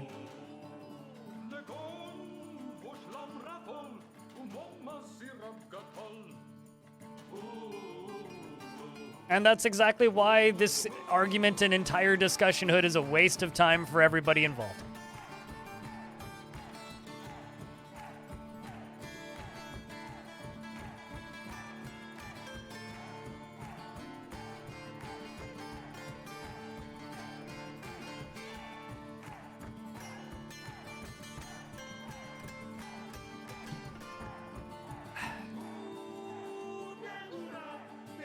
It's the same reason I want every single open source game in existence to, you know, have a Steam release. You know, it's funny. I know how to make a torrent. I've seeded torrents before. Not for illegal software or anything, though.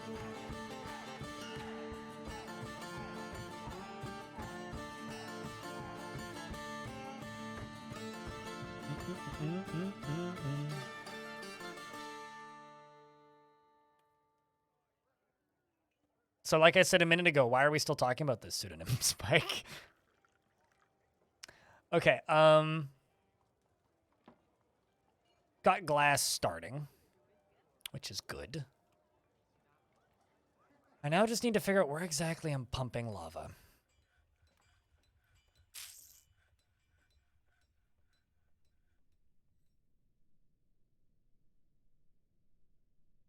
Probably like quite literally straight through this.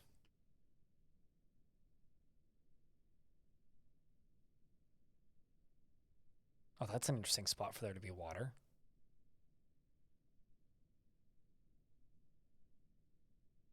That's got to be a cavern layer, right?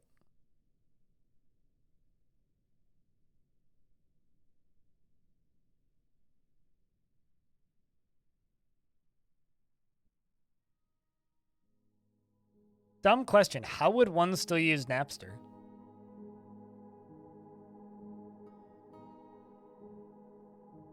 Like, can you even install Napster on a modern OS?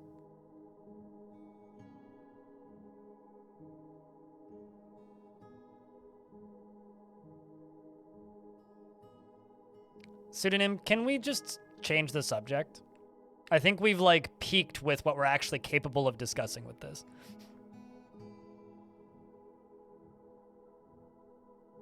Yeah, it allows you to share folders without, like, having them stored somewhere.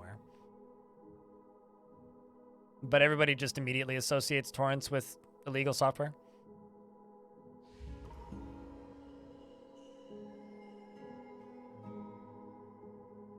Got ourselves another Fey mood.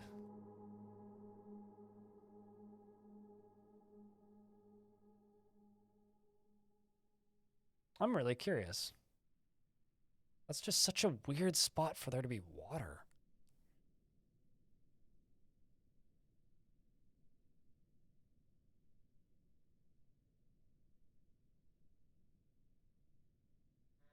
Well, that explains why there's water there.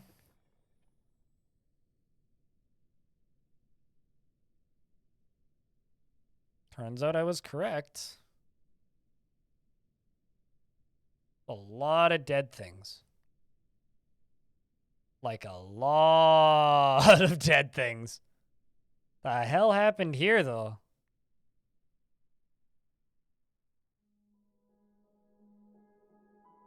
Well, I figured out why this fort was laggy earlier.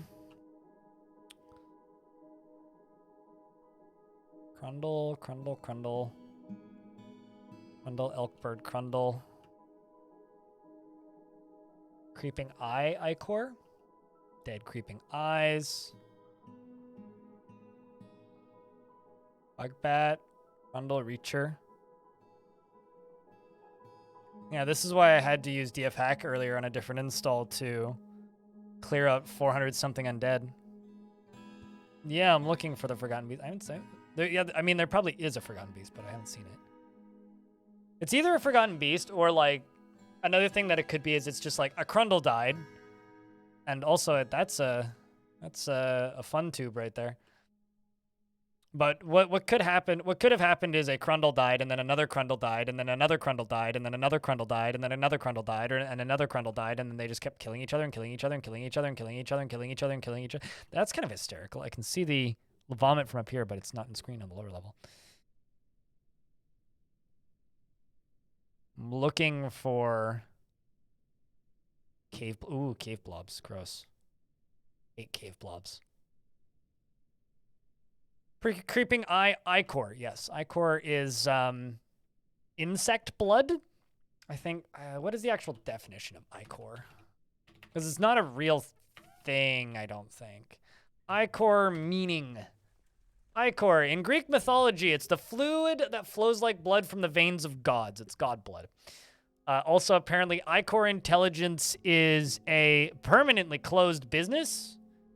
Okay, so Ichor Intelligence was apparently a local company here that apparently worked on critical fluid engineering systems for components and semiconductor and capital equipment. Okay. Ichor? I've always heard it pronounced Ichor, but I also don't think it's really a real word, so. Although let's see how Google claims you pronounce it, because I did have a Google button. So we can settle this with Google. Ichor. Ichor. Ichor. Ichor. Ichor. It's also the apple core of metal. Only Steve Jobs can sing it, though. He's very boring and wears the same shirt every day. All right, well, we're going to lock this because this seems dangerous.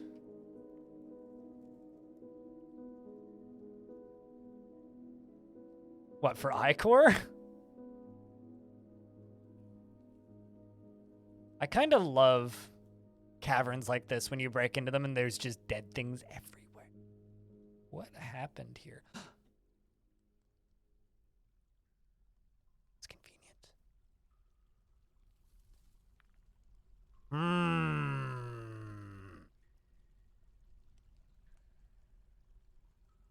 Is there like a little secluded area that I could dig into, perhaps? That is locked off from other things, like this area, maybe? Dig in from here? Because apparently, this is sand. See? Black sand? Black sandbith?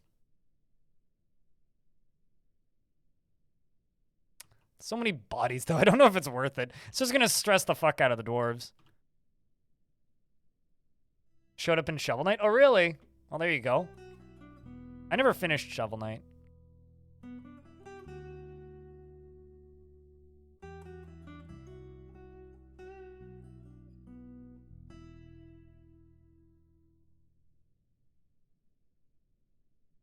Also, I apologize, chat. I feel like I've been cranky for the last 40 minutes just trying to...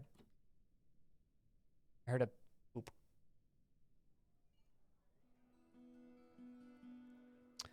Got coal. Let's see what you're grabbing. Did a Forgotten Beast come back from the dead or in this fort yet? Not that I've seen. I've only seen Forgotten Beasts appear and then leave the map. I haven't seen any undead ones.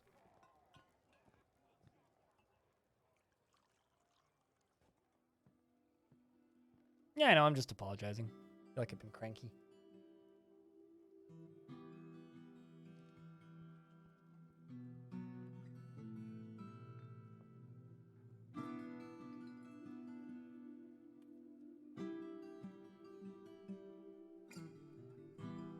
Crankiness can fade away. Clino, how's things? I have a question, Clino. Does it feel like December still?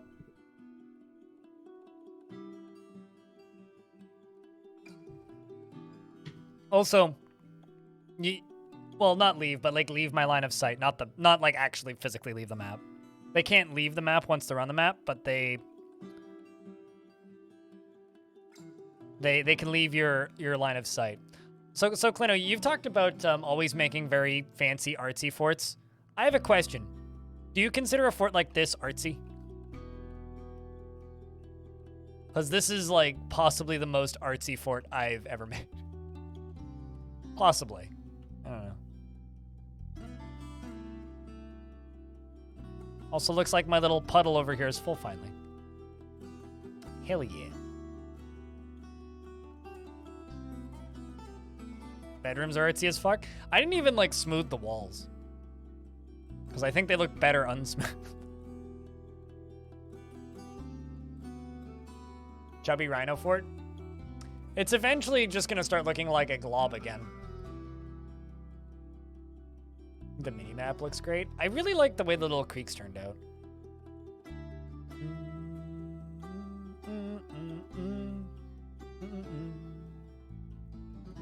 But yeah, it still feels like December to me. Like December's never ending.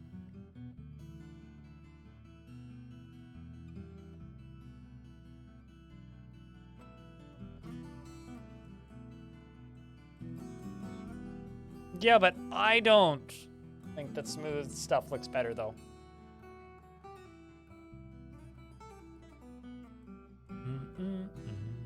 Wake me up when December ends. Alright,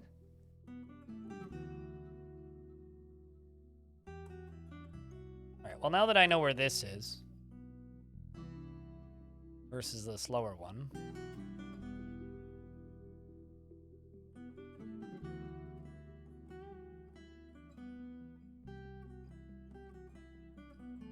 Guess I could pump from, like, right here.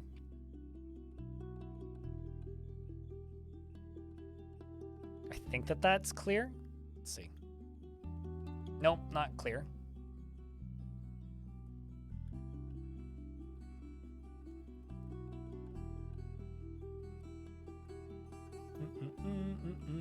How about this up here?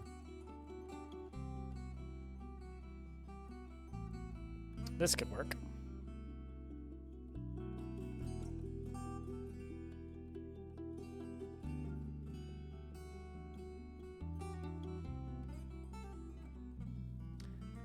That's a jabber. It's a cute little jabber. Undead jabbers sound horrific.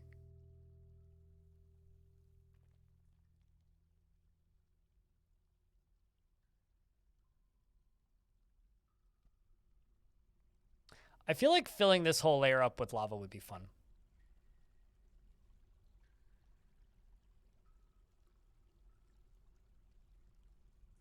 I don't think I've ever seen a screenshot of one of your forts, which is why I ask. Clino.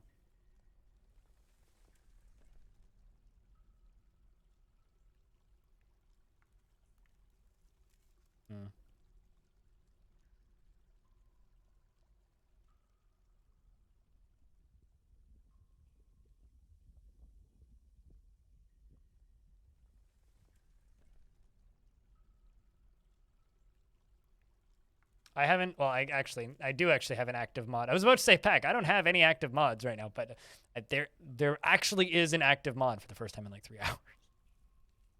Clino's here.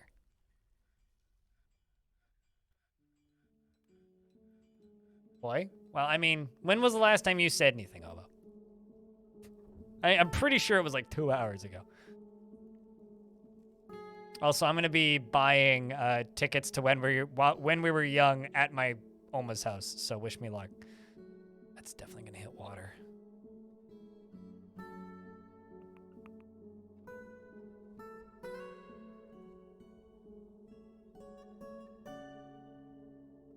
You just sat down. Okay, well, fair enough. Welcome back, Hobo.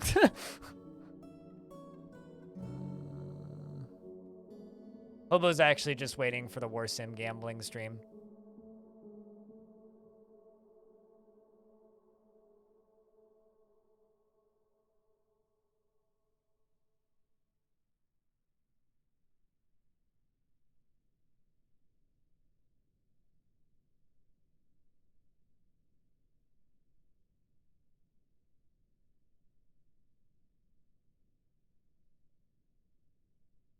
Okay, an hour and a half.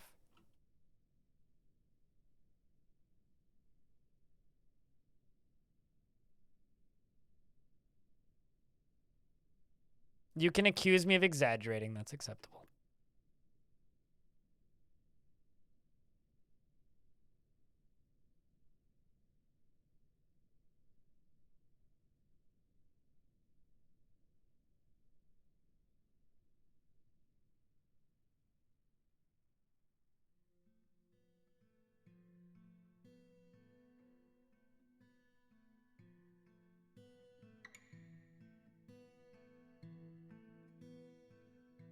I don't like this. Ooh, this is gonna be sketch.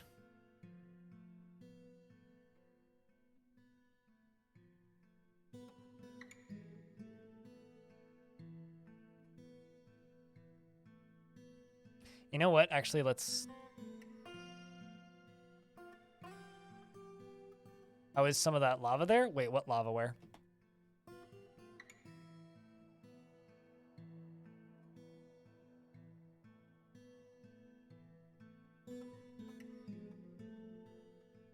You mean this lava over here? Spoilers. This is actually the reason.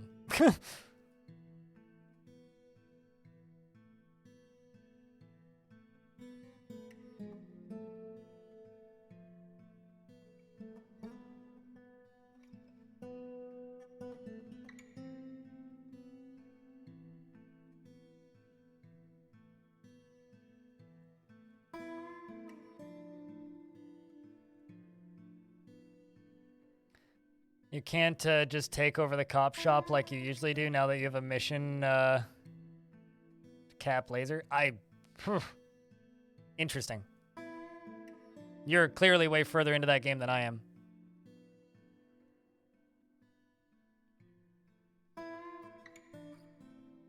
Now that the DF hype has died down a bunch, I should probably play some more of that.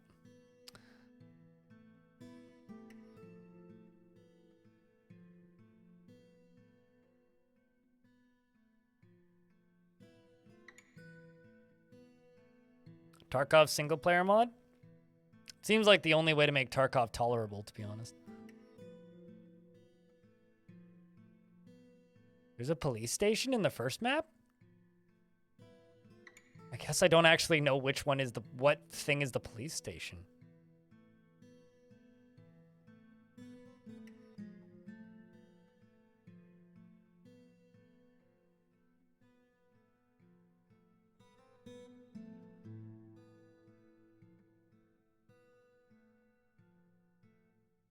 Unless they've added a police station since I last played. Okay.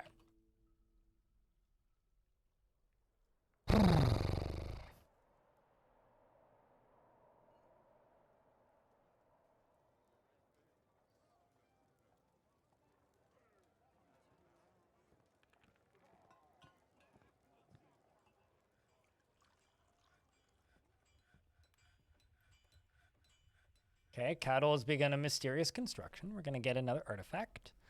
I've got another ghost floating around, apparently.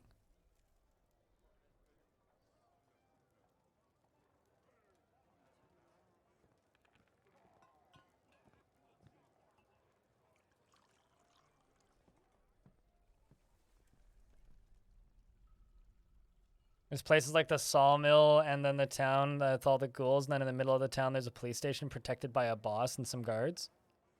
Huh. I may have looted that before and just never really put two and two together that it's a police station.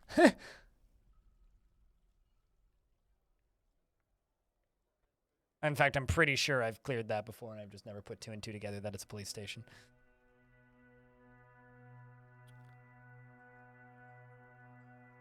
Now I suddenly want to play Zero Sievert. God damn it.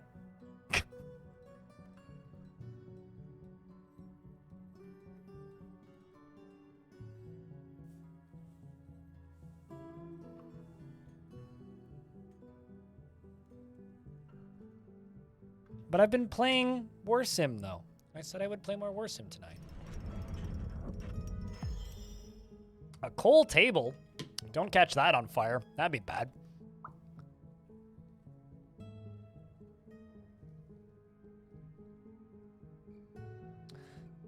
This is a... Is it bituminous or bitanimous? And I've heard both.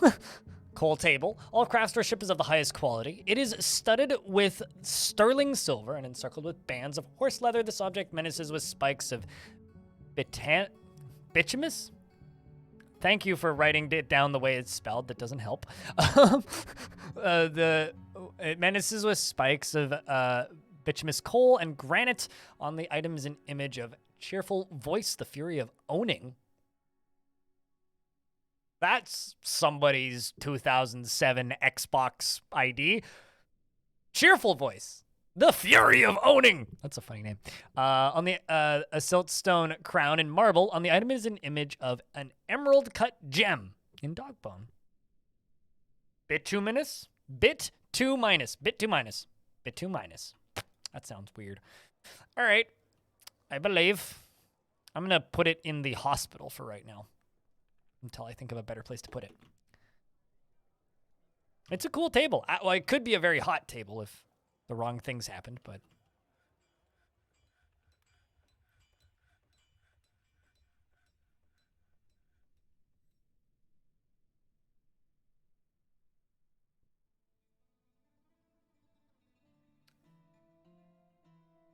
By 2 minus. By 2 minutes? Okay, you know what? Fuck it. I'm Googling this.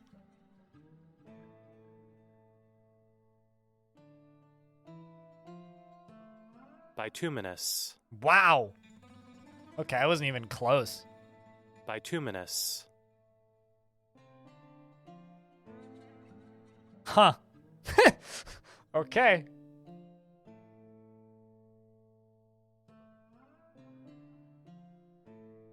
We better catch him. Christos. I know, right? Like, how do you get bituminous out of that? How is that how that is pronounced? I feel that way about most things in the English language, to be honest with you. It's like, how the fuck are you supposed to get that word out of that word? Also, 3 lovers? You goddamn playa. I'm starting to think that this dwarf must have run away from some sort of, like, situation, because lover with Ushat and Nish. B2 minus? I don't know.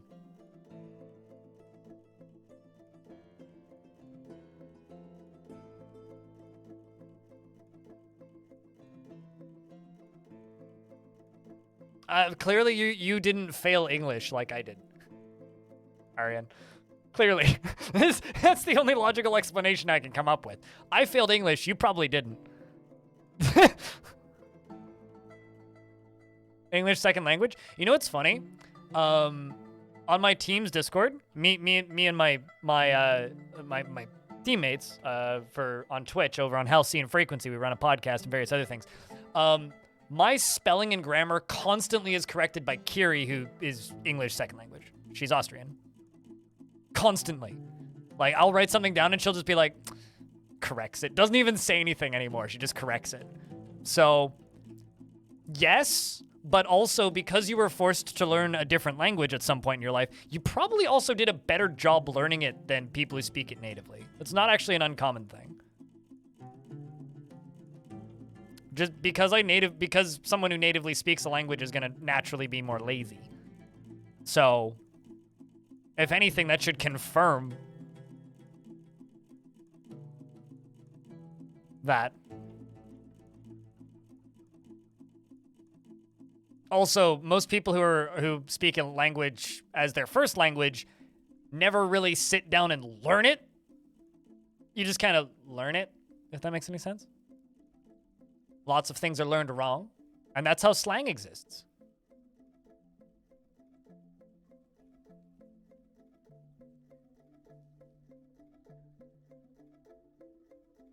It's Irish.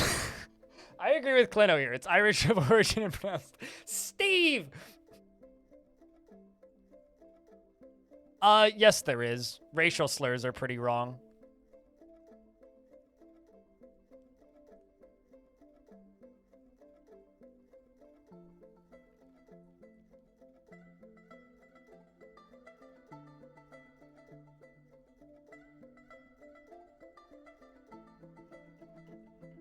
Stephen with a PH, yes. That is the traditional Irish spelling. Just wait until you get into the Welsh pronunciations. Nobody understands that. Okay, so we're gonna begin the very beginnings of our pump stack. Oh, apparently we haven't started making green glass, but that's fine.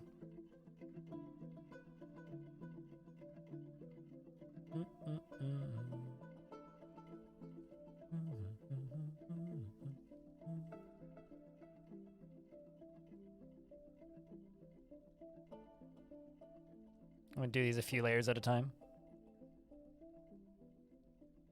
You speak 5 languages? Holy shit. It's insane, dude. 1 language is enough for me, thanks. I speak English and moron.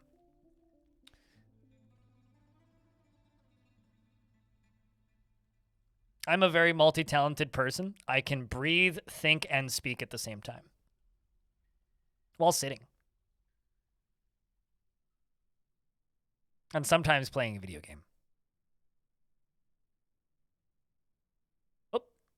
Oh, we attracted no migrants this season. That checks out. I have 195 dwarves.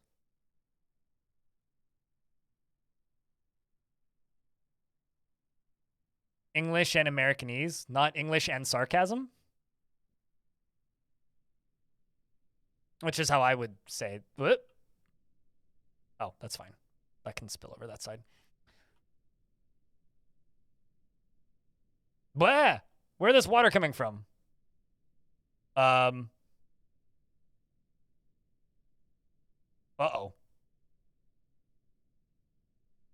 I don't actually know where this water is coming from. This thing's... Okay, well, hold up. This is a problem.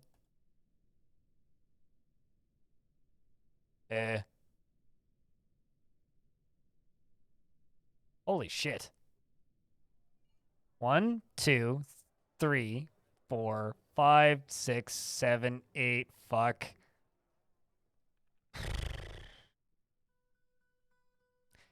Did no one ever teach you the definition of the word jump scare, Brookley? Because on the topic of like misusing words, I don't think I've ever been jump scared by anything in Dwarf Fortress ever. But for you, literally everything is a jump scare, apparently.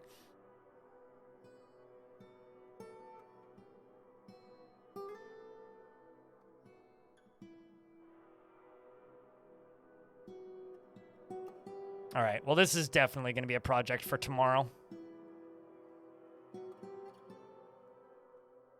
How the heck did it dig through all these without canceling?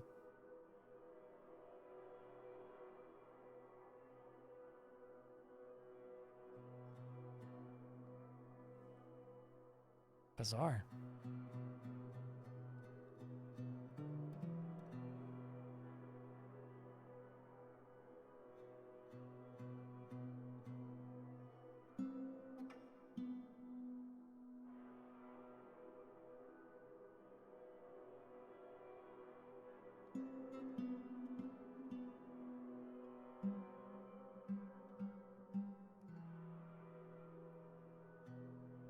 Well, just because something is a surprise doesn't mean it's a jump scare. A jump scare is a very specific thing. So, no, this is not a water jump scare. Heck?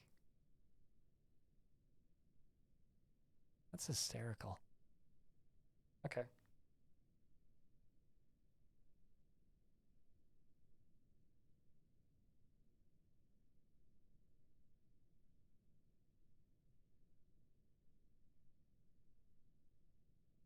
Could be a Boondock Saints reference. Could also be someone being genuinely honest about the number of languages that they know.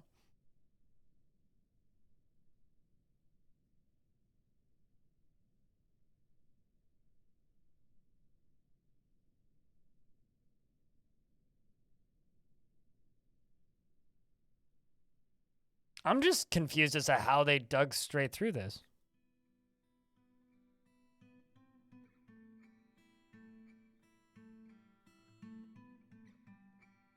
How the heck did they dig straight? Normally, like, when they're digging straight through a aquifer, it cancels, though.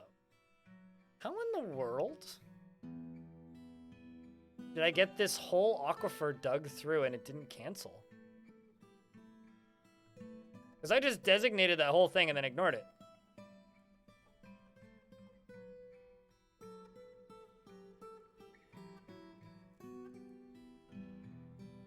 Weird.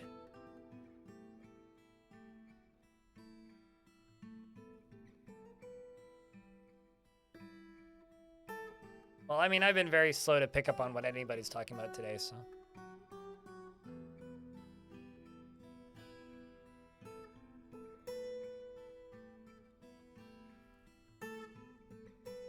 Clearly something like that, Polly. I don't know. I'm just so like normally. I wonder if it's because I came from underneath. I wonder if the cancellation doesn't work when going up, because like it doesn't work when going up when channeling up from a layer below it. So I wonder if it just like didn't register.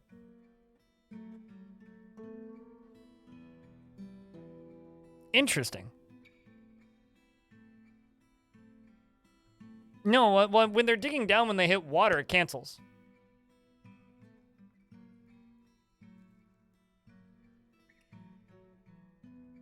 I mean, that's just strange, but I'm just gonna have to go down each layer at a time and smooth the edges. It's gonna be a bit finicky, but could be worse.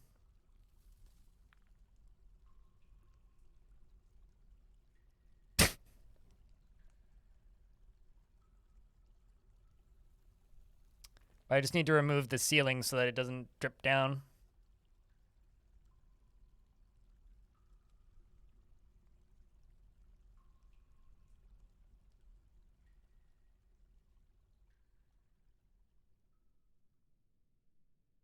We'll see you when we see you.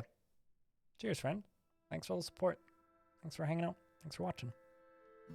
I might be back on Saturday. Definitely Tuesday will be the next stream.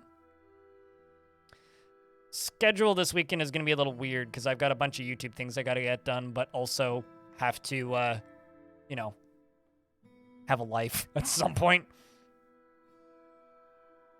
My phone is ringing. Hold up.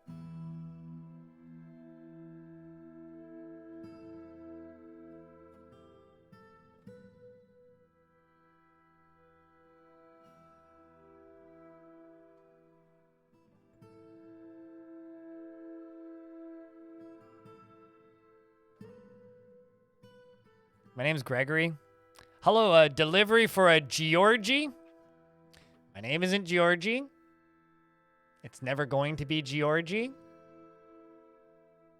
I don't know how they get that out of Gregory. But anyway, I will be right back. I gotta go pick up something. I think I know what it is. Pretty sure it's just like shit for the bathroom. I'll be back in a sec.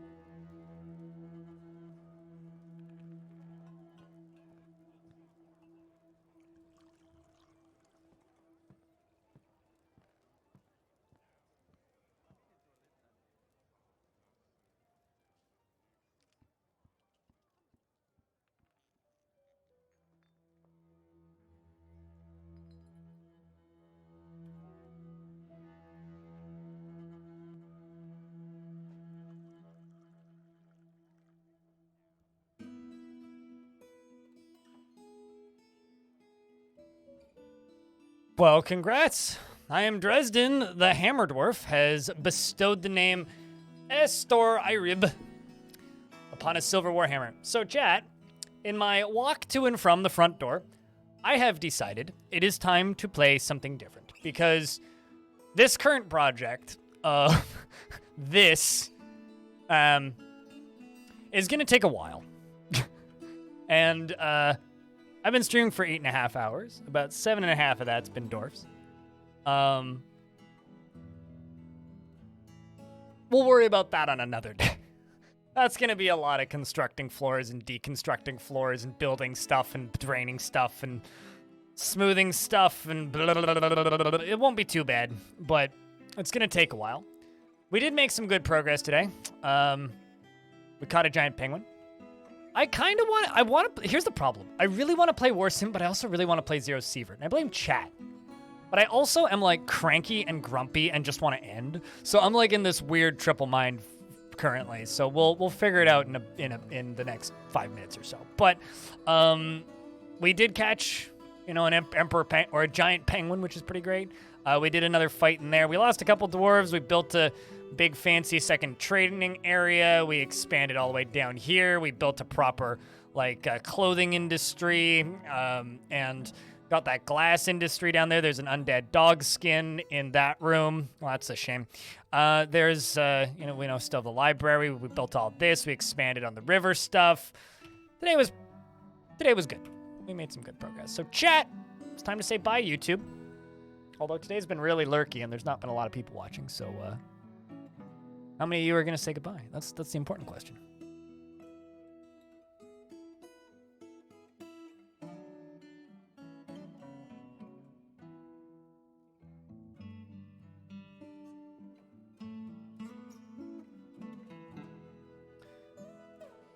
So chat, I don't know what to do. I don't know what to do.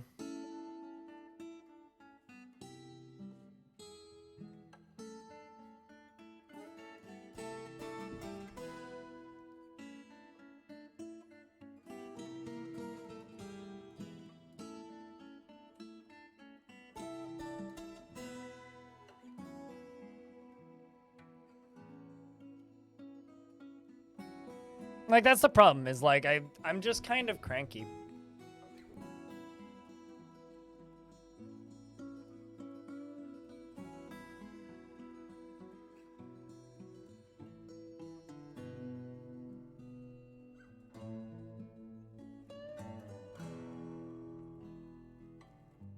The problem is right now I really don't have a comfy game. I don't think chat is active enough for War Sim.